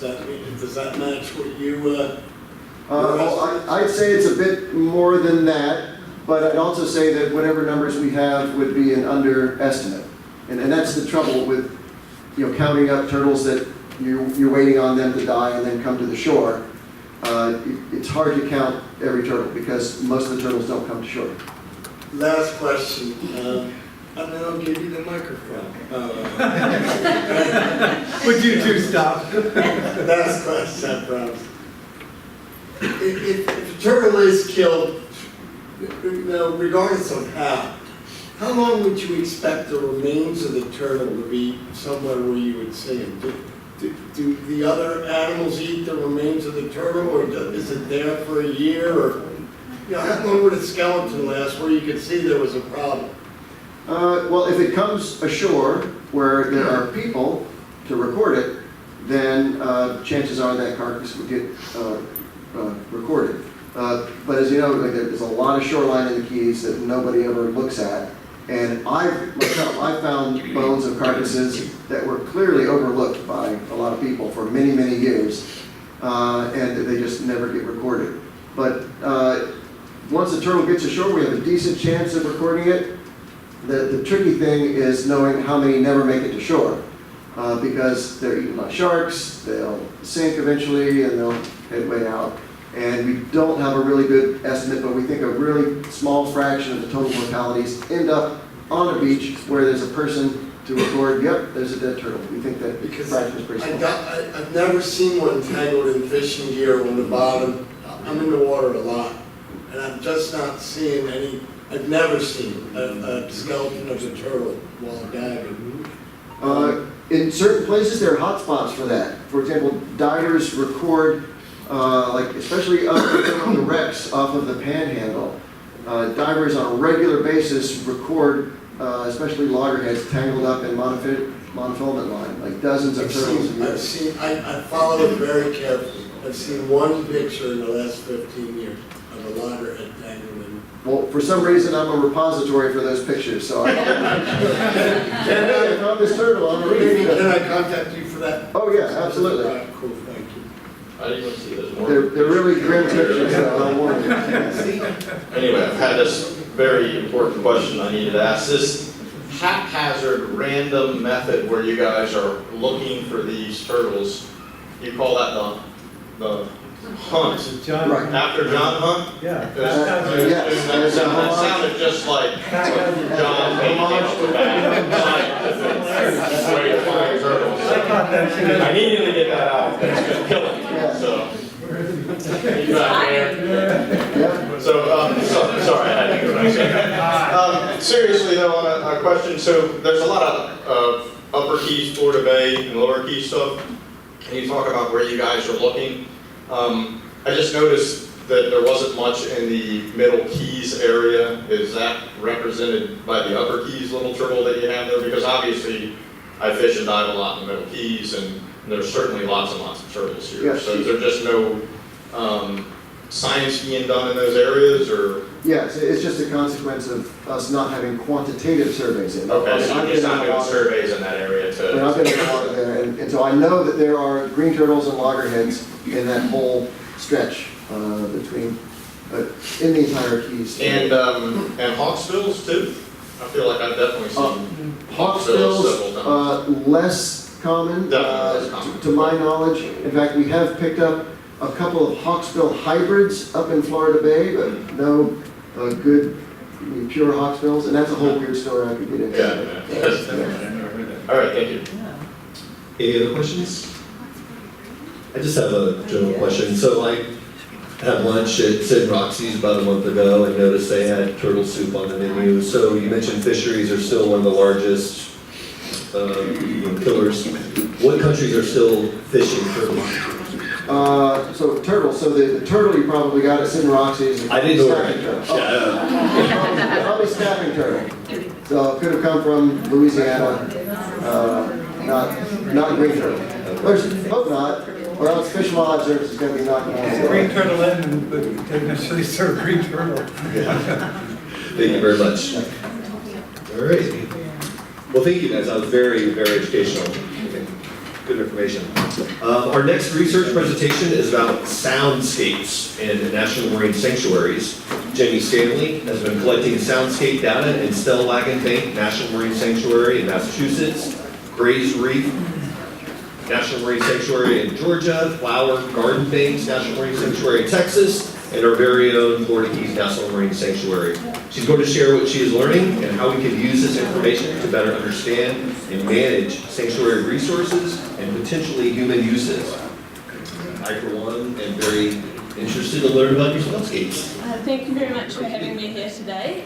Sorry, it's fine, my computer's there. Thank you.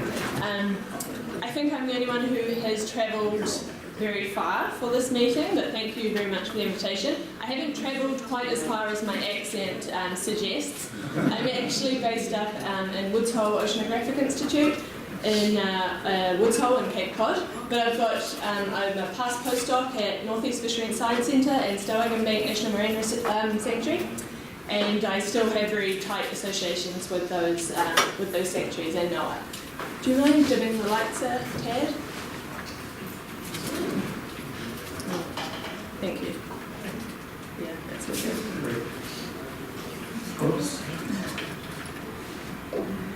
So what is NOAA's Office of National Marine Sanctuaries doing in the space of acoustic monitoring or soundscape, underwater acoustic soundscape monitoring? Well, since 2014, NOAA has been part of a low-frequency calibrated listening network called the Noise Reference Station. Now with 12 listening stations nationally in all US-managed waters. Most of these sensors are in deep water, including 3 West Coast National Marine Sanctuaries, but 3 are within 2 national marine parks in American Samoa and the US Virgin Islands, as well as Stellwagen Bank. These are 3 of the more shallow listening stations. This network uses identical instrumentation at each site, as well as cross-system analytical methods. So these data can be used in a very comparative manner, and we can monitor the noise in these parts of the ocean concurrently, and it's more like comparing apples to apples as opposed to apples to orangutans if you're not doing the same type of monitoring or the same type of analysis. These noise reference stations are actually in the lower end of the sound spectrum. So they're from anywhere from 20 hertz, so very, very low and probably below most of our hearing range, to the 1,000 hertz. So what it's really gathering is information on vessel noises, earthquake, a lot of seismic, energy noises and stuff like that, but it's less biologically focused, and that's kind of where I kind of step in. You can actually go to this website and request downloads of the data from these noise reference station networks. And in the coming years, you can also go to this website and to download all the acoustic data that we have collected in Florida Keys National Marine Sanctuary, as well as the other shallow water sanctuaries I'll talk to you about. And also we've got a program that's continuing from this year that you'll also be able to download data. We want it to be publicly accessible so it can be used in as many ways as possible. So what else has NOAA and the sanctuaries been doing in this soundscape monitoring area? Well, in 2016, we initiated a project to characterise and compare the soundscapes within 4 relatively shallow East Coast and Gulf of Mexico national marine sanctuaries. These were, which you thankfully pointed out to me, Stellwagen Bank, Grays Reef, Florida Keys, and Flower Garden Banks. We included 2 locations within these sanctuaries that were looking at different ecological questions, whether one was a more ecologically relevant site or anthropogenically, or there's more human activities in that area. So we were trying to have contrast between the 2 sites to see how varied these sanctuaries are. We sampled at least 1 lunar cycle per season, so that's around about a month and a half, well a month, but we tried to push it to about a month and a half of continuous recordings in all 4 seasons of the year. We tried to keep these recordings as concurrent as possible, so we were recording at the same time in each of these sanctuaries, just to really highlight the differences among these sanctuaries during the same times of the year. We wanted to show you some of the patterns that we can start to discern by doing science in this very standardised way, both within Florida Keys National Marine Sanctuary and also being able to compare this site to many of the other national marine sanctuaries in the US. So a little bit more about the Florida Keys sampling locations in the last 2 years. We chose Western Dry Rocks. I'm sure you all probably know these sites a lot better than me. I have been for a few times, but I always enjoy my time coming down here, that's for sure. So we chose Western Dry Rocks, a relatively shallow, around 14 metre spur and groove system, and it's in an area of what we were told is pretty high recreational fishing activity. Then we chose Eastern Sandbar, again a fairly shallow, around 13 metres, but it was a research only area in the same type of habitat, this spur and groove reef system. We were hoping to have a look at Eastern Sandbar as almost a comparison, as it's a more protected site to this Western Dry Rock site. However, as I'm sure you're all aware, being underwater, boat noise and noise underwater doesn't necessarily stop at legislative boundaries. So just because it's a research only area doesn't mean sound that we're producing outside of these areas, it can kind of push through those boundaries. So I should probably mention this a little bit earlier. What is the soundscape underwater and why is it useful for us to actually monitor it? Well, the underwater soundscape is made up of abiotic sources such as wind and waves and weather just acting on the surface. And I think I have some clips that may work. Crank it up to 7. It's a little quiet because it's all low frequencies and these speakers aren't quite. So that's snapping shrimp. That's actually thunder recorded 20 metres below the water surface. And the crackling snapping shrimp, but there's also, if you listen to it at a different time, all that staticky sound as well is very heavy rain. So we can actually relate it to things like weather patterns. So the soundscape is also made up of biotic sources, such as fishes, snapping shrimp, whales, anything that will make noise either passively, accidentally, by feeding, or actively to attract mates, warn off predators, and rivals. I have to listen carefully here for some fish and some snapping shrimp. See the popping in the background, that's some ponocentrid species. And the real crackle, like frying oil, that's snapping shrimp, which you're all divers, I'm sure you've heard plenty of that. That can come with it. And of course, with the biotic and the abiotic, we have anthropogenic sound sources, or activities that are due to, sounds that are due to activities we do underwater. And I'm sure, again, many of us are divers, you're used to hearing this.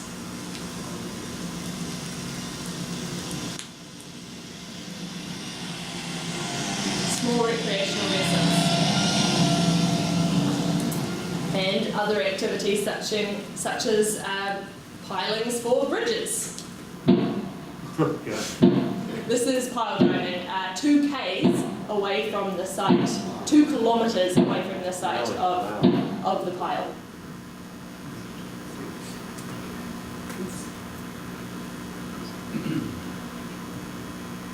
So why should we listen?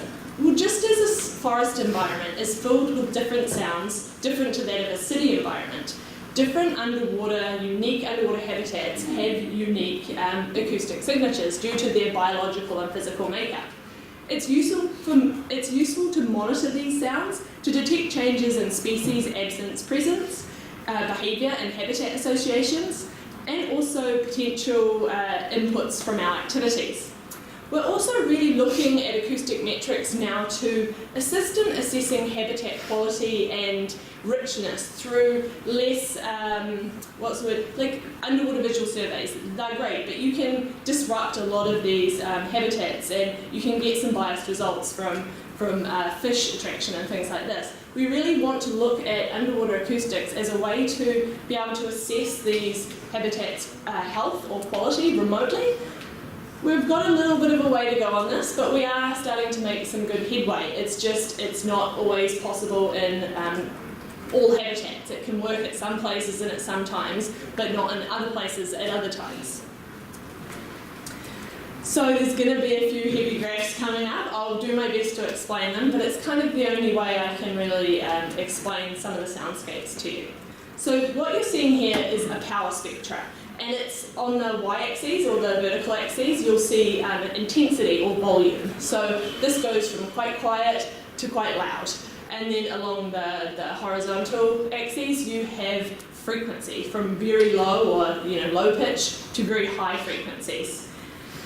And we can learn some things about these sites by looking at averages in sound levels across all recorded frequencies at different periods, and then relate this kind of average level to the very rare levels or the very high levels we see and how often they occur, and or the very common events, that is, the levels you see all the time. So what you're seeing here is basically just levels at a certain frequency in 2 sites at Florida Keys.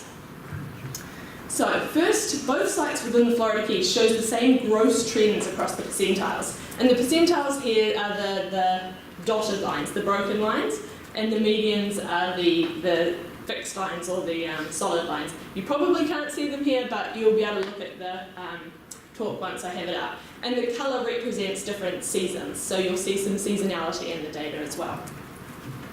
So as you can see here, they're kind of dominated by the lower frequencies in the tens of hertz, but then also in the hundreds and thousands of hertz with that big peak in the higher frequencies due to snapping shrimp. So among all of the sanctuaries I've sampled, Florida Keys is one of the most stable through the seasons, and it's likely due to its latitudinal position. But you can get great fluctuations in seasonal levels, like volume in soundscapes, just due to biological trends in the data. So what are the generators of these patterns or these peaks and troughs in this data? Why is it not just flat? Why is it not equal across all frequencies? Well, this is a graph from one day at Eastern Sambo in the spring. Pay most attention to the blue solid line and the pink line. They are the average of what you're seeing, and the other lines are just percentiles. So starting at the low frequencies and extending up to about thousands of hertz, the little thousands bar there, are small vessels and wind and wave noise. These are dominating these frequencies, and especially in the high percentiles. Then in the about 90 to 200 hertz band, you have the low frequency fish vocalizations. For example, we detected many species of grouper, including both black and Nassau grouper, but not their spawning vocalizations as yet, just agonistic behaviour. Higher in the frequencies are the more impulsive fish vocalizations, for example, grunt, pomacentrids, and just parrotfish grazing on the reef. You get noise from just feeding as well. Then we get up into the very high frequencies, the 2,000 to 20,000 hertz, and it's completely dominated by snapping shrimp and the odd marine mammal, but that's definitely far and few between. The snapping shrimp are the most ubiquitous sound-producing organism on these reefs. But how did these activities cause patterns, and do they change over the course of a day, a lunar phase, or a season? So another pretty heavy graph, I'm sorry about that. You have again pressure on the vertical axis, intensity or volume on the vertical axes, and time, so it's relative time on the horizontal axes. And what you're seeing here probably looks a little random, but you can look at these changes by plotting the sound pressure level, is what you're seeing, and certain bands of frequencies that you know correspond to certain fish voices or whale voices or boat voices. And you can see what patterns start occurring when you plot this over time. So what you're seeing here is a very typical dusk biological chorus where fish vocalizations and snapping shrimp are really starting to get rowdy on the reef. And you can see that during certain seasons and certain moon phases, these can raise like background levels by up to 25 dB. And that's actually very substantial. And in other seasons, like spring, so fall is somewhere where there's not as much biological activity, but spring is a very hot spot for these activities. And so you see these patterns emerge a lot more readily. Sorry. It's fine. I had that on. One more pretty full-on graph. There's also changes in something as ubiquitous as the snaps of snapping shrimp. These are ever present down in the Keys, and what's interesting is they're not present in some of the other sanctuaries such as Stellwagen Bank. And why is it important to monitor snapping shrimp and look at their change? Well, snapping shrimp is thought to be one of the major cues that larval reef fish and reef animals returning from their development in the plankton to come back on shore. Scientists think they use these high frequency signatures from the reef, like snapping shrimp, to actually orientate the reef because they can hear direction with sound underwater. Unlike us, when a boat goes over top of us, we never know where it's coming from, right? Fish can actually discern that 360-degree ambiguity, so they know where the sound is coming from, and they can follow a gradient. So these patterns in biological acoustic activity can alter the soundscape substantially, as you've seen in some of those peaks in those last graphs. And it often leads to very distinctive trends in the data. So these are, again, pretty simple sound pressure plots. These show the diurnal trends at two sites, both within Florida Keys and Greys Reef, over it's like an average of the entire sampling period through the seasons. And the coloured lines represent different sampling seasons. It's not so important what they are.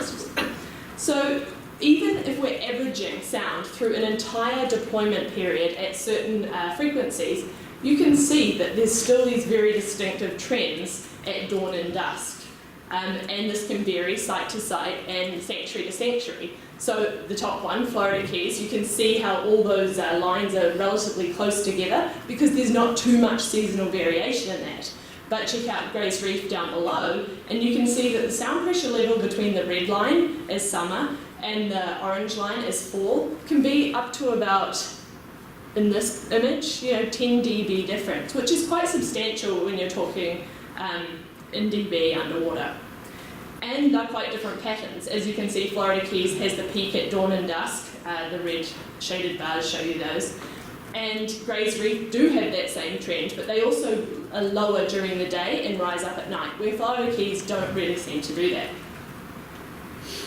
So now, other than biological sources, there are also anthropogenic sounds. Take vessels. We know that small vessel activity plays a pretty significant role in the Florida Keys, rather than the large commercial container ships such as in Stellwagen Bank. In Stellwagen Bank, we can use AIS data to track large vessels in the sanctuary, in and around the sanctuary, And we can correlate that to the intensity or the volume of the low frequency sound pressure. So we can actually, instead of using AAS, we're able to look at just the sound pressure levels, and we can roughly get a correlate of how many large container ships have gone past. Unfortunately, small recreational vessels and even commercial fishing vessels less than 65 feet are not required by law to have AIS installed. So that makes it trickier to understand the movements and kind of total contribution of vessels to soundscape in areas like Florida Keys National Marine Sanctuary. So in places like this, we either hand browse some subsampled data, or we use specialised computer automation where we can train the computer on a data set through hand browsing and get it to automatically recognise times where what you've called small, medium or large vessels have occurred. So during the summer, I had a Holling scholar who at Western Dry Rocks hand browsed 12 complete days, that's 3 days around each moon phase, for any vessel presence in the audio. So there was a total of 36 hours, or 12% of the audio files had vessels on them, where vessels were present in all recordings. The average was about 3.5 per day in that, and compared to Stelligan Bank, which was 22.9% of 24 hours, it's actually surprisingly low, and I expected that Florida Keys would have a little bit more on these two sites. So these graphs show the ambient sound levels and frequency distribution of the sound levels in red, and in the blue is where, when you subtract all those times where the vessels were present, if you subtract that from that data, you see that the red shaded area is much reduced in the blue shaded area, and that's just the influence of small vessels, and that is quite substantial. On the right hand side you see that difference. That just shows you it's approximately 13 dB in some of those frequencies.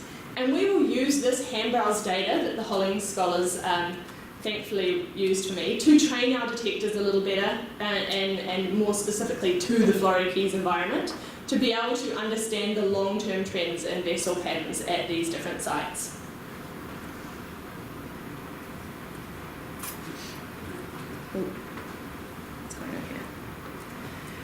So this image here is a spectrogram, and it's sometimes used because it's a little bit easier to discern differences in the soundscape. These are examples of one day from each, both Florida Keys National Marine Sanctuary and Stelligan Bank. These top graphs, the intensity of sound is the colour, or the volume is the colour, from reds and yellows being very loud to the blues and greens being a little bit less. As you can see straight away, there's much louder events in the passage of individual vessels at Stelligan Bank. These increase the ambient sound quite substantially, but also a biological source does this as well, the fin whale, and they produce very loud pulsing signals at 20 Hz, which is very low for any organism. Now let's look at the generally bluer Florida Keys site. High bands of sound in the mid-frequencies associated with specific fish. And see, they're quite loud at dusk and dawn and quieter during the day, because this is when they're most vocally active. And then look further into the higher frequencies are the bands due to the snapping shrimp. There's also a couple of louder days in the middle of the day due to a fish trying to eat the hydrophone, and a couple of vessel transits. So as I've highlighted, this type of work can show you some key characteristics of the soundscape and how it changes in space, time, and who the contributors to the soundscape are. These are just a few examples of what this pilot work allowed us to do, and there's a lot more management-focused questions. We just need to know those questions before we can answer them, try to answer them with acoustics. There are many ways to drive the research to better understand what acoustic conditions mean to the survival or fitness of a species, and what we can do to improve that for survivorship. But those discussions necessitate both site-wide and program-wide policy assessments, which will be supported by the ability to compare in a standardised way across all national marine sanctuaries. So now what I'm looking forward to is the monitoring effort that will be continuing from kind of a platform from this pilot study, and I would like to introduce to you this today. This next program results from a settlement that the US Navy and NOAA reached with a group of environmental plaintiffs in 2016. In this settlement, the parties agreed to pursue 4 topics that generally supported the implementation of NOAA's ocean noise strategy. This first topic in black is what I'm going to talk about briefly now, and it receives the majority of the funding in this settlement. And it's to develop capacity to protect acoustic habitats, including national marine sanctuaries and other managed waters. So, what are the terms of reference under this settlement? We need to deploy a set of calibrated passive acoustic recorders in national marine sanctuaries and other protected species high priority sites. We want to provide holistic sampling of these soundscapes to reflect the specific needs in space, time and frequency of each site and the biological sound sources as well as the anthropogenic sound sources at each site. We want to further develop metrics that allow characterization and comparison among soundscapes within sanctuaries that lead to better management decisions. We also want integration of acoustic metrics with other data types used to characterize underwater habitats, such as visual surveys, acoustic telemetry, and photogrammetry. We also want to archive this data within federal and publicly accessible information centres, such as the NOAA National Centre for Environmental Information. NOAA will then integrate this information within federal management and constituent fora. So, where are we distributing this effort? Well, we're now across 7 national marine sanctuaries and 1 national marine monument, organised into 3 regional programs to support the field and analytical coordination among the sites. For the East Coast, we're continuing with Stellargan Bank, Grays Reef and Florida Keys. Unfortunately, Flower Garden Banks is left out of this program, but we are looking for ways to bring some money in to keep including them in this monitoring effort, because they are a very special site. Along the West Coast, we're using the Channel Islands National Marine Sanctuary, Monterey Bay and Olympic Coast, and in the Pacific, the Hawaiian Island Humpback Whale Sanctuary, and the Papahanaumokuakea National Marine Monument. So, in the East Coast region is what we're most interested about here. We have 8 recording locations total, and 4 of those will be in the Florida Keys. We'll be targeting highly fished zones, high tourism zones, protected areas, as well as areas of specific ecological interest that's being notified by managers. At Florida Keys, these sites will be Western Dry Rock Spa, a little deeper to our previous site because we've realised that that may be of more ecological importance. 9-foot stake or eyeglass bar, you guys will probably be a little more used to these names than I am. Eastern Sambo again, and Sombrero Reef, higher up the Keys. Again, we'll be using these standardised instrumentation and analyses, which leads to better cross-comparison among and within our sanctuaries. We will be using sound traps, which are bottom-mounted acoustic recorders in the shallow waters, and some deeper noise monitoring equipment in the deeper sites. We'll use mobile gear, such as gliders, that will also have passive acoustic monitoring devices, as well as acoustic telemetry devices on them. So they can move around some of these static locations and tell us a little bit more about the movement among and between these sites. We will also be using some pretty large telemetry networks, which in the Keys, this is heavily partnered with Florida Fish and Wildlife. We will also leverage in-hand assets that the sanctuaries have and other data types such as visual survey, photogrammetry and weather data. So we kicked off this program in May of 2018 in Woods Hole, Massachusetts with an international workshop of soundscape ecologist experts so we could discuss the available methods and the restraints and where current knowledge is in this region to better address the needs of NOAA and the Navy and managing sanctuaries countrywide. We have a lot of partners that are involved in this program. I've probably missed a few here, but I thought these are the major players that we're working with down in the Keys mostly, so I would make sure I would highlight them. Yeah, any questions? Thank you.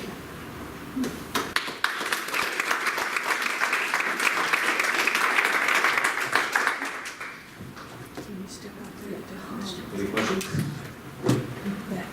Do you pick up depth finder? Yes, we do. We pick up depth finder. A lot.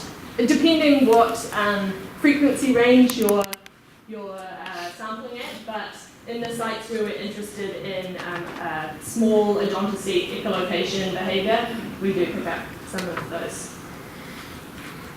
How far does that travel? That completely depends on the ambient acoustics at the site, how shallow you are, how loud everything is around you. But usually high frequencies like that do not propagate very far due to the wavelength of the frequency. Susie? I'm interested in this because of my marine mammal days.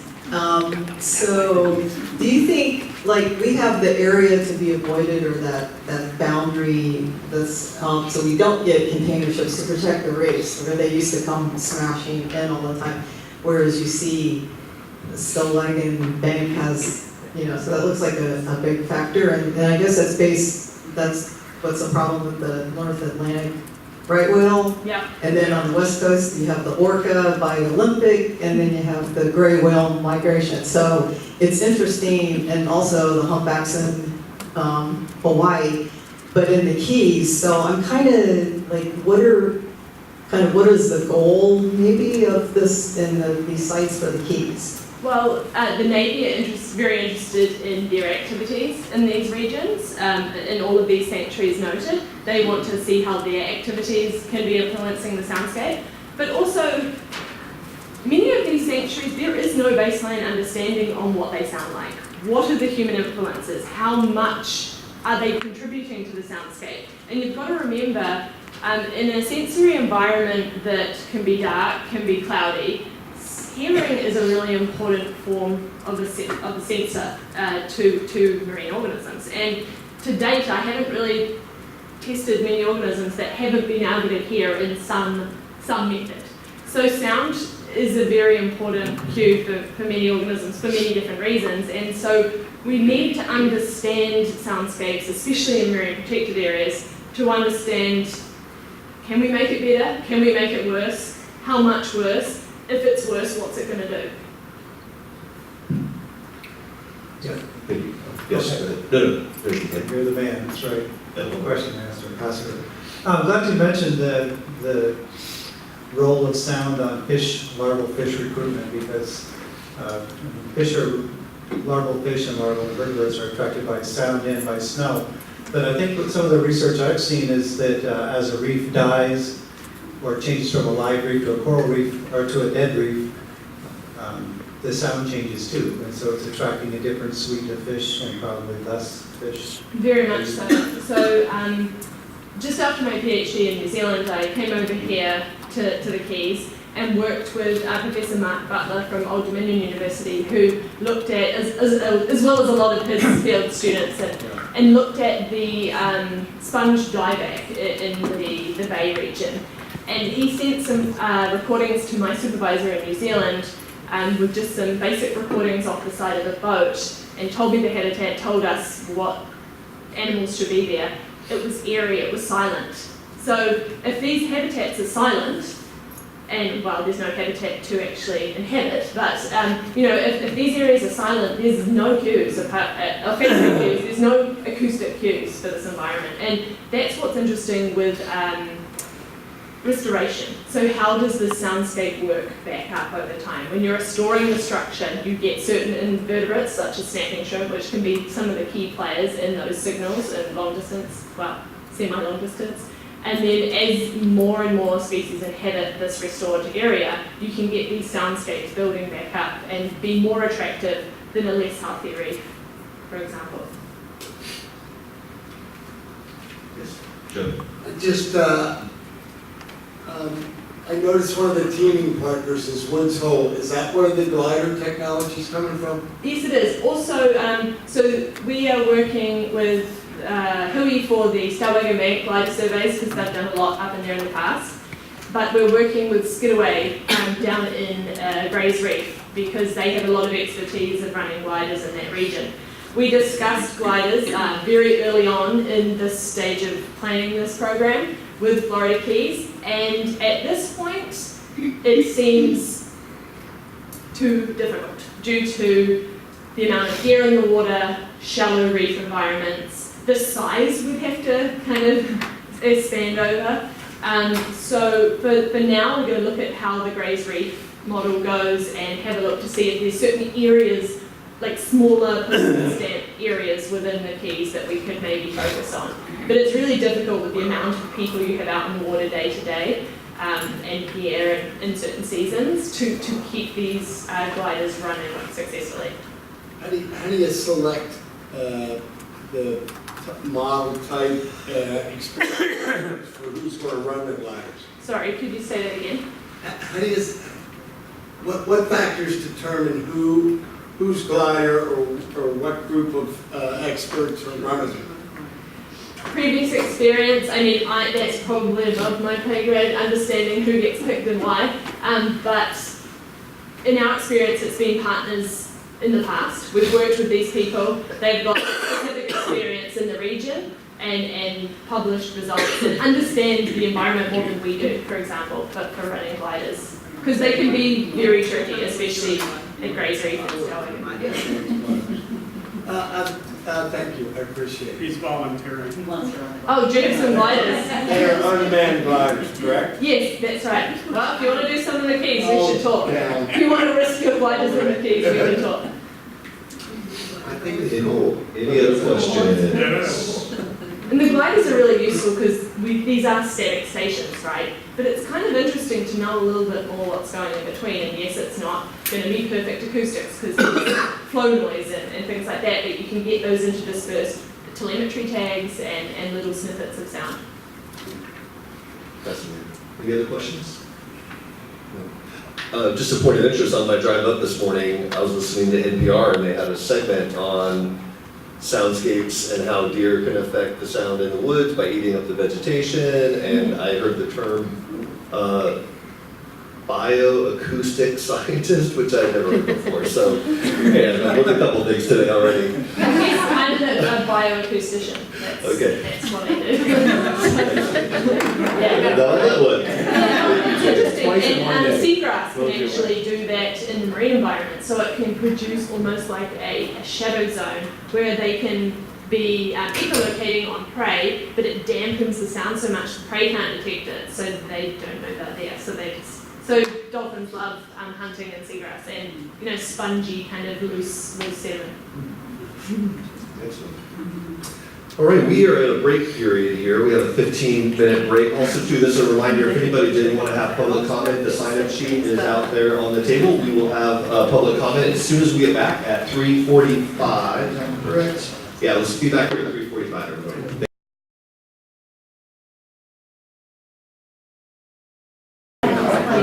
We all take our seats. On the last leg of our meeting here, it's time for our public comment. So public comment is an important aspect of the advisory council meetings and our process. This is one mechanism for hearing from the public and various constituents about the issues of interest. Public comment is not a time for dialogue and discourse with the members. While we do welcome that, this allotted public comment time is for us to hear from you. Today we only have one public comment, and that's from Charlize King. Are we done? So council members can't? We have got a never section of note. Ah, okay, sorry, thank you. So Charlize, if you could please come to the front of the room and give you a I'll know microphone. that for next time. We'll have to,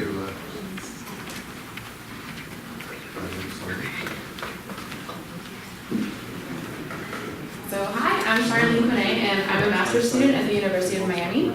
And and I'm part of a team that's working on developing an integrated ecosystem assessment for the Florida Keys. So we're working actually with a team from the Sanctuary, including Beth and Andy Bruckner, and we're collecting data on biological, physical, and socioeconomic indicators throughout the entirety of the sanctuary. And my role in this project is to work on the social side. So for my work in this project and also my master's thesis, I developed an anonymous survey that I am kind of putting out there for anyone in the Keys to take and answer.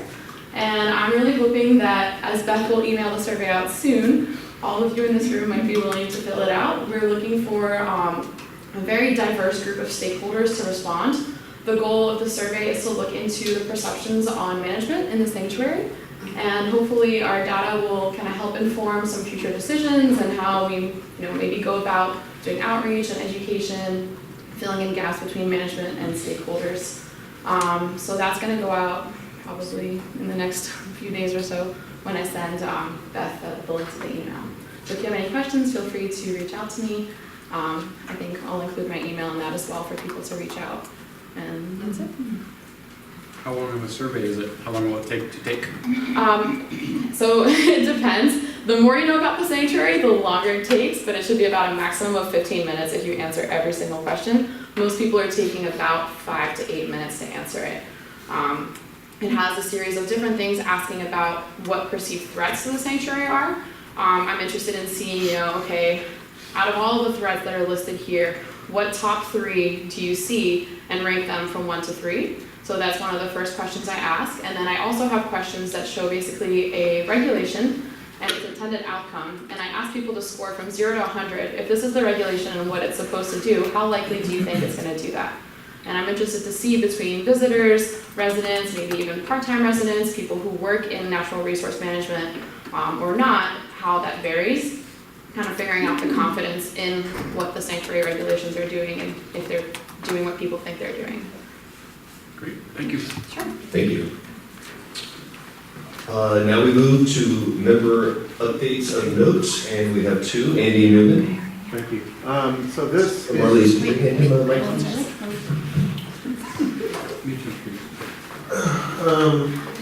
John's on here. I need John on.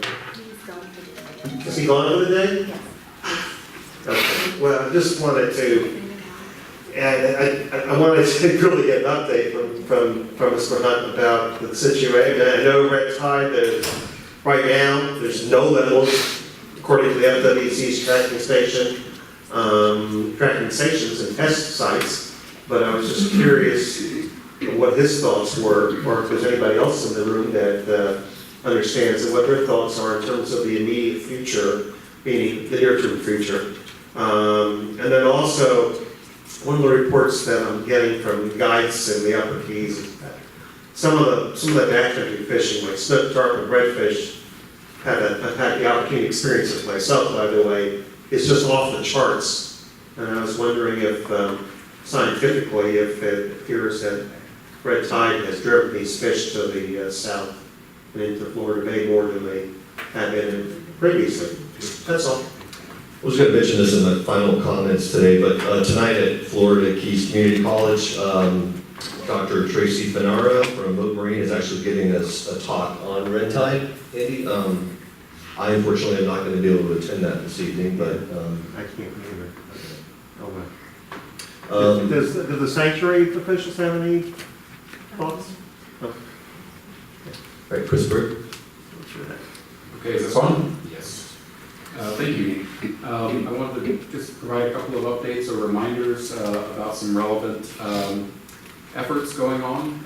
If you recall past presentations that either I or members of my organization have made, there is in existence here in the Florida Keys the Florida Reef Resilience Program. Actually covers both the Keys, the national parks of the region, as well as the mainland reefs of Southeast Florida. And one of the signature efforts of that program, which sort of coordinates efforts among all the reef managers, several NGOs, universities, and others, is public outreach and education. And we have released and are promoting a program called Respect Our Reef, And Respect Our Reef is a simple 7-point pledge that people can take. It's really targeted at fishers and divers, anglers and divers, all throughout this region who can click a little button to pledge to do 7 simple things. Use the reef safe sunscreen, don't drop your anchor on the reef, don't allow marine debris into the water, report observations of bleaching, diseases, and other marine events, etc. Simple things. We released this back in right around Thanksgiving time. We're getting pledges, and when I say pledges, I just mean people agreeing to abide by these voluntary measures. I'm not talking about pledging money. I would love it if all those of you who agree with those things would pledge and also spread the word via your social media and other channels, because we're not getting the kind of response that we would like. Check that out. We have no social media people in. Well, we have shared your posts and we have our own campaign going. I know, excellent. No, that's one. Number 2 is another thing that you've heard myself or Susie or others that are members of the Sanctuary Advisory Council talk about over the past maybe 2 years or so, and that's the Marine Zoning Works for Me communications campaign. So we, the Nature Conservancy, Audubon, National Parks Conservation Association, Last Stand, Isaac Walton League, and Florida Keys Environmental Fund all think marine zoning is a really important part of our regulatory mix here. It's an important way to have a place for everything and everything in its legal place. We want people to participate in the upcoming sanctuary regulatory review process and engagement with this restoration blueprint. And again, there is, by going online and typing Marine Zoning Works for Me into your browser, you can get on the mailing list, you can look at the website, you can look at the presentation about marine zoning, and again, spread the word. We would love more people to be following the social media on that and signing up for contacts and communications. The NPCA Marine Fellow or intern, whatever her position is, that works with Caroline McLaughlin, who's my alternate on the SAC, has been ready to post things on the social media on a pretty much daily basis, things that are relevant to this topic of marine zoning and all of its many aspects. So check those things out. Gina, thank you for putting up the Respect Our Reef information here. Really, just type Respect Our Reef into your browser. It'll take you to everything that you need to know. Thank you, Chris. And lastly, George Garrett.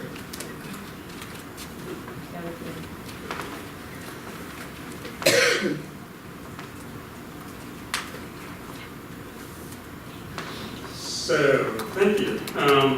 For those of you who had an alternate lunch today, I know some did, the Chamber had their monthly luncheon down the street.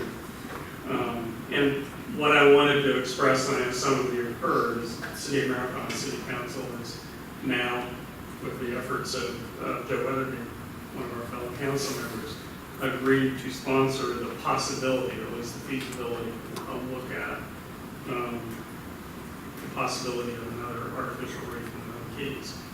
So after some lengthy presentation by Joe, and I think very well done, Joe is very passionate.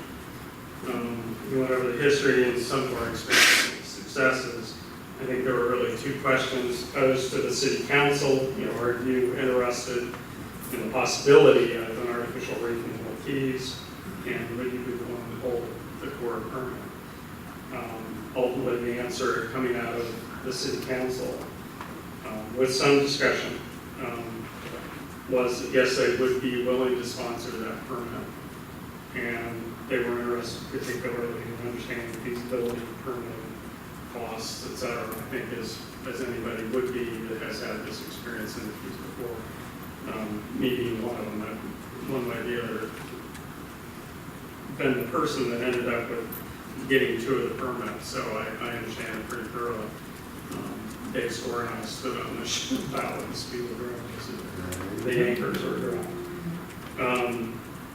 So anyway, the City Council is not prepared to engage in any form of financial commitment at this point. They simply want to look at the feasibility, and I think I've asked the Joe in particular to help the city council go through that effort. And with that, Folks, my position on this is ill disguised, to say the least, but in approaching, we've had discussions with a lot of the players saying, if we could, would you? And, the idea is to examine the feasibility of this. Can it be funded? Can it be permitted? Can it be funded? Can it be executed without any holdback on all of the components and all of the work necessary to do a world-class project that will impact our environment positively. We've had some success with that in the past. We've been met with favorable, if sometimes measured, response to that question. And I anticipate asking for some time in one of the meetings coming up to present what we have as we're underway. What I said to the Maritime City Council was that we would provide them with probably quarterly updates on progress. And one of the answers is there's no money to do it, and we understand that.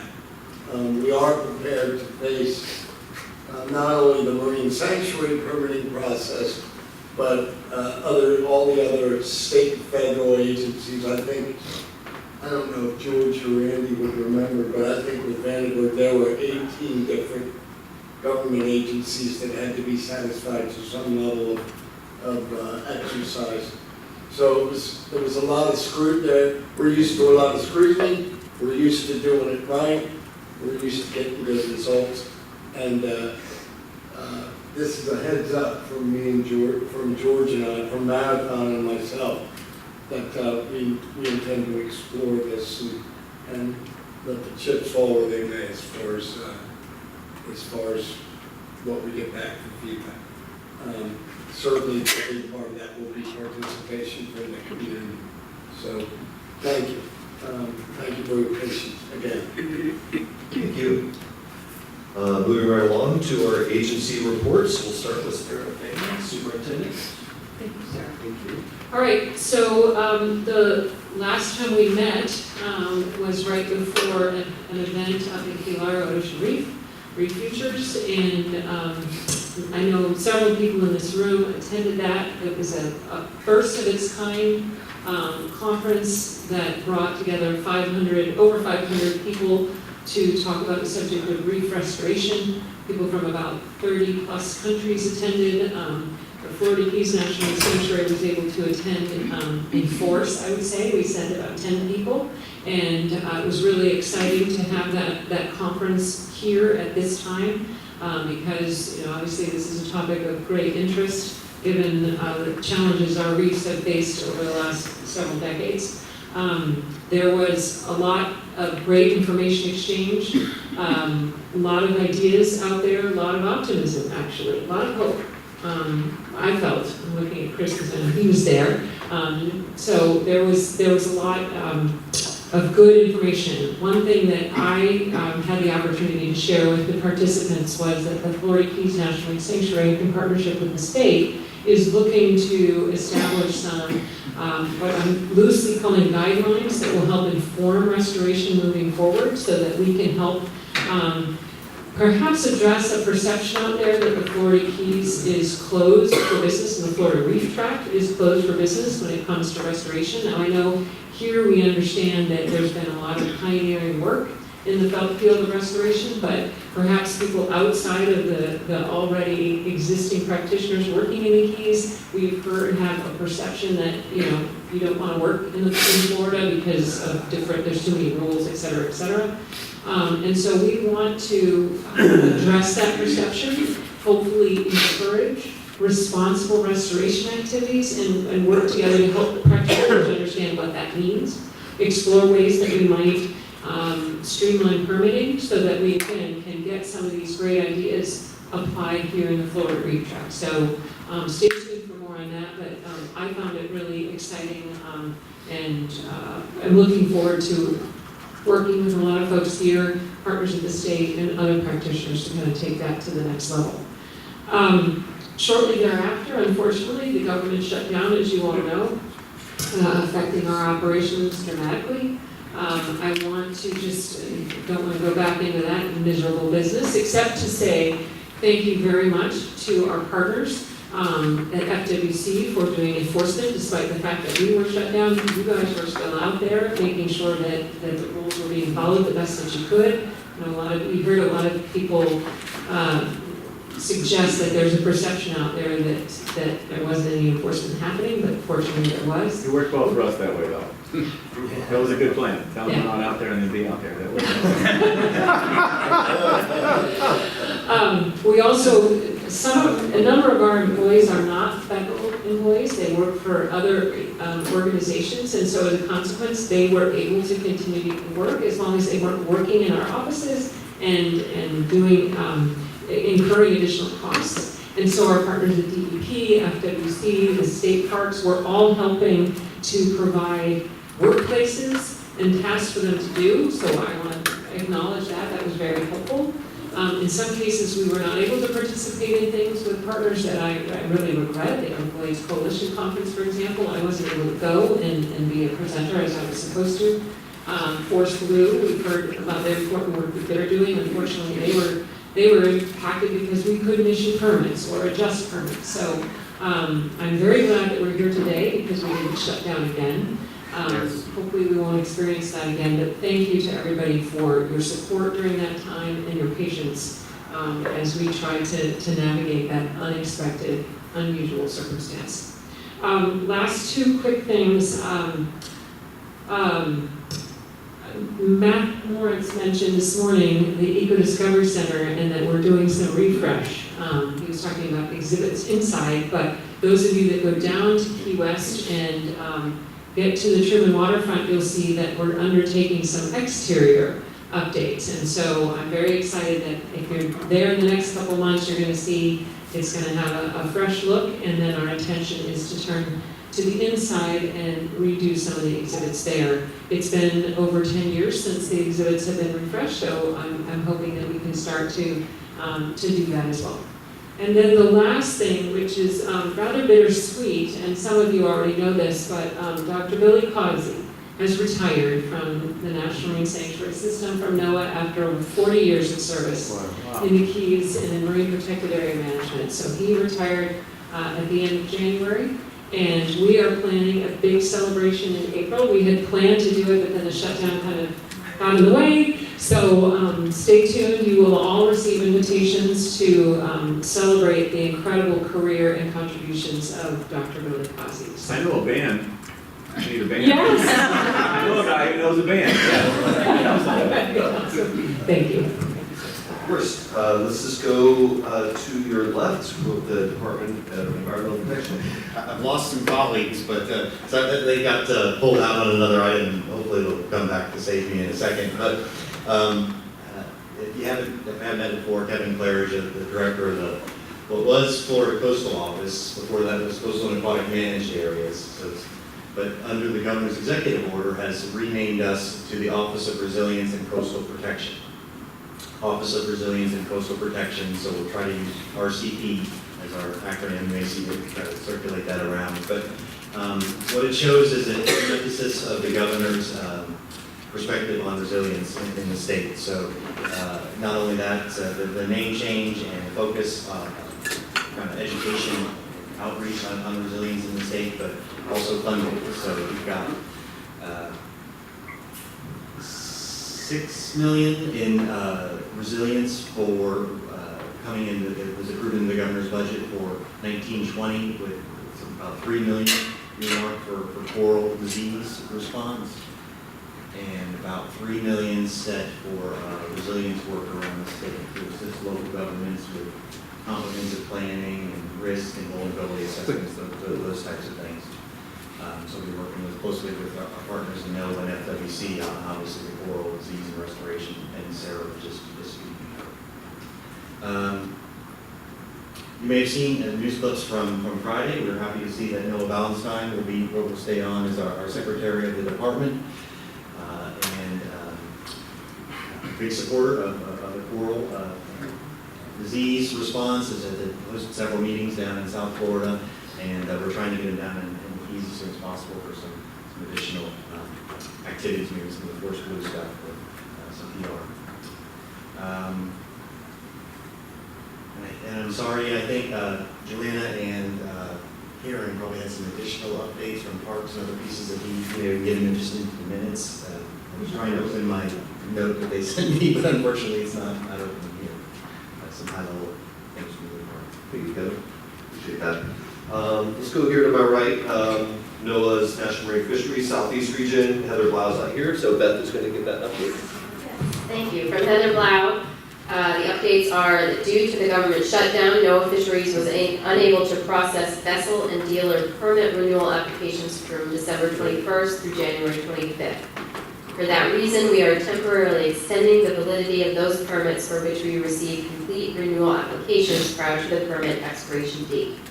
We anticipate making final determinations on all delayed permit renewal applications by March 31st. The February data workshop for the yellowtail snapper stock assessment has also been postponed because of the shutdown. The new schedule will be posted on the CDAR website when available. The Gulf Council will hold a public meeting at the Harvey Government Center in Key West at 6 p.m. on March 7th to inform charter and headboat operators about new electronic reporting requirements. Thank you. And let's jump over to FWC, Captain Dupree.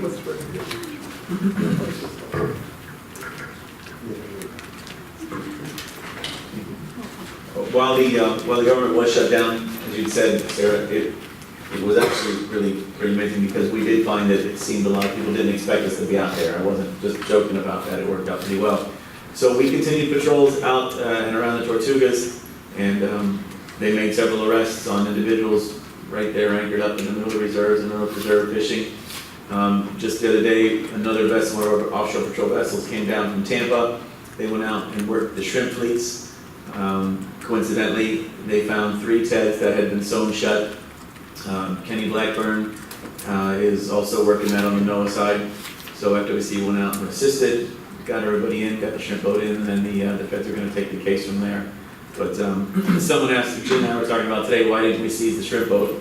If you've ever seized a shrimp boat, we're like dogs chasing cars. What are you going to do with it? You know, when you catch it. Everybody knows if we do seize those boats, we have to put everything up on the hill. We have to pay the daily rates. We have to store, and it's just not feasible in most cases. What they did do though was they seized the cash. They sold the cash that went into escrow, and after the trial, which there will be a trial or plea deal, those funds will either go back to the defendant if we lose, or if we win, they'll go to the FWC or to NOAA. Probably NOAA in this case because it is going to be a federal case. So I think they seized 4,000 pounds of shrimp. So also, we've been doing lots of other shrimp vessel checks. We're continually finding violations on the shrimp boats, undersized lobster. They're just keeping everything they're catching. Now we're also finding that the 2 fisheries are overlapping a great deal, and there's sort of a battle going on between the guys who are trying to be out there lobstering. They think they should be left alone, and the shrimpers think that they should be left alone, and the 2 don't mix well. The buoys are always getting tangled in the props of the shrimp boats and in the nets of the shrimp boats. But that battle is something that FWC and NOAA were really not getting involved in. That's 2 different fisheries that need to learn to cooperate, and they're not. So the violations we do find, we're dealing with. But we are out there on a regular basis. With a break in the weather, as it warms up a little bit, we'll be sending more patrols out to Tortugas. We still have hours to achieve on our contract with NOAA. We'll be sending some smaller boats out on day patrols, but we'll also have 3 additional vessels go out, with each of them with 3 different officers on a regular basis over the weekends, just trying to do as much of the patrol as we can out in the Tortugas, because as the weather does get better, the people will be out there fishing illegally. So, aside from that, FWC has been very busy. Marine life cases up and down the Keys on the bridges. A lot of the stuff has been land-based. People come in with still large amounts of unassigned lobsters and other federal fisheries, involved fisheries, but we're doing a great job of what we've got to work on. I would ask that if an appeal on behalf of everybody. We did a study the other day. Since 2014, we have lost 33 officers from the Florida Keys.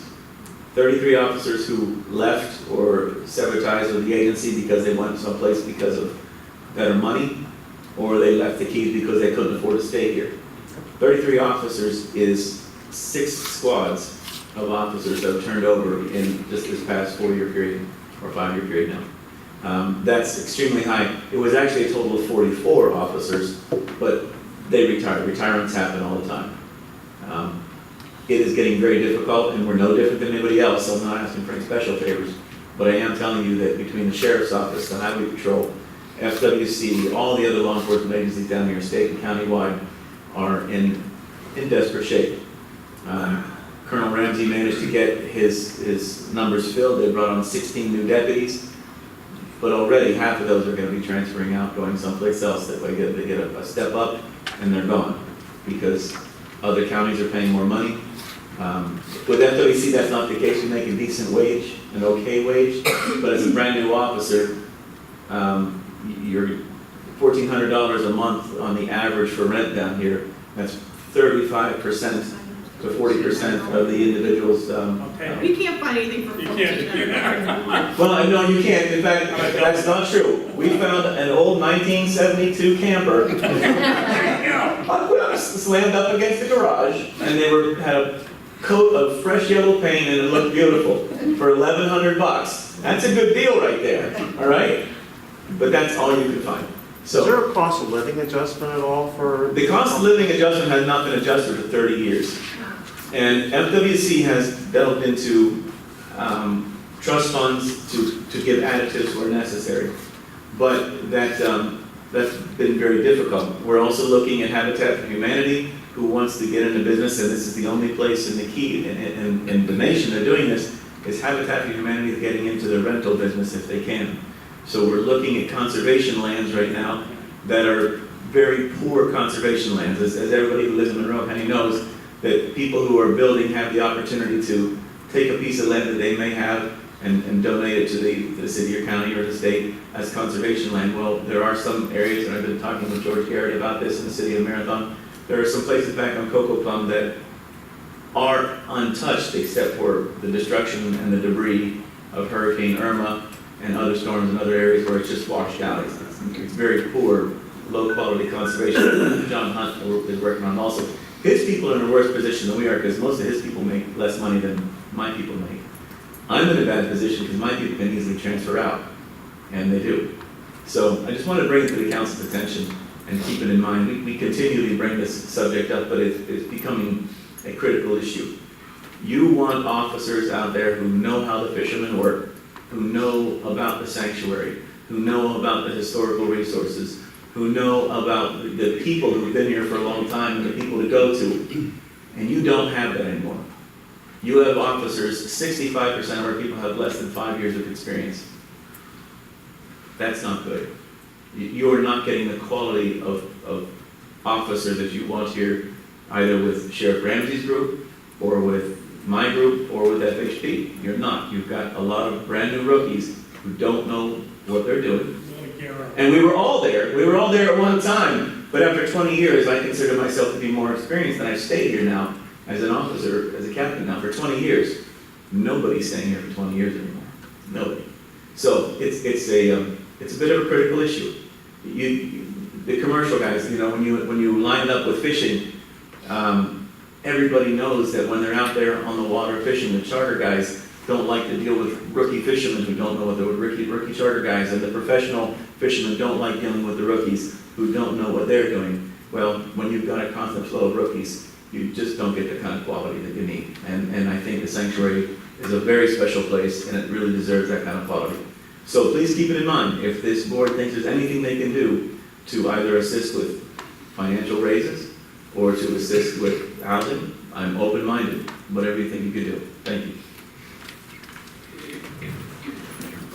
So, we have a forum, so I don't think we're going to be scratching out any resolutions here on the spot, but I think we could spend some time, I could spend some time maybe with Brenda and others that are interested, putting together a resolution, drawing attention to that challenge, and recommending, that people work on solutions. There's one thing, though, that you said that makes me very uncomfortable. Low-quality conservation lands were made conservation lands for a very good reason. They can be made high-quality again. George, you know that too. And you'll get I'm not throwing George under the bus. I'll take full responsibility for saying low conservation. You'll get a hell of a fight from all kinds of people if you try to take something that was established as a conservation land and repurposing it for housing. There've got to be other properties. I'll find them, but Well, as I said, I'm always open to ideas, but I'm looking at what we're able to see clearly right now. And I'm not throwing anything off the table, I'm throwing everything on the table because we need to fix a problem. And with you on the problem, utilizing, even taking the low quality conservation land, the only reason that's a good idea is because we need to keep conservation scientists and conservation officers. We need to keep all of us down here doing the job. So. Dave, I have a thought actually on, yes, sir. On that subject, because, now with the go. Stewardship Act, I mean, there are monies being thrown at land acquisition, and a good portion of what the land authority's doing, although I think most of that money is staying with DEP, state lands. Maybe we can do a set aside out of the Stewardship Act to start buying land for our employees, or at least prioritizing. So I know the land authority is now buying more land for affordable housing than it is for conservation. So I thought, there could be creative ways to find some non-conservation lands that are adjacent to conservation lands and put your employees' housing on that non-conservation land as security for the conservation land. I mean, there are all kinds of ways. And actually, I think everybody heard my concern. Can I just shift gears and go back to Billy's retirement? Is this body going to meet again before Billy's retirement thing? Because I think a nice resolution from us commending and thanking Billy would be very much in order as well. Let me look, because a date has tentatively been picked in April, but I didn't want to announce it because, yes, no. No, it's, the tentative date is the 13th. Don't put that in pen yet, but the tentative date is the 13th, which is the Friday before the next meeting. Oh, God. Can we discuss the possibility then of having a subcommittee or something, put together a nice resolution and circulating it by email or something like that? That's a lovely idea. Okay, finally, we have the United States Coast Guard. We have Brian O'Neill with us today. Thank you, Brian. Yeah, I'm Neil, to be quick, I'm Brian O'Neill, I'm the Federal Sea Coordinator Representative at Circuit Key West, one of them here for Lieutenant Long. And since the last meeting, we've had 18 National Response Center pollution reports we investigated. That BBC really helped us out during the shutdown too with our not being able to use auxiliary and such to help get timely response during that time. And they're currently monitoring owner-led recovery of recreational vessel East Island Marauder that sunk this weekend. That's our main focus right now. Nothing else. Offshore? Inshore? 7 miles offshore. Yeah. Small vessel. It's just owners take care of it right now. Not actively discharging or anything. But okay. the fence blown. So. All right. Well, everybody, thank you so much. I was going to mention our next meeting is April 16th. I was going to mention the talk tonight at the FKCC at 7 o'clock regarding red tide. And Nicole wanted to make sure that I reminded everybody, she sent out an email for us to record our volunteer hours that we contribute for the SAC. You do not need to include the time that you're at these meetings. They use the sign-up sheet to account for your presence here. But it's important that we get that so that we can account for all of the time cumulatively that we put in. So be looking out for that email the next couple of days. Apparently, Nicole sent one out a couple of months ago and it was a very poor response rate. So it's very important that we're able to track these hours. So With that, have a wonderful night, and thank you very much.